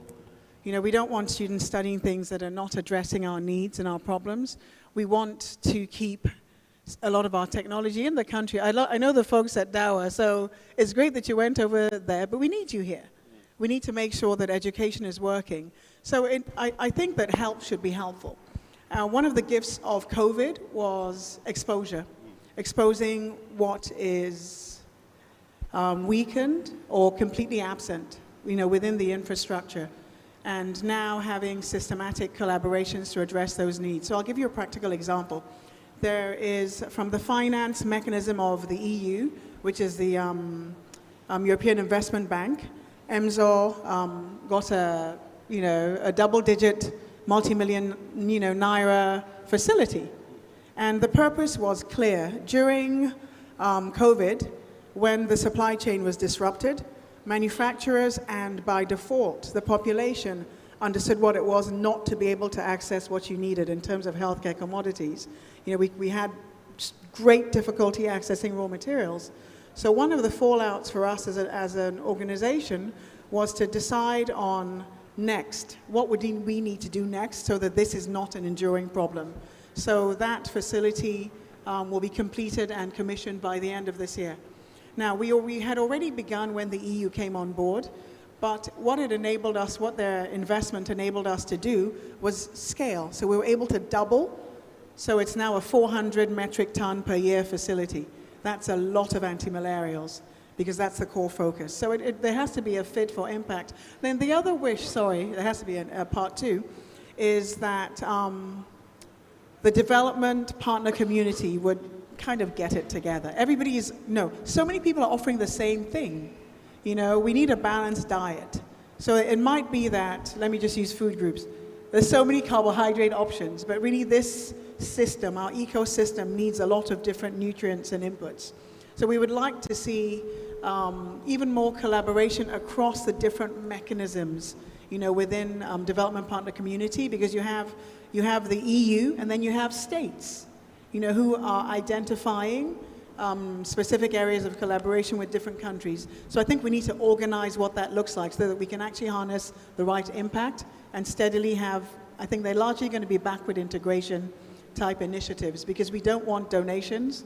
You know, we want to build resilient structures that can sustain whenever the next pandemic or whatever is coming down the pipe comes. We also want to be an integral part of addressing our own needs, not waiting for donations.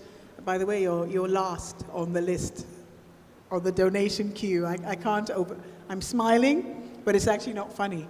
Because often Africa is not at the seat. We're not in the room when the door closes and the deals are made. So we need to be making our own deals over here so we don't get left out again. Thank you. Thank you very much, Mrs. Oka. Dr. Onya. I think I have only one message. First, to appreciate the EU for the brilliant partnership that we are seeing that bringing us together. In fact, if not enough, that's a message of reinforcement. Because any behavior that is probably rewarded, that behavior tends to be reinforced. I want to reinforce that positive behavior for EU. Can we give a hand of applause for the EU? And then I make my own 1.5 request, like you said. 1 point, but let me make 1.5. One is that focus more on training that help us even at the local level to build our ecological asset.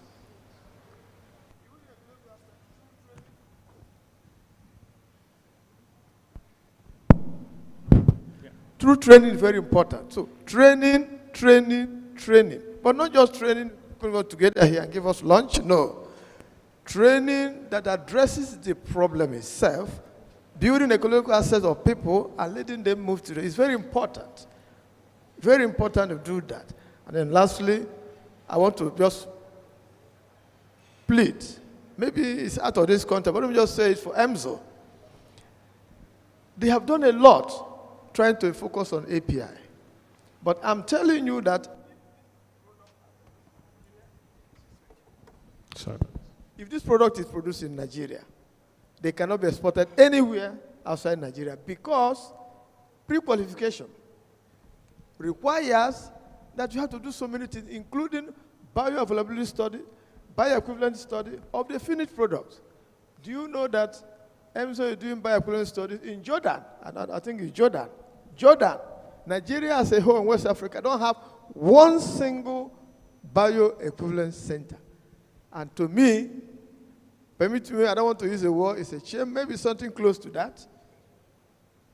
Please, EU should support, if not that in there, support us, build one bioequivalence center in West Africa. Put it in Lagos, even if you put it in Accra, we don't mind. Still closer than Anyway, there. So we need that. That will be my closing remark, apart from the commendations written there. Thank you very much. Thank you very much. Well noted. All right, so we got slightly less than 15 more minutes to go, and the floor is now open to questions and comments from the audience. Can we get a mic here, please, and then there and there?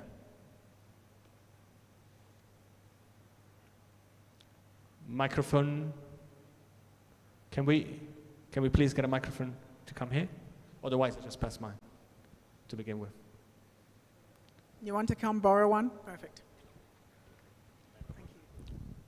Thank you. And please introduce yourself while asking the question. Good afternoon, everyone. My name is Sani Fatima from Nigeria Data Protection Commission. Thank you, dear speakers and panelists. It's been very impactful and insightful. So having heard and listened to the speakers, something is very synonymous, the need for data. this particular initiative is very sensitive.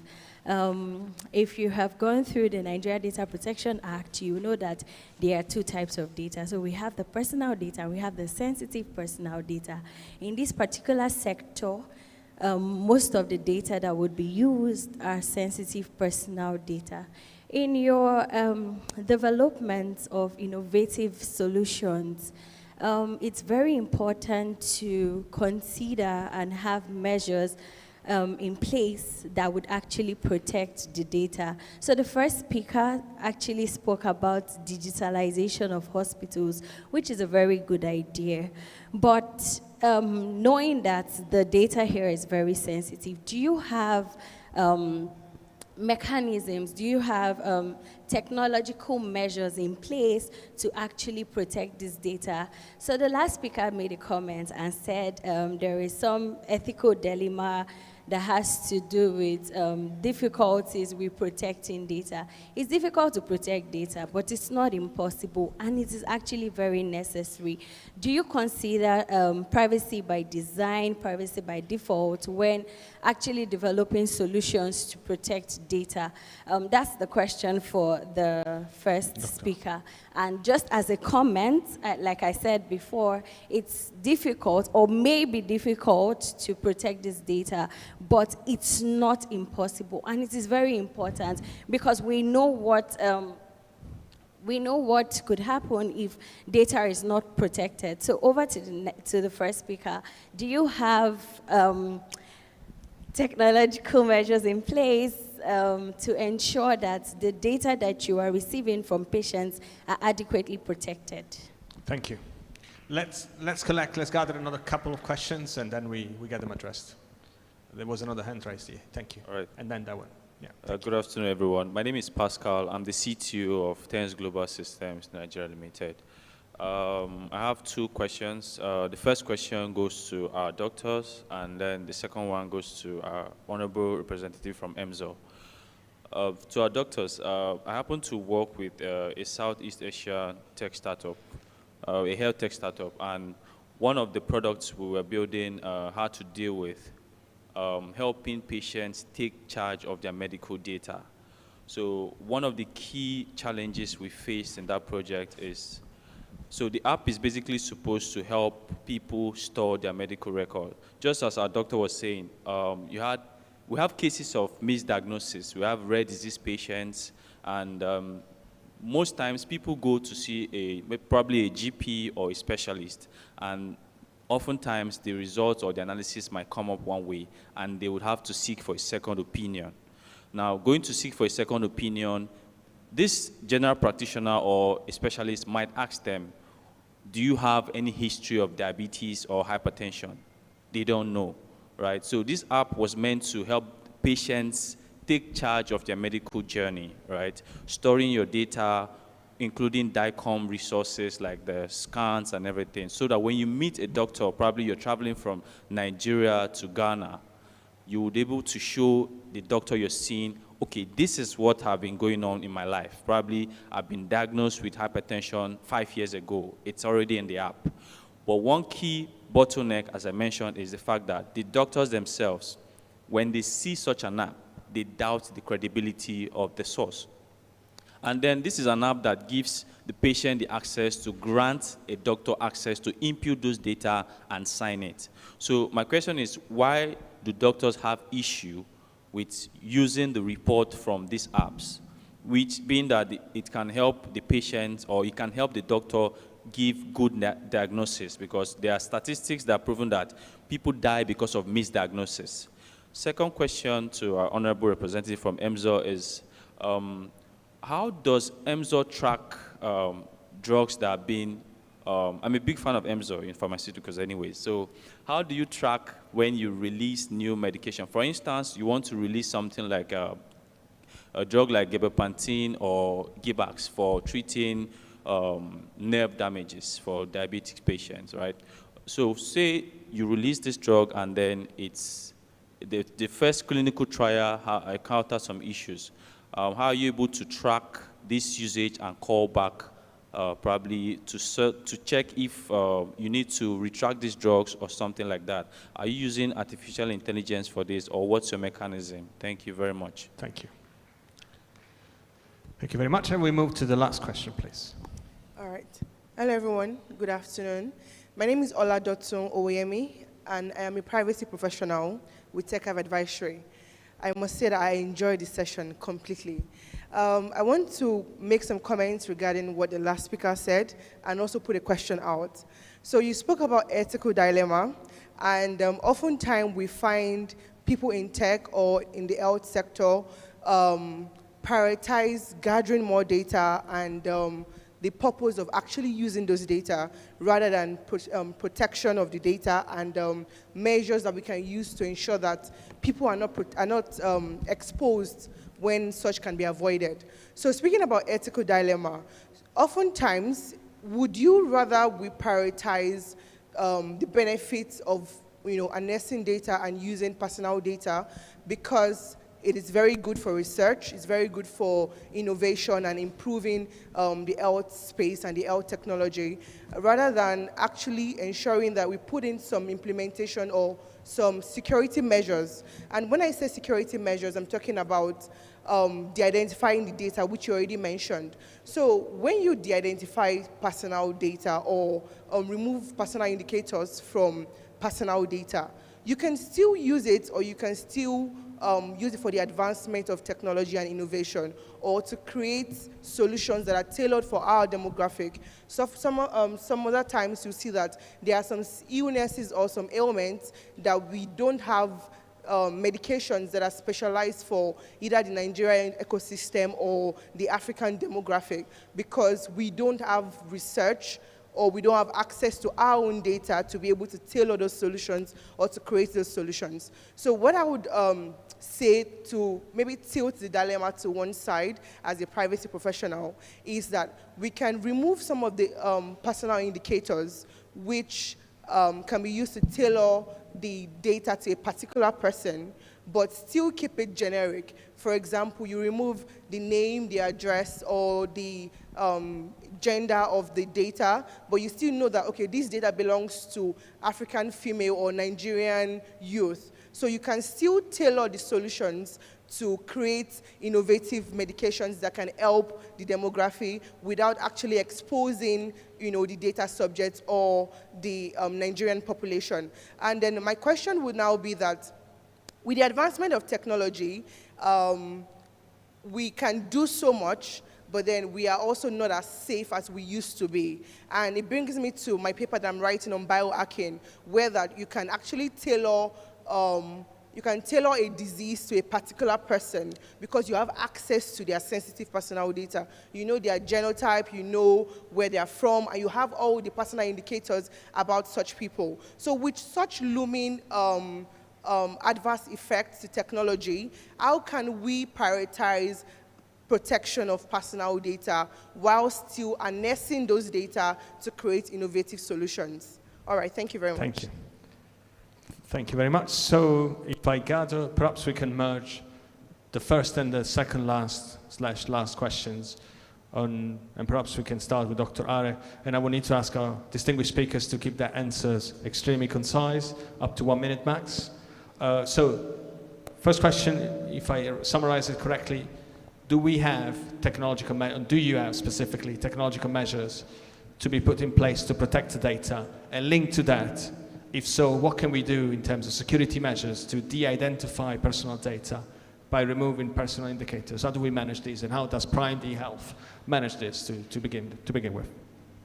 Okay, thank you so much for the question. I'll start by saying one word.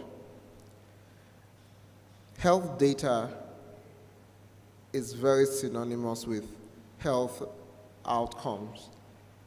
If I do not have the right data, I cannot make the right outcome.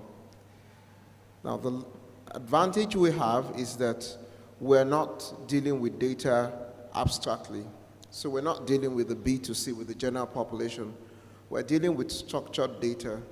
So we focus more on the data where you have all of the data mined, or the farm, which is the hospitals. Now, because we focus on the hospitals, we build entire systems from the point of registration to the exit of the patient. So we know that there's a particular system that has all your data. Now, what matters to us is to ensure that that data itself is safe. That alone is not as easy as we make it sound, because the data we have on the computers is synonymous with the data we had on the paper folders. Now, that data in the paper folders, the nurses used to have access to the data. The lab scientist has access. The doctor also has access. I can take a picture of one of the pages and go and do what I want with it. Nobody will stop me because you won't know. So I just want you to know that it's been a problem for a long time. Not because it's being digitized, that it's not a new problem. What we do is to reduce, or I'll use the word deter people from exposing such data.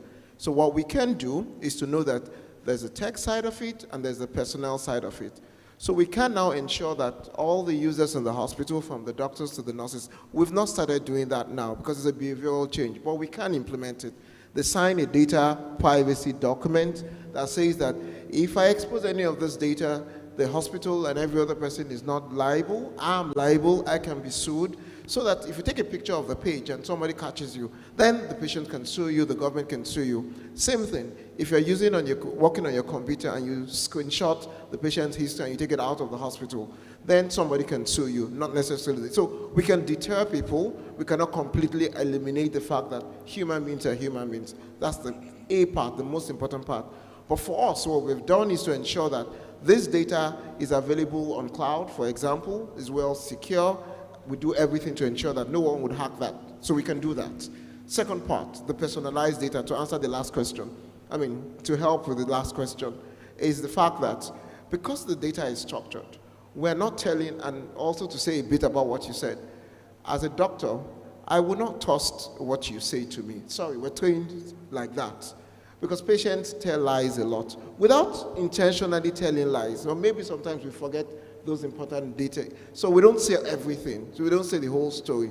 So the data that the patients put on their computers, it's not always the same story. That's why in the hospital, we ask for lab tests to just corroborate the whole story, right? So what we've been able to do is to ensure that your personalized data will not be based on what you write.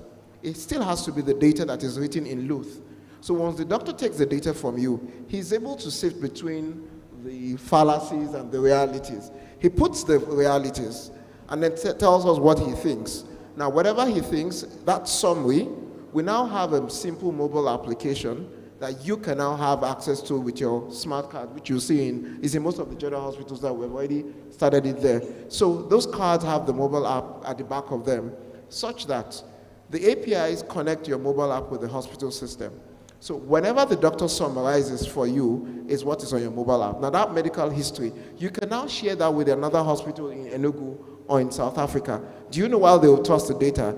Not because it's your data, but because it shows that this data is coming from Luth and is directly from the doctor. So I will trust the data, right? So we have to ensure that we put systems to ensure there's trust in between systems. And then we still make sure that the doctors or the hospital can disable you having access to that data. So even on your mobile app, you can see your medical history. But if the hospital takes away and disables it, you won't be able to access, because not all data should be seen also by the patient. Some patients, you don't want them to see some certain status, certain clinical findings, because it becomes more problem. So what we can do is one thing, is to structure data privacy, ensuring that we can also make sure there's deterrence to practitioners that have access to this data, to ensure that the cloud storage, server storages have the necessary authentication, protections in them, use the best, have funding from data governance institutions, NITA and all of them, so that we can use much more better systems that are well protected, and ensure that every Nigerian and every African can have access, not necessarily to their data, but to their hospital. Let the hospital still store the data, but let them have access to that data, and let that data be personalized with their PIN. So on your app, you can have your PIN. So only people that have access to your PIN can now have access to your medical history, and so on and so forth. I don't know. That's the best summary I can give. Thank you. Thank you, Dr. Are.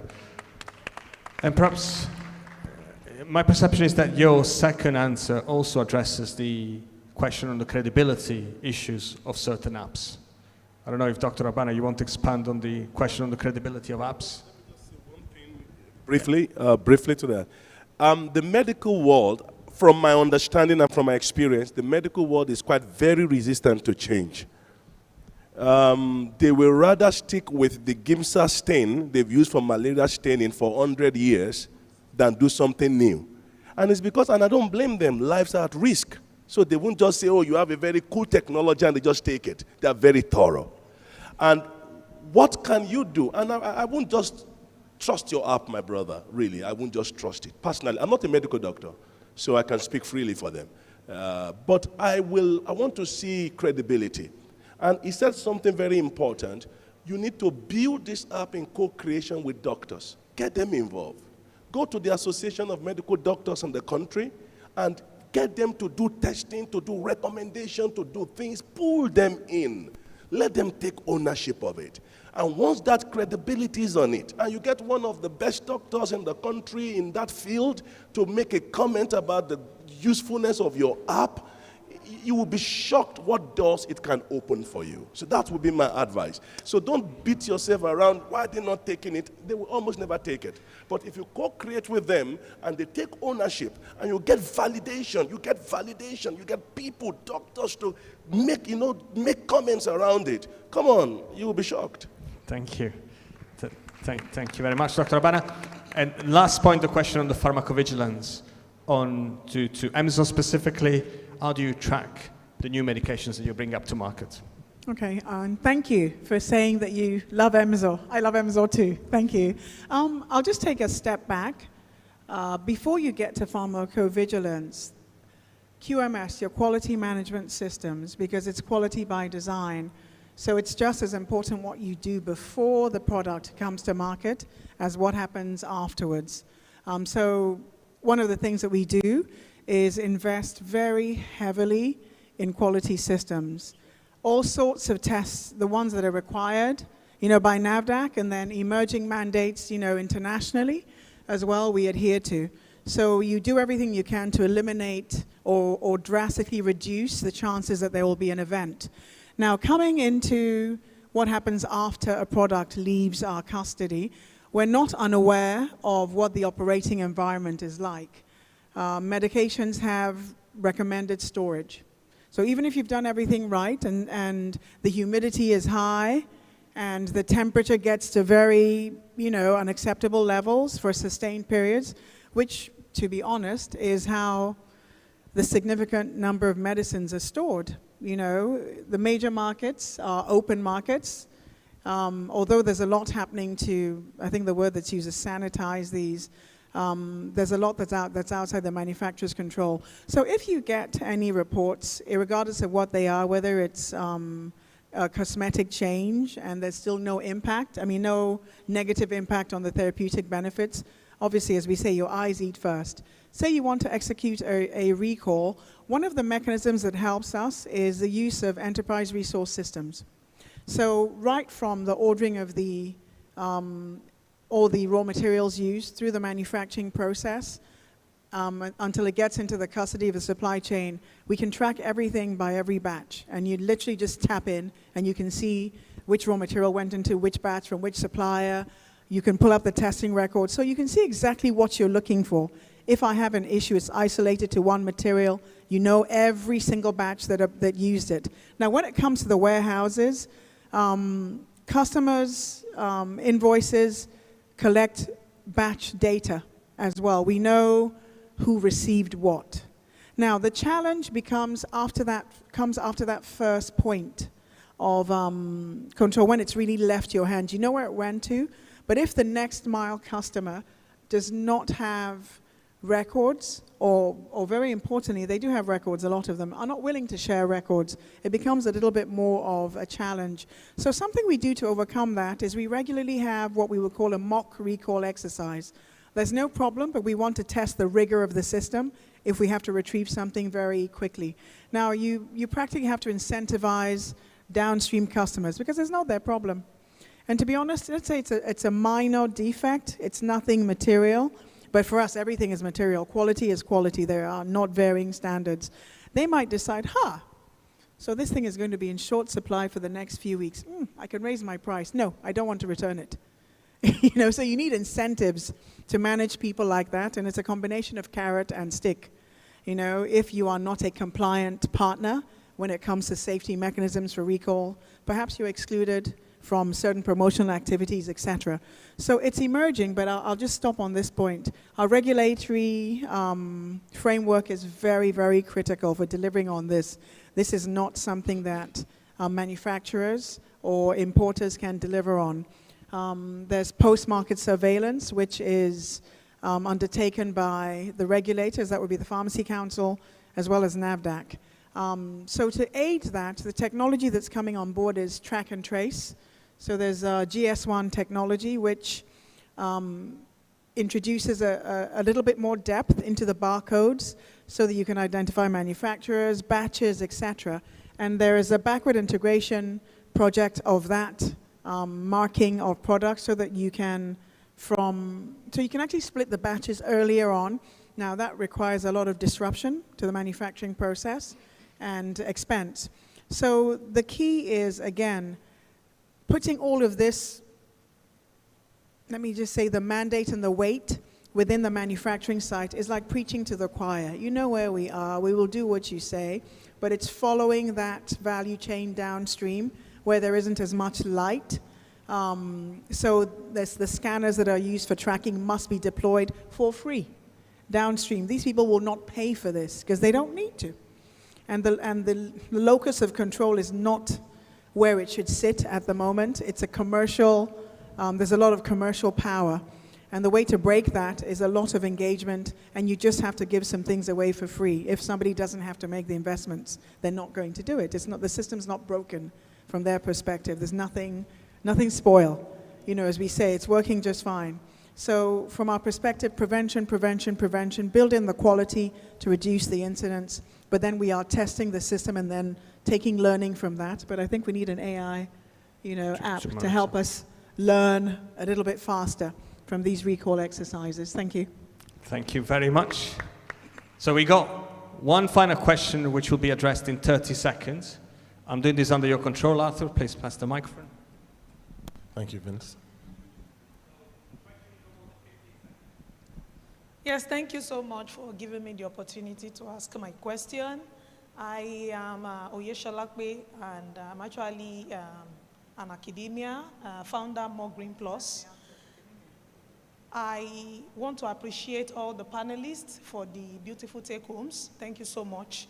And there's one thing I would love us to also address, because most of the discussion here, like area of discussion, has been trashed out and question has been asked. But there's still one area I would love us to talk about, and this is the second time today during panel discussions in which that topic came up, and it's on the aspect of education.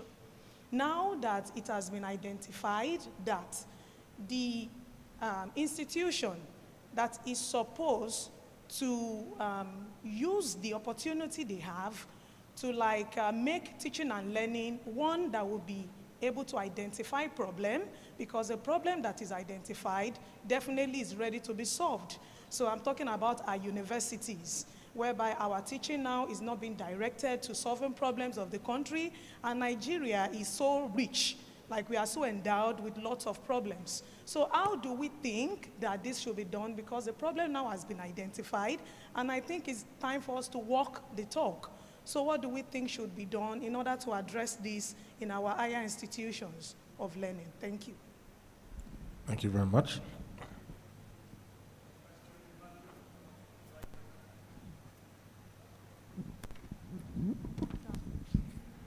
Thank you very much. Professor Nkabanjo, we'll leave this to you. Okay, I believe everybody here will contribute for that, because this institution is for everybody. We all have our children here, except those that have taken their children to Jaba to study, right? So the thing here is a very good question, but if you look at the theme of this project, this program, you will see that it's an innovative program. They said Nigerian Hero Innovation Days. So the underlying statement here is innovation. And when I was trying to say something about how we collaborate, the major thing that came to mind is that inclusivity and innovative solutions if you notice, some universities, though they are not much, have started creating innovative solutions. And innovative solution had to do with existing problems, because we will solve our own problems. And I know that if you go to the Western world, a lot of problems have been solved. And it's not solving our own. They won't even come here to solve it for us. But we learn, and we use that to do. Now, what is going on in institutions of higher learning in Nigeria is that you will see that a lot of units are cropping up, coming up to create innovation challenges, innovation hubs. For instance, in Unilag, we have about 6 innovation hubs, and I lead the AI and Robotic Innovation Hub. We have NITDA Technology Hub. We have something called Research and Innovation Hub, and we have Design Studio Hub. We have about 6 innovation hubs. It's not even enough. But what do we do in these hubs? We look for problems that are existing in our country to solve. It's not only health that is a problem we face. Don't let us not get it. Like, we are just talking about health because we are in the health room. But if you notice, there are other rooms. We see agriculture, we see the innovation, Industry 4.0. Now, there is a lot going on in different areas. We have climate change. So what are the problems we are facing? Right now, I came back. I traveled last 2 months. I came back. I couldn't breathe. Prof, and I was not... Bring it to an end. No, bring it to an end. Bring it to an end. Okay. We also have a surprise for you, an Afrobeat surprise for the younger generation that is here, and the others, of course. So let me call my panelists. So this panel is about funding opportunities between the EU and African Union, but especially a special focus on what's happening in Nigeria. I would like to call first on Dr. Noel Biodun Saliu, Deputy Executive Secretary, Academics for NUC, National University of Innovation.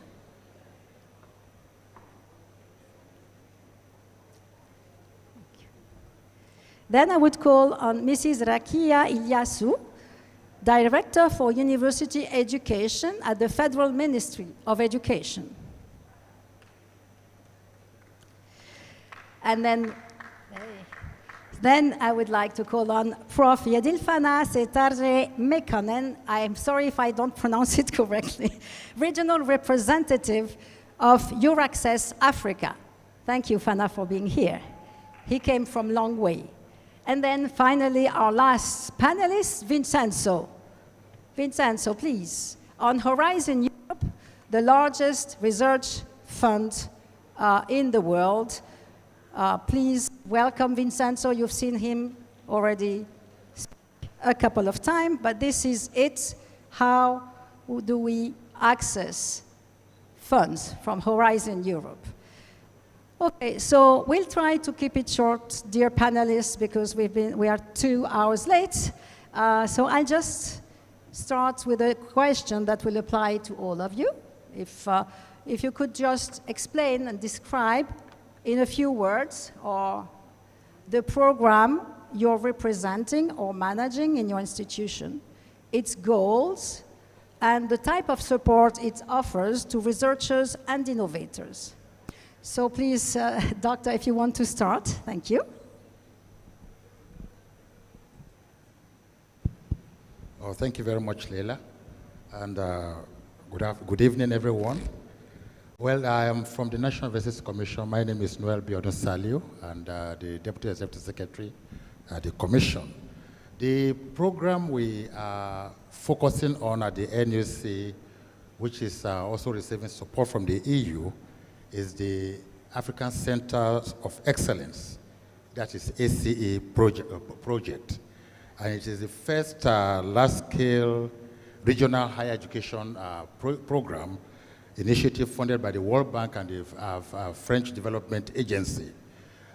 This project is, we have about more than 70 of such centers across different, about 50 countries in Africa, across 20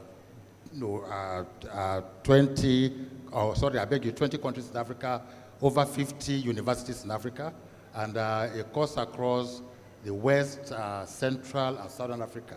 And the project is more on focusing on the STEM, that is science, technology, engineering, and mathematics programs, as well as health and agriculture.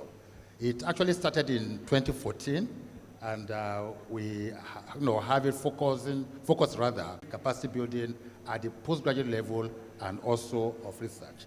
The objectives are a bit, quite about 4 of them. That is to address common regional development challenges in West and Central Africa, strengthen capacities of host universities, of centers of excellence, to deliver high quality training and applied research in the fields of science, STEM, health, and agriculture, and also improve the number of students enrolled in postgraduate programs, and of course also improve the research capacity of these centers in the universities. So in a nutshell, that is what the AC is all about in Nigeria. Thank you. Thank you. And they offer scholarships, right, for researchers doing their master's degree and PhD. They support researchers. That's yes. Absolutely. Yeah, because I think some people want to hear about scholarships, which leads me to give the floor to Rakia about Erasmus. Yes. Good evening, everyone. My name is Rakia Ilyasu from the Federal Ministry of Education. I am also the national focal point for Erasmus+. Erasmus Plus is an EU funding organization in the area of education, training, youth, and sports worldwide. Erasmus Plus is not only an African program, it's worldwide. They are in 6 regions of the world: the Sub-Saharan, the Middle East, the Pacific, the Asia, and the Caribbean. So we all have all these activities under the European Union. And their objectives are to improve the quality and relevance of qualification to align the education with the labor market. Also support the development of skills and innovation in an institution. Promote lifelong learning and foster innovation and entrepreneurship to support initiative in education and training, to promote social inclusion and civic engagement. Like I said, this is in all the world, regions of the world. And in Africa, we have about 50 countries. Though we have Sub-Saharan Africa, and part of the North Africa is part of the Middle East. So in Sub-Saharan Africa, we have about 50 to 30 countries that are part of Erasmus.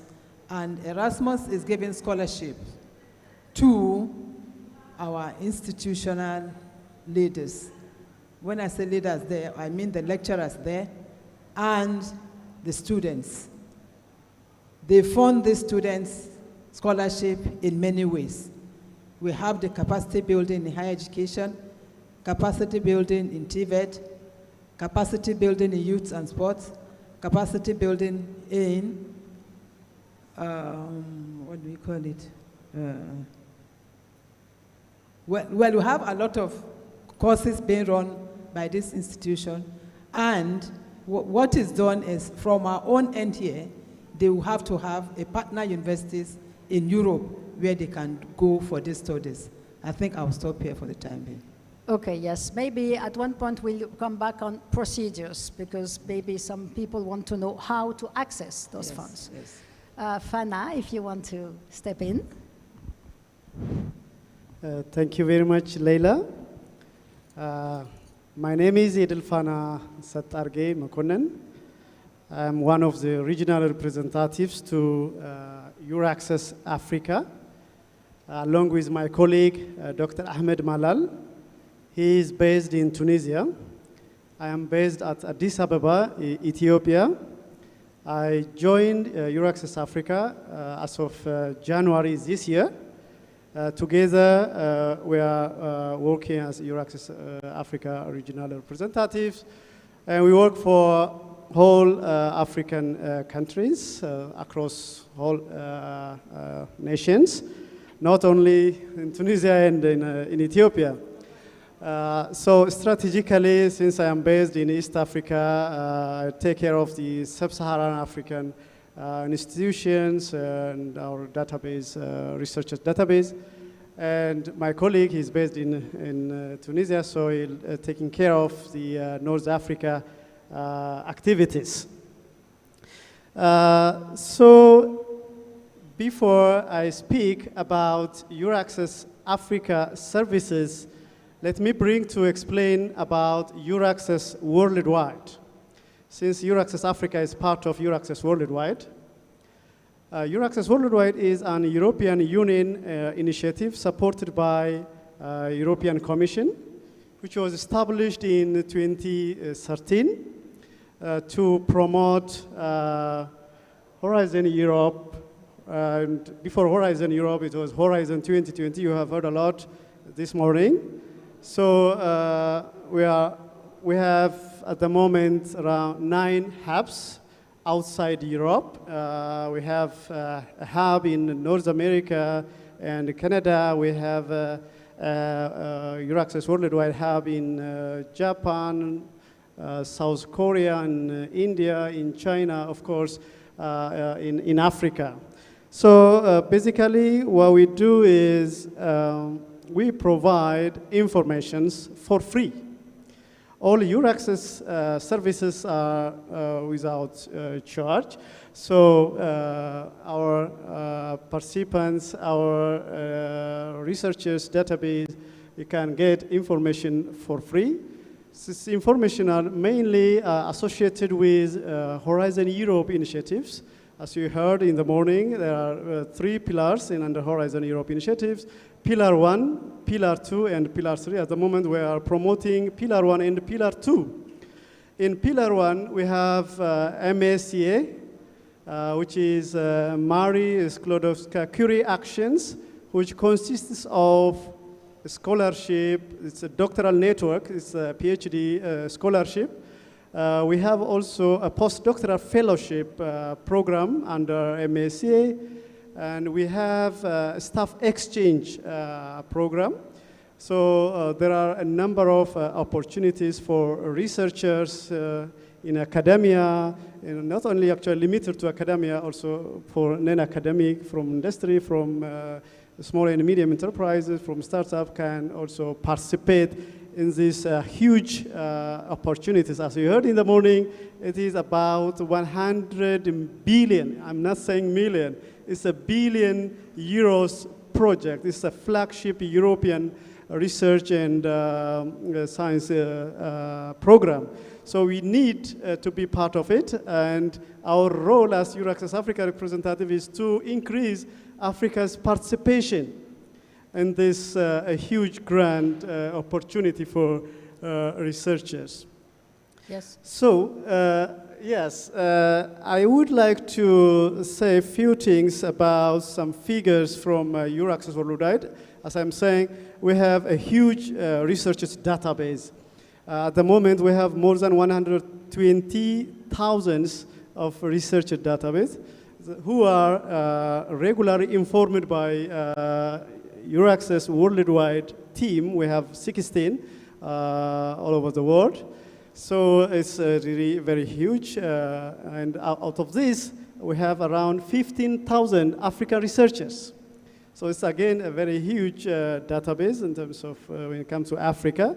So for this network, we provide up-to-date information, latest information that we get directly from headquarters, from policy officers, from desk officers, from also Center of Management in Euraccess Worldwide in Brussels. We get information directly from EU delegation to African Union. Very closely work with Dr. Laurent Porcher, who is also based in Addis Ababa. We really appreciate the collaboration we have so far.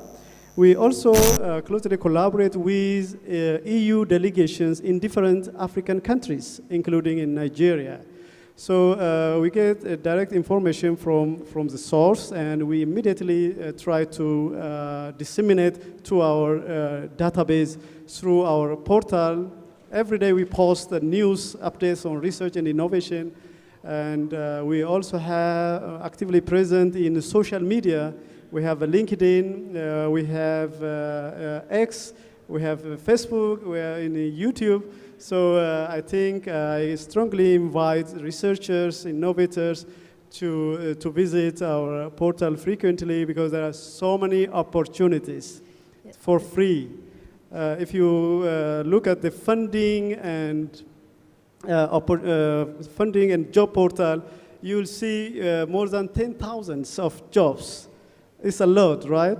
So you need to maybe put some keywords and redefine your searching that can find more fit to your career.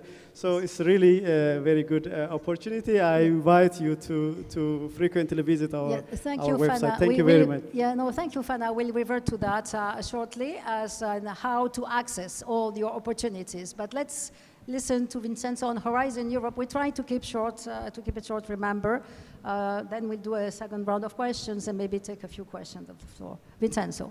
Thank you, Leila. And I'm going to try and be very short indeed, because we started talking about Horizon Europe in the morning. And we're finishing with it. And also because Fana has just done me a great favor in introducing the framework program. Yes. Perhaps just to say, I'll try and link my answer to Euraccess Africa as well.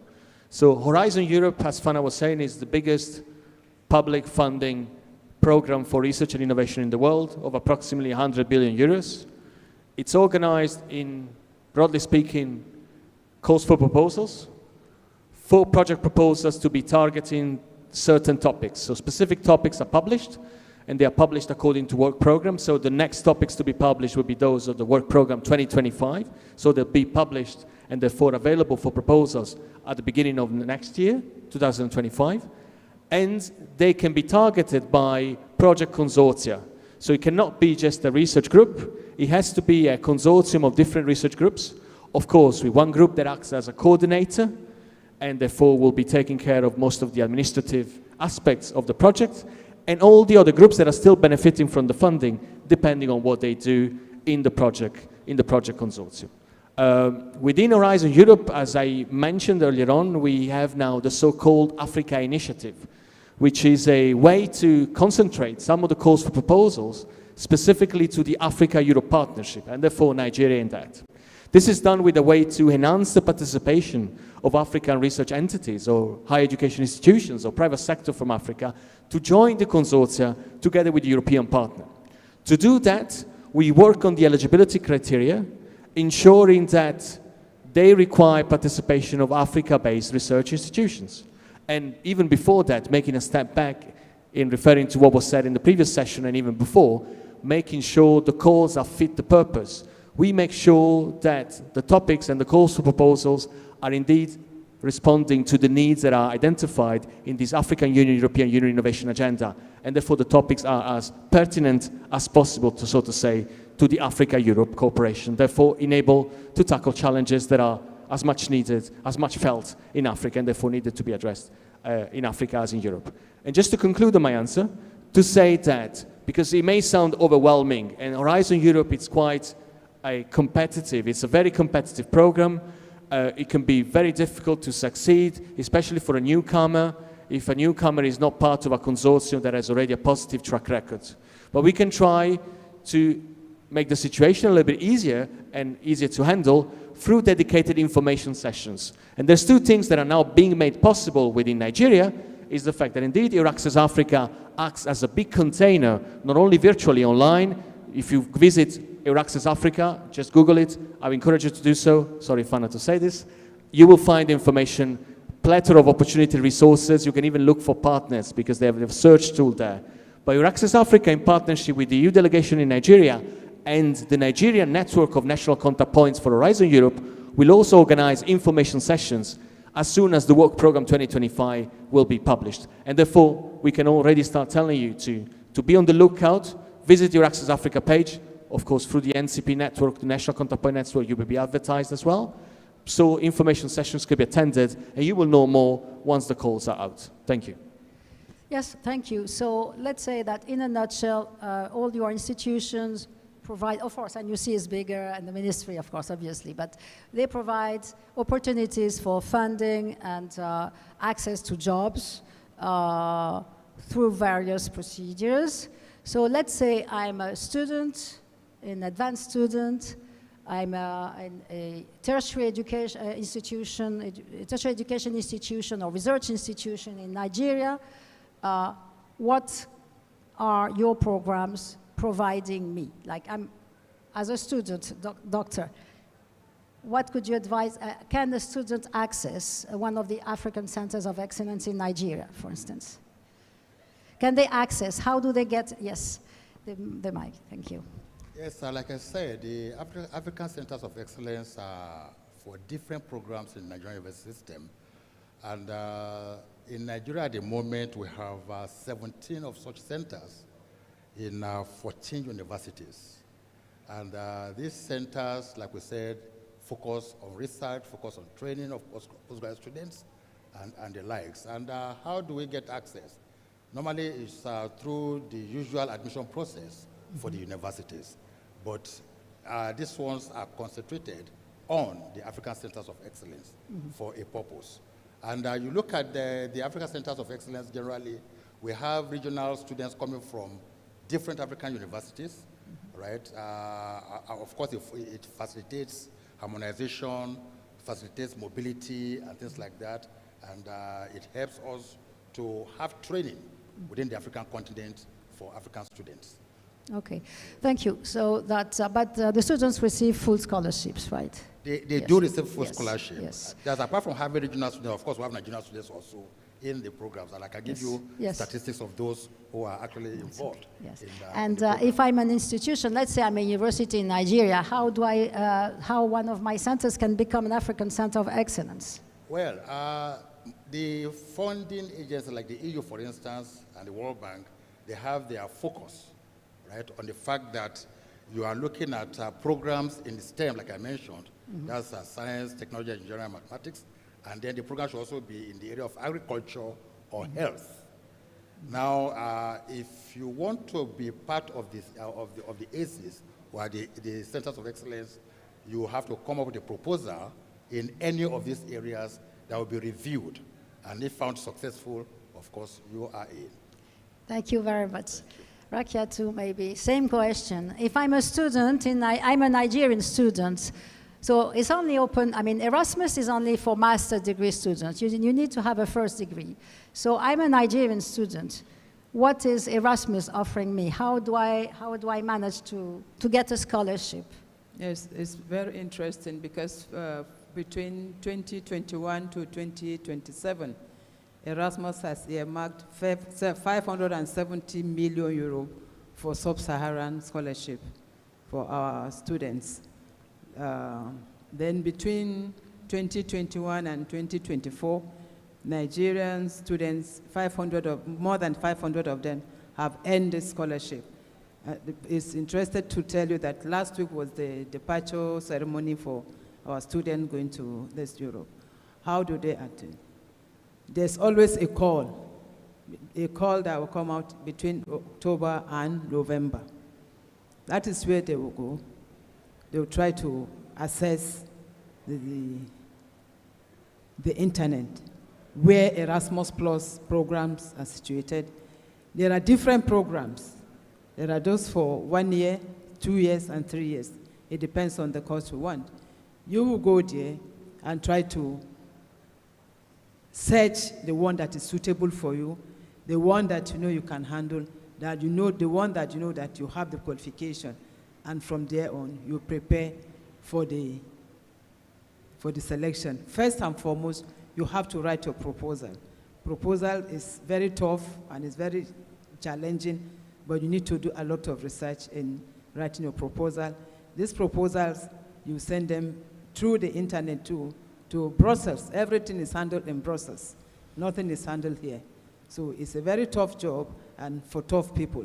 But we know Nigerians are very, very strong in any areas they want to work, and they have been trying their best to assess this thing. Thank you very much. And the same is true of institutions. If I'm a Nigerian institution, I can always try to answer one of the calls for proposal on capacity building for universities, on mobility, credit mobility that organize the mobility between your university and the European University, on TVET, as you were saying, and many other. So please follow us on EU delegation. We follow on Erasmus and we publish information. The ministry is also organizing information session every year. That is mostly dedicated towards, more to the institutions, right? Yes. And then it's a matter of, for institutions, for students, it's a matter of excellence, yes, that you are saying. You have to write a very good submission. For institutions, it's also a matter maybe of connection, of having collaboration already existing with EU universities.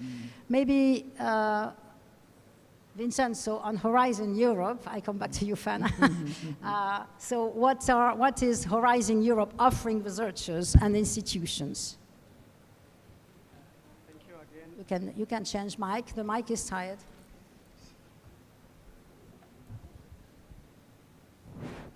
Let me focus again, because during the lunch and during the expo outside, on the left side, we have roll-up outside, say Iraq's Africa, we are also flyer, and meet many innovators, many young researchers, talented researchers, so we brought this very good opportunity for them.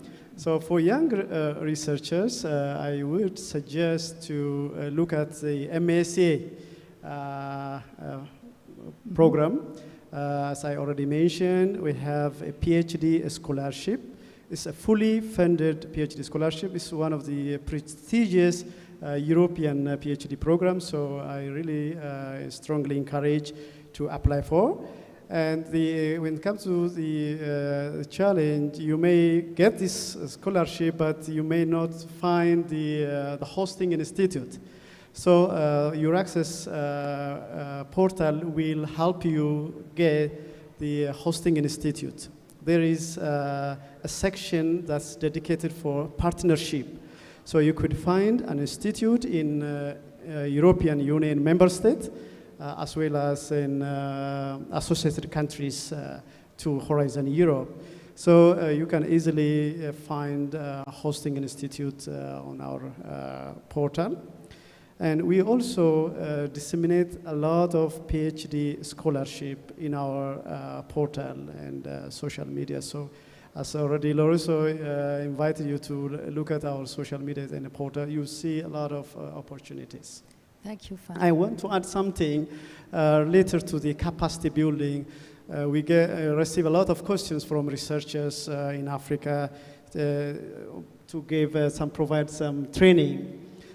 In this case, I think we are good at it, and we already host a lot of webinars and also physical events that provides hands-on training, specific programs on a PhD network, on doctoral network, specifically on postdoctoral fellowship, to exchange programs. For example, if you are working in a universities or in a research institute and you want to experience some research stay in Europe, it's also a good opportunity to visit our capacity building recorded videos in our YouTube.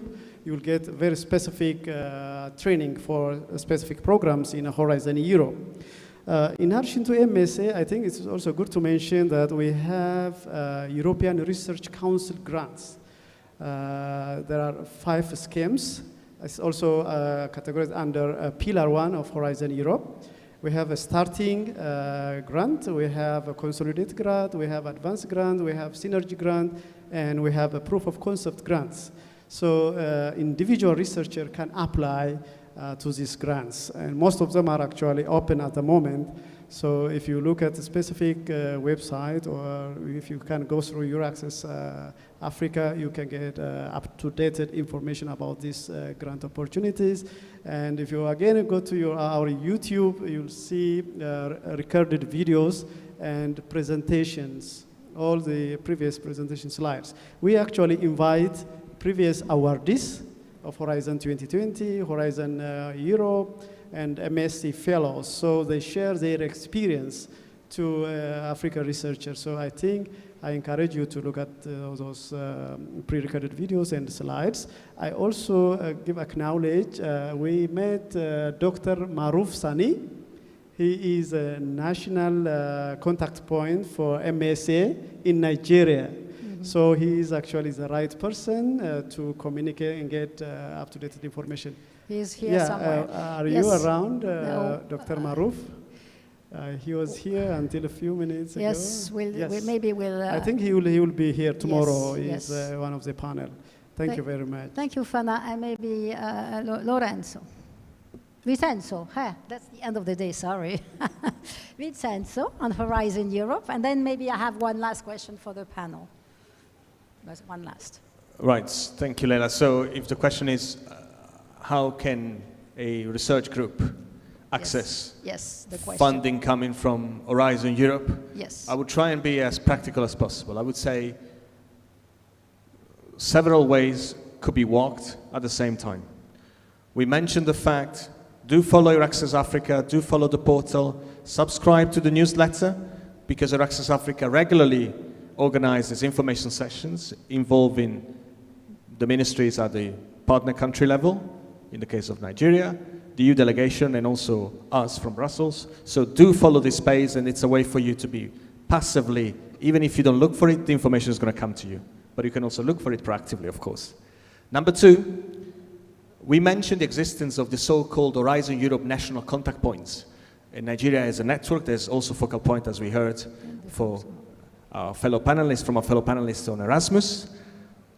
There's a national contact points, Horizon Europe NCP's portal, where you can look for your country of interest, in this case Nigeria, of course, and you can find the list of national contact points who are responsible for Horizon Europe according to thematic clusters. So that's also a way for you to proactively reach out to your national contact points of the cluster of interest, and the clusters are organized according to thematic areas. So it could be health, agriculture, food and bioeconomy, it could be energy and climate, and so on and so forth. The same National Contact Points network will also be involved in training sessions in partnership with Euraccess, so it's a virtual circle that you can leverage on.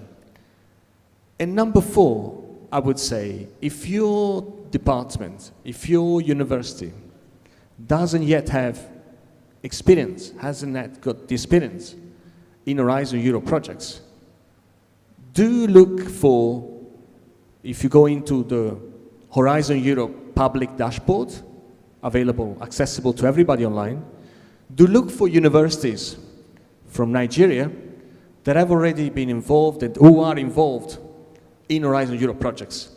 And do approach the PIs, the principal investigators from those universities who have successfully been involved, and reach out, first of all, to inquire about their experience in applying for a grant, but also because a lot of the times the groups who are successful may continue applying for other proposals, enjoy consortia, and may need additional expertise that maybe your group is able to bring in. I've got to say that in this room here, I see at least a couple of them in front of me. We've got people who've been involved and who are involved in Horizon projects and Erasmus Plus projects. So, for example, I can refer to Adriano and Margherita off the top of my head. Is there anybody else who's been involved in our Horizon projects or in Erasmus projects? Yes. If so, please raise your hand. Make yourself identifiable. Sorry for spotting you out and exposing you. But I think it's a way indeed to actually start fostering collaborations and networking. And indeed, come to tomorrow's session where Maruf Sani will be talking about Marie Sklodowska reactions, which are more for individuals. Thank you. Thank you very much to all the panel. So I reached my, let's say, my last question. We still have to listen to Lola before we close on this, day session. The Minister of Health in January went to Brussels and met with a lot of VIPs in the Commission and elsewhere with the European Union. And one of the points he made was, what could we do to make Nigerians benefit more from Horizon Europe and Erasmus+. So my last question, but you don't have to answer all of you, my last question is, what do you think are the main challenges that Nigeria faces, and how can we make better? What is maybe the factor of success, or failure also, and what is needed in order to access these funds? You want, yes? Yeah, at the end of the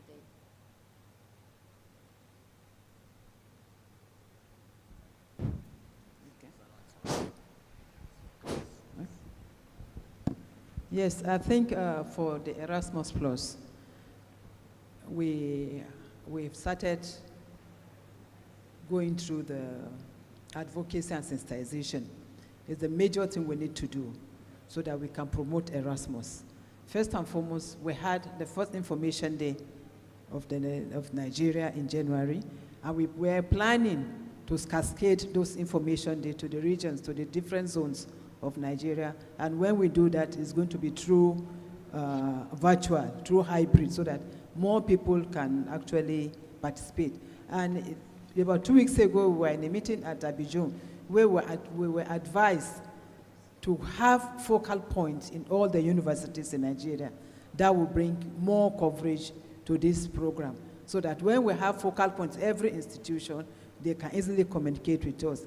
And again, they find it very difficult because of the huge documentation that entails when you want to actually apply for Erasmus. You go through all documentation.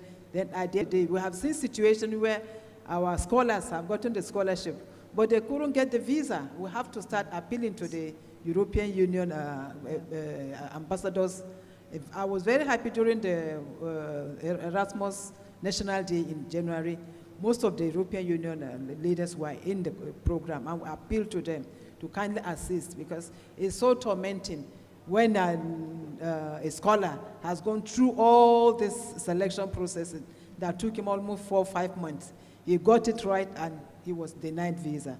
So we are working with the European Union delegation and universities so that we can promote Erasmus more, because there are a lot of opportunities. Yes. There are a lot of opportunities, and our own Nigerian youth need to take part, and even because it's a postgraduate courses, so it's not for undergraduate.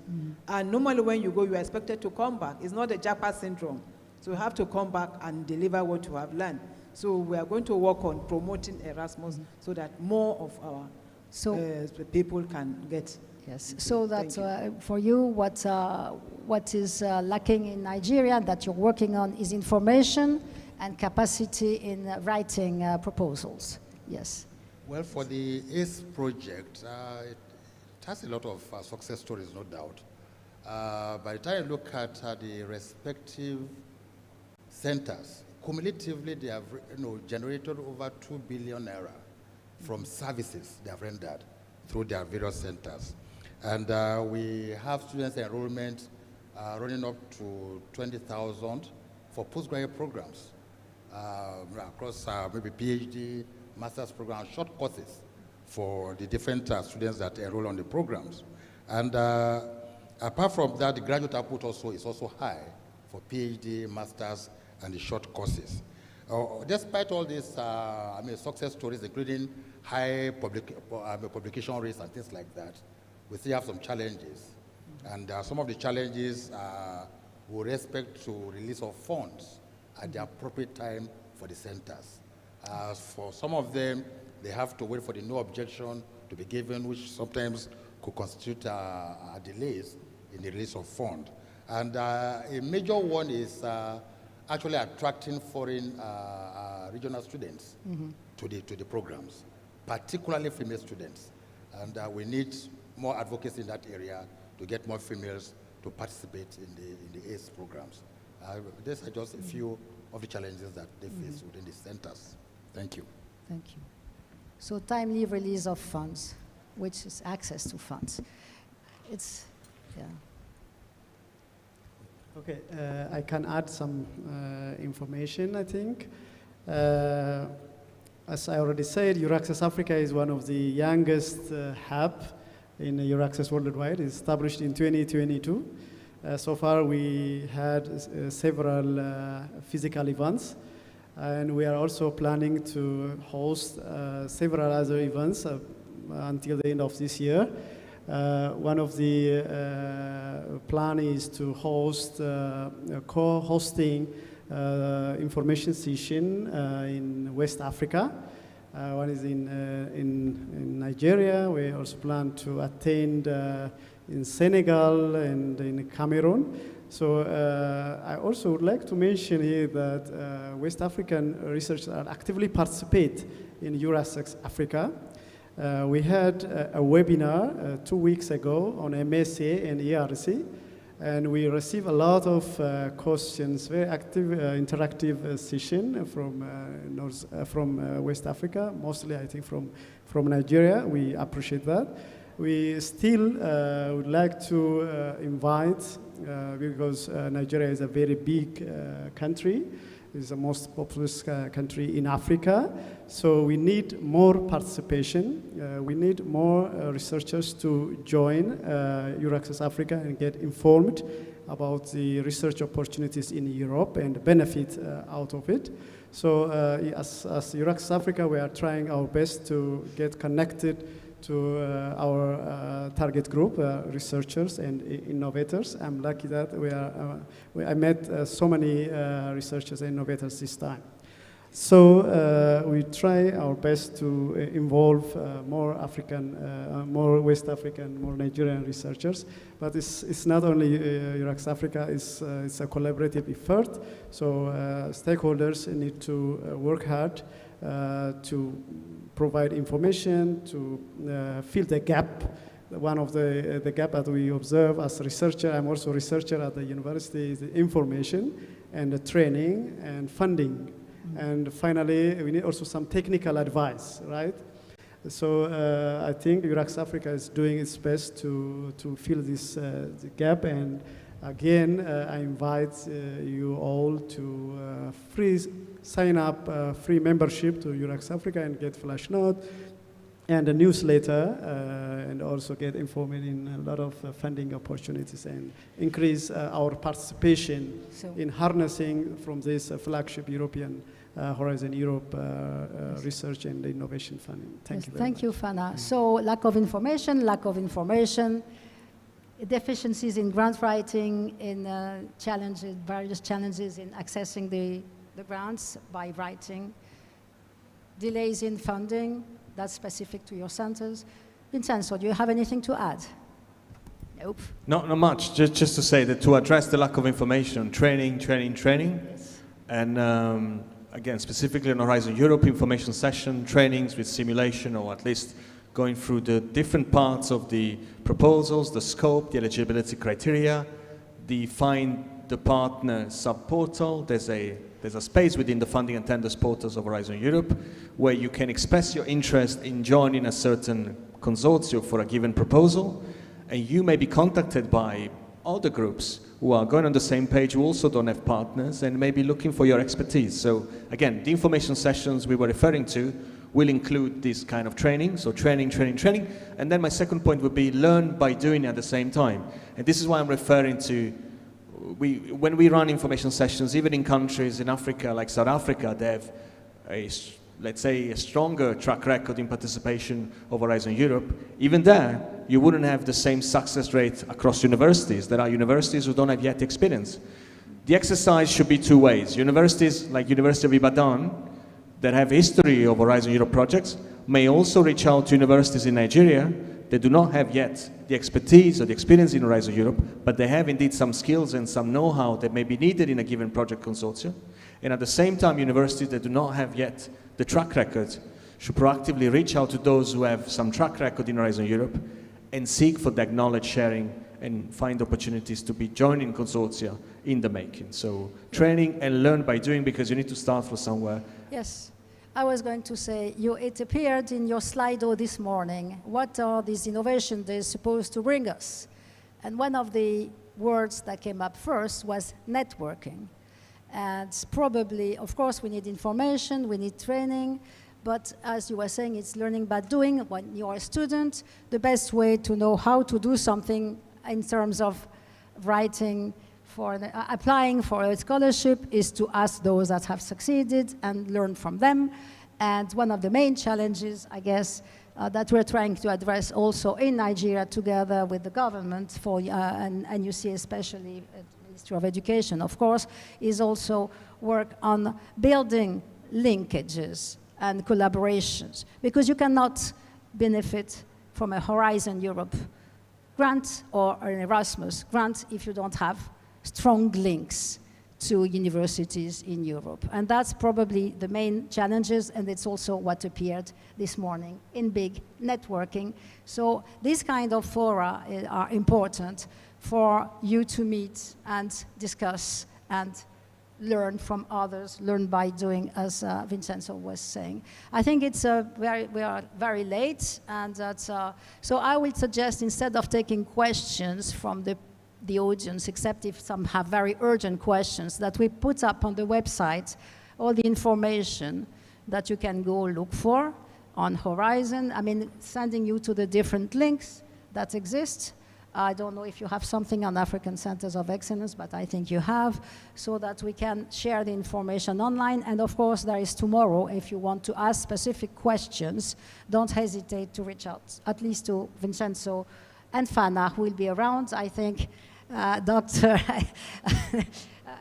Noel and Mrs. Raquel Willias, who are going back to Abuja, because that's where their main work is. But thank you so much for making it to Lagos today and staying until now, which is quite late. Thank you very much. Please, my panel deserves a round of applause. Thank you, and we need to have the picture.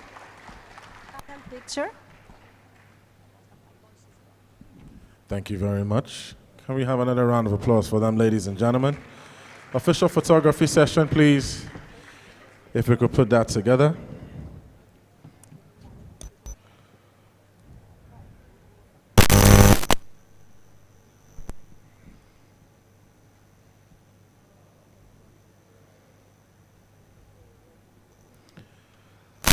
Ladies and gentlemen, we are coming to the roundabout where we'll be ending today's session, but not before a couple more activities are knocked off our list. Thank you so much, each and every single one of you.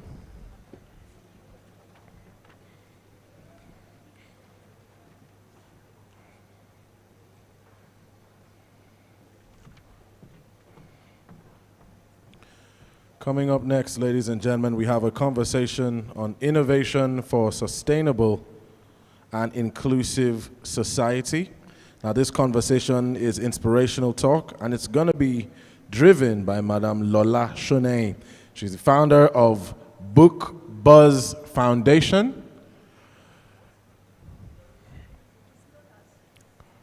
Yes, that's what I said. Lola Shoneyin. Can we have a round of applause for her as she makes her way up stage, please? She's been quite patient. We've saved the best towards the end. You wanted to say save the best for last. And you lost your nerve. A very, very good evening to you all. My name is Lola Shoneyin. I'm a writer, a publisher, a bookseller, and I organize festivals such as the Ake Arts and Book Festival, but also I was not expecting that kind of applause in this kind of space. So I am delighted. And I also organize the Kaduna Book and Arts Festival.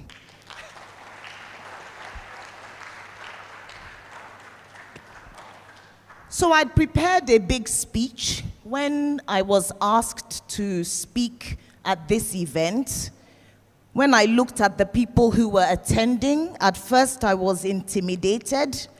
And then I remembered that I told myself on the day I turned 50 that anywhere I go, I'm going to speak my mind when given the opportunity.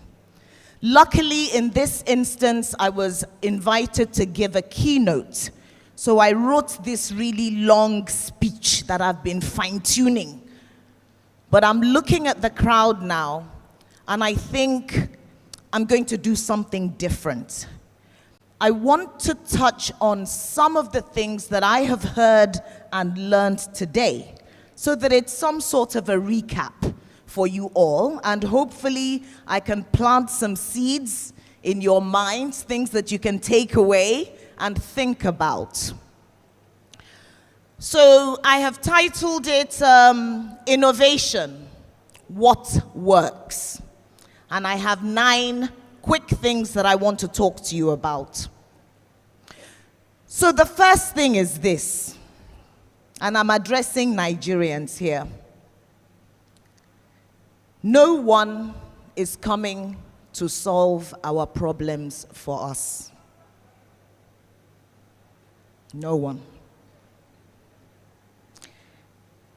So since it is Nigerians like us that were the architects of some of the big problems that we're having to contend with now, it is going to be Nigerians that have to address those problems.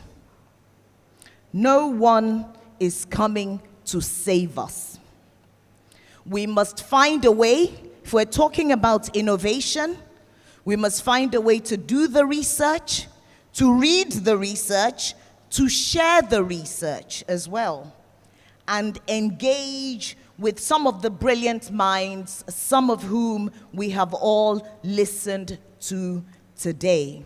We must also get better at archiving our ideas and processes for other people, those coming behind, the new generations, to learn from. Number 2, innovation does not occur in a vacuum. It involves collaboration, finding partners locally, on the continent, and of course, further afield. We're lucky that we have the EU here organizing this event, which hopefully will be an opportunity for some of the young people here to meet people who can fund and support some of their ideas. Number 3, we need to do something revolutionary about our educational system. People keep saying graduates are unemployable. School leavers, you cannot even employ them to be a housekeeper. But somehow, year on year, our brightest and our best are being admitted into areas in other countries. In other countries, therefore, end up benefiting from our educational system when it works. Somebody told me that in the whole of Zamfara State, there is only one clinical psychologist. One psychiatrist, actually, I think it is one, in one whole state. And to be honest with you, it's not much better in many other states as well. Whereas if you're walking on the streets of London, before they push you this way or they push you that way, you would have come in contact with a Nigerian doctor who is excelling and doing incredible things over there. We have to create a system that not only creates syllabi that serves our people, but one that is tailored to our needs. I remember speaking to Abubakar Suleiman, he's the MD of Sterling Bank, and he was telling me that surely by now, Nigeria should be able to offer a 4-year medical degree that focuses only on tropical medicine. I don't understand all the practicalities, but it sounded like a good idea to me, and it sounded like something we really need to start thinking about. Not just training where possible these incredible young people, but also finding ways to retain them and keep them in this country. Number 6. Oh, am I on number? I'm testing you. What number am I on? Am I on number 4? Okay. So, innovation, the way that I understand it, is not just a way of doing new things. For me, and the way I think about it, innovation is often a new way of doing old things. And I say this because foundationally and fundamentally, our country has some really serious problems.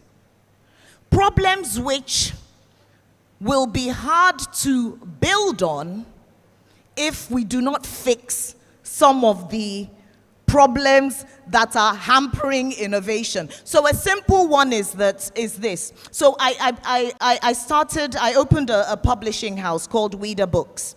And I started, we were printing books, and people kept saying to me, won't you do e-books? Can't you do something like Kindle? In my mind, I would say, yes, we'll do it. But I was thinking to myself, okay, so that machine, the little contraption on which you are going to read, will you not need to charge it? And how are you going to do that? So those foundational problems, and I'm talking basic infrastructure, amenities, the things that just make it easier for us to live our lives. Since we now know that nobody is going to solve it for us, can we really start thinking about those things? Can we find ways to solve some of these problems? And I'll give you a funny example. You know how we eat ewedu, and sometimes you arrange the leaves on a tray and you start using a knife to cut. I'm sure some people do it maybe for ugu or other vegetables as well. So I was on Instagram wasting my life a few days ago, and I saw that they had created this little machine. And it was a little circular disc. It was a disc. And on one side, you would just see 2 blades going up and down, this way, that way, this way. The first thing I thought of was, wait, do they have a way doing China or what? How is this useful for them? But do you know what it is?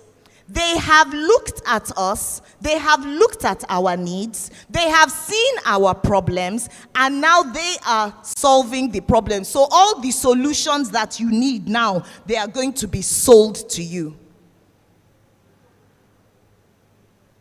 So whatever income you could have been making from that brilliant idea of how to make amala, because me, I'm still looking for that machine, somebody else is going to benefit from it.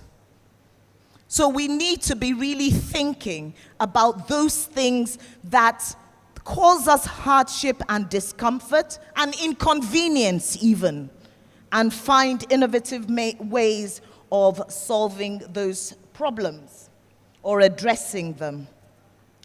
So another thing that I thought about innovation is that if your own form of innovation is not forward thinking, I'm not sure you can even describe it as innovation. And by forward thinking, I mean it has to be looking quite far into the future and factoring in the social landscape, the environmental landscape, all those things. It's really, really important. And the biggest example that I use when I have these conversations sometimes, because it still just blows my mind. If you go to London and you go to, I think it's Baker Street, which is the first kind of underground train that you find in the UK. In England, it was dug out and created in 1853. So in Lagos, we're still looking at those those kind of trains that are, that, I don't know what they're called now, they're trams or trains that are kind of operating above road level. This country, nearly 200 years ago, found a way of creating a mass transport system that was under the ground. But not just that.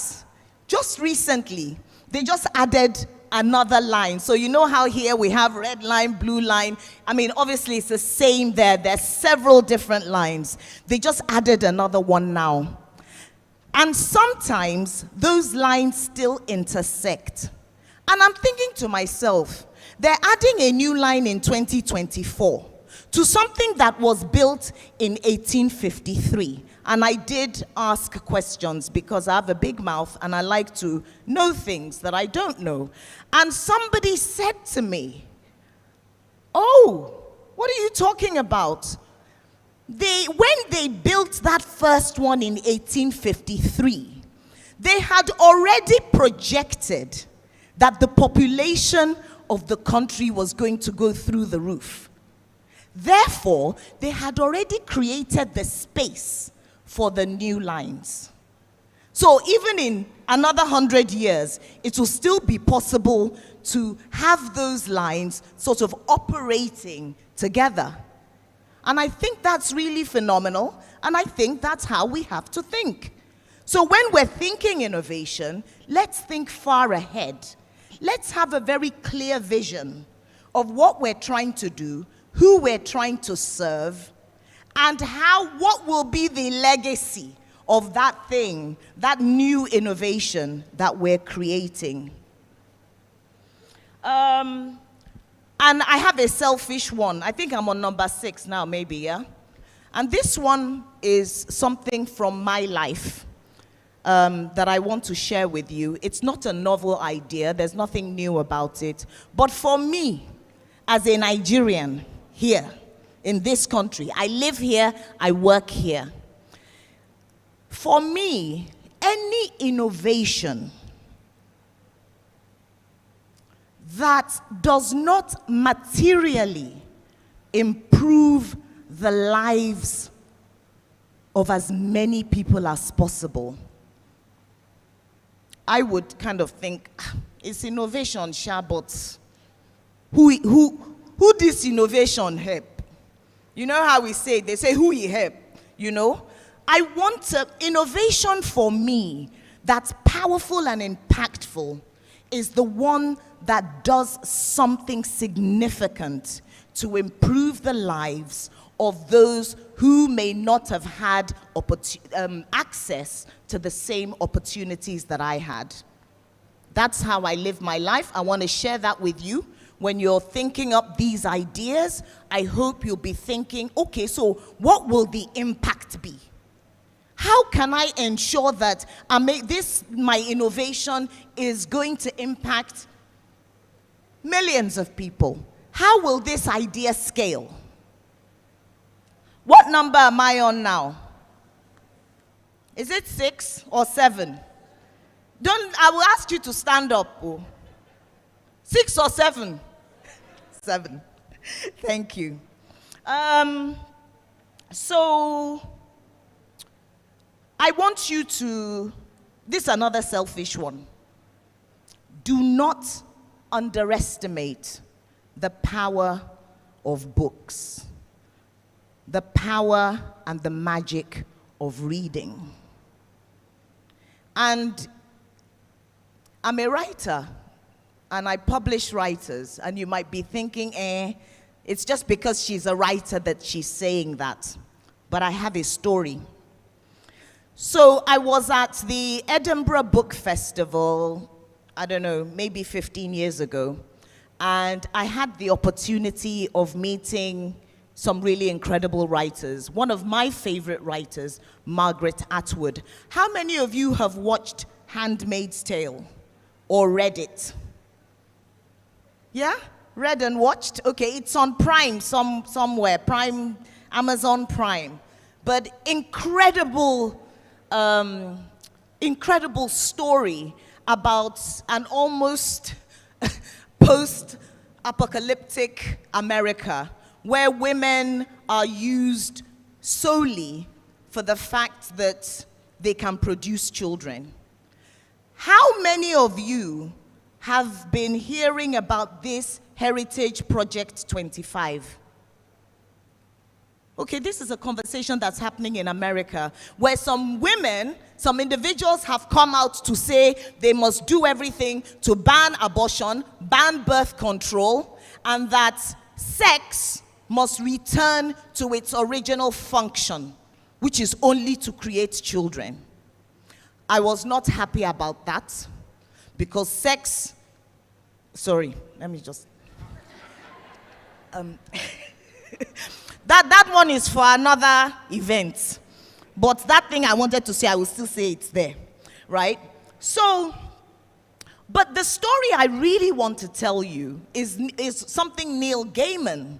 So if you've also maybe read American Gods, there are quite a few books that have done really well, and they were all written by this gentleman called Neil Gaiman.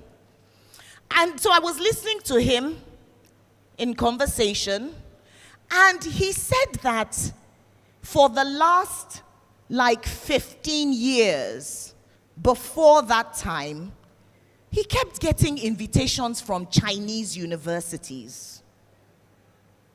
So, and he said that when they would invite him, this man is a writer, he's just a writer, but a great writer. But they would invite him to these universities and invite him not to talk to the students studying literature or theater or the creative arts. They would invite him to come and speak to the engineers. And it really got me thinking. So somebody asked him after, can you explain that, because it doesn't make sense? And he told them, he laughed, and he said, oh, those universities were of the opinion that there was some magic in his brain which was making him write about incredible scientific inventions and equipment that had not even been created yet. So if you look at the mobile phone that we all have now, I've already told you that I'm an old woman. When I was 20 years old, there was nothing like a mobile phone. Just like there was nothing like the internet. Did we survive it? We are here today, right? But the thing is that it's on record. A book was written by Harry Cleaver, I think his name is, in 1915, where he talked about the mobile phone. So people probably read it and thought, what is wrong with this one? What's he even writing about? But of course, those who enjoy science fiction were very excited about it. And it's beginning to look like a lot of the things that can be found in fictional books, especially science fiction, things that came from the imagination of a writer who's not even necessarily a scientist, right? Those things are being created and manufactured today. So I want to encourage you, innovators, read widely, please. Read outside your science. Read other books as well. Understand human nature. Understand how people think. Understand what inspires and moves people. Understand human beings. That will inevitably help you when you are innovating, because it helps you understand the people that you are creating the innovation for. And the last one that I have is about governance and government. The greatest crime that I think successive administrations commit in Nigeria is their failure to devise systems that nurture Nigerian talent. And what I mean is that if anybody here now has an idea that they think is amazing, where do you go with it? What do you do with it? Whereas, what I have found is that in many countries, there's a fund that you can apply for, even if it's $2,000, that will help you go and maybe do more research or fine-tune your idea. Everyone in my office, I work with 16 women, and they are all under 30 years old. And I often tell myself that one of the greatest things that I have been able to do for them is to be a listening ear. So when they have an idea, I never shut down ideas. I want to hear them. If it is a stupid idea, I might tell you, because sometimes people need to be told, you know. So I might just say, and I have even the way I do my mouth, you start understanding that maybe this idea is not the best one, because I have different expressions, and they know those expressions. But creating avenues for the cream, for the creative to rise to the top is so critical. And it is the answer to so many of our problems. Because like I keep telling people, like I said, I'm 50, I'm 50, I'm proud. See, there's a limit to what I can do for your own future now. Most of these people who are sitting here, well, they are still just helping. But you see that your tomorrow, that's in your hands. You have to start thinking seriously about your future and the future of the next generation. We'll keep on doing our part, but the mantle is falling onto the next generation, and you need to be prepared for it.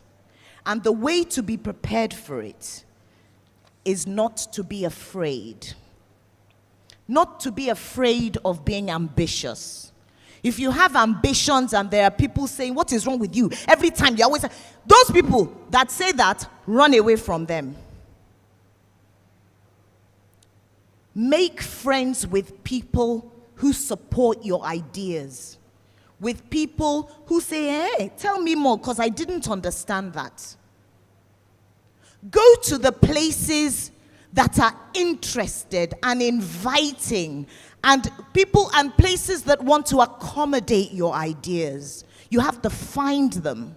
You've just listened to a panel now of places where you can further your education, research, and all that. You've got to seek out to those places and not be lazy and complain how Nigeria is bad and it's not working for you. Because if many of us had done that, we wouldn't be here today. And we want you to be much greater than we ever were or ever can be. I want to say a big thank you to the EU for this event, for this opportunity. I live in my little world of literature, publishing, book selling. So it's always such a delight and a privilege to come out of my comfort zone and listen to what my countrymen and women, the incredible things that my countrymen and women are doing.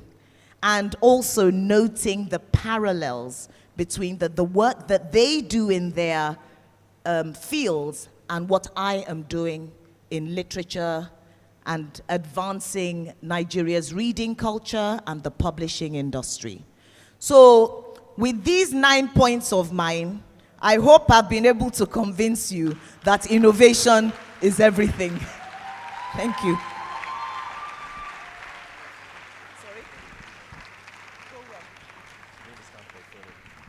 Please, can we have our in-house photographer come and capture and immortalize Madame Lola, please? Please, a round of applause once again. If you are feeling inspired by her speech,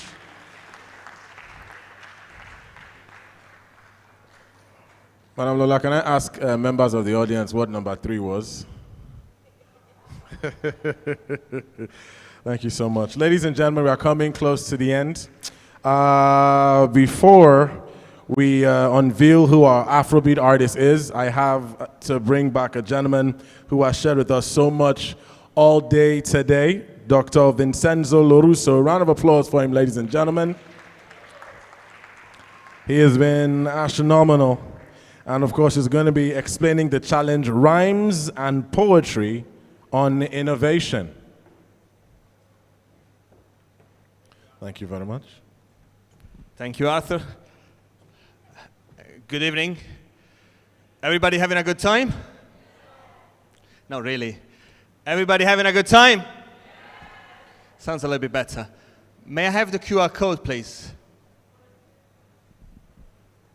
All right, so I believe that what we are going to announce now, very briefly, is very much connected to the very nice keynote that we just had on the cross-sectional importance of innovation and entrepreneurship. So if you take the time, indeed, thank you guys for starting doing that, to scan the QR code here, it will take you to a web page that is indeed part of the program of today's and tomorrow's event. The title is Slam Poetry for Innovators, Rhymes on Poetry on Innovation and Nigeria-EU Cooperation. So what we are asking you to engage on is really, it's not a challenge, it's fun.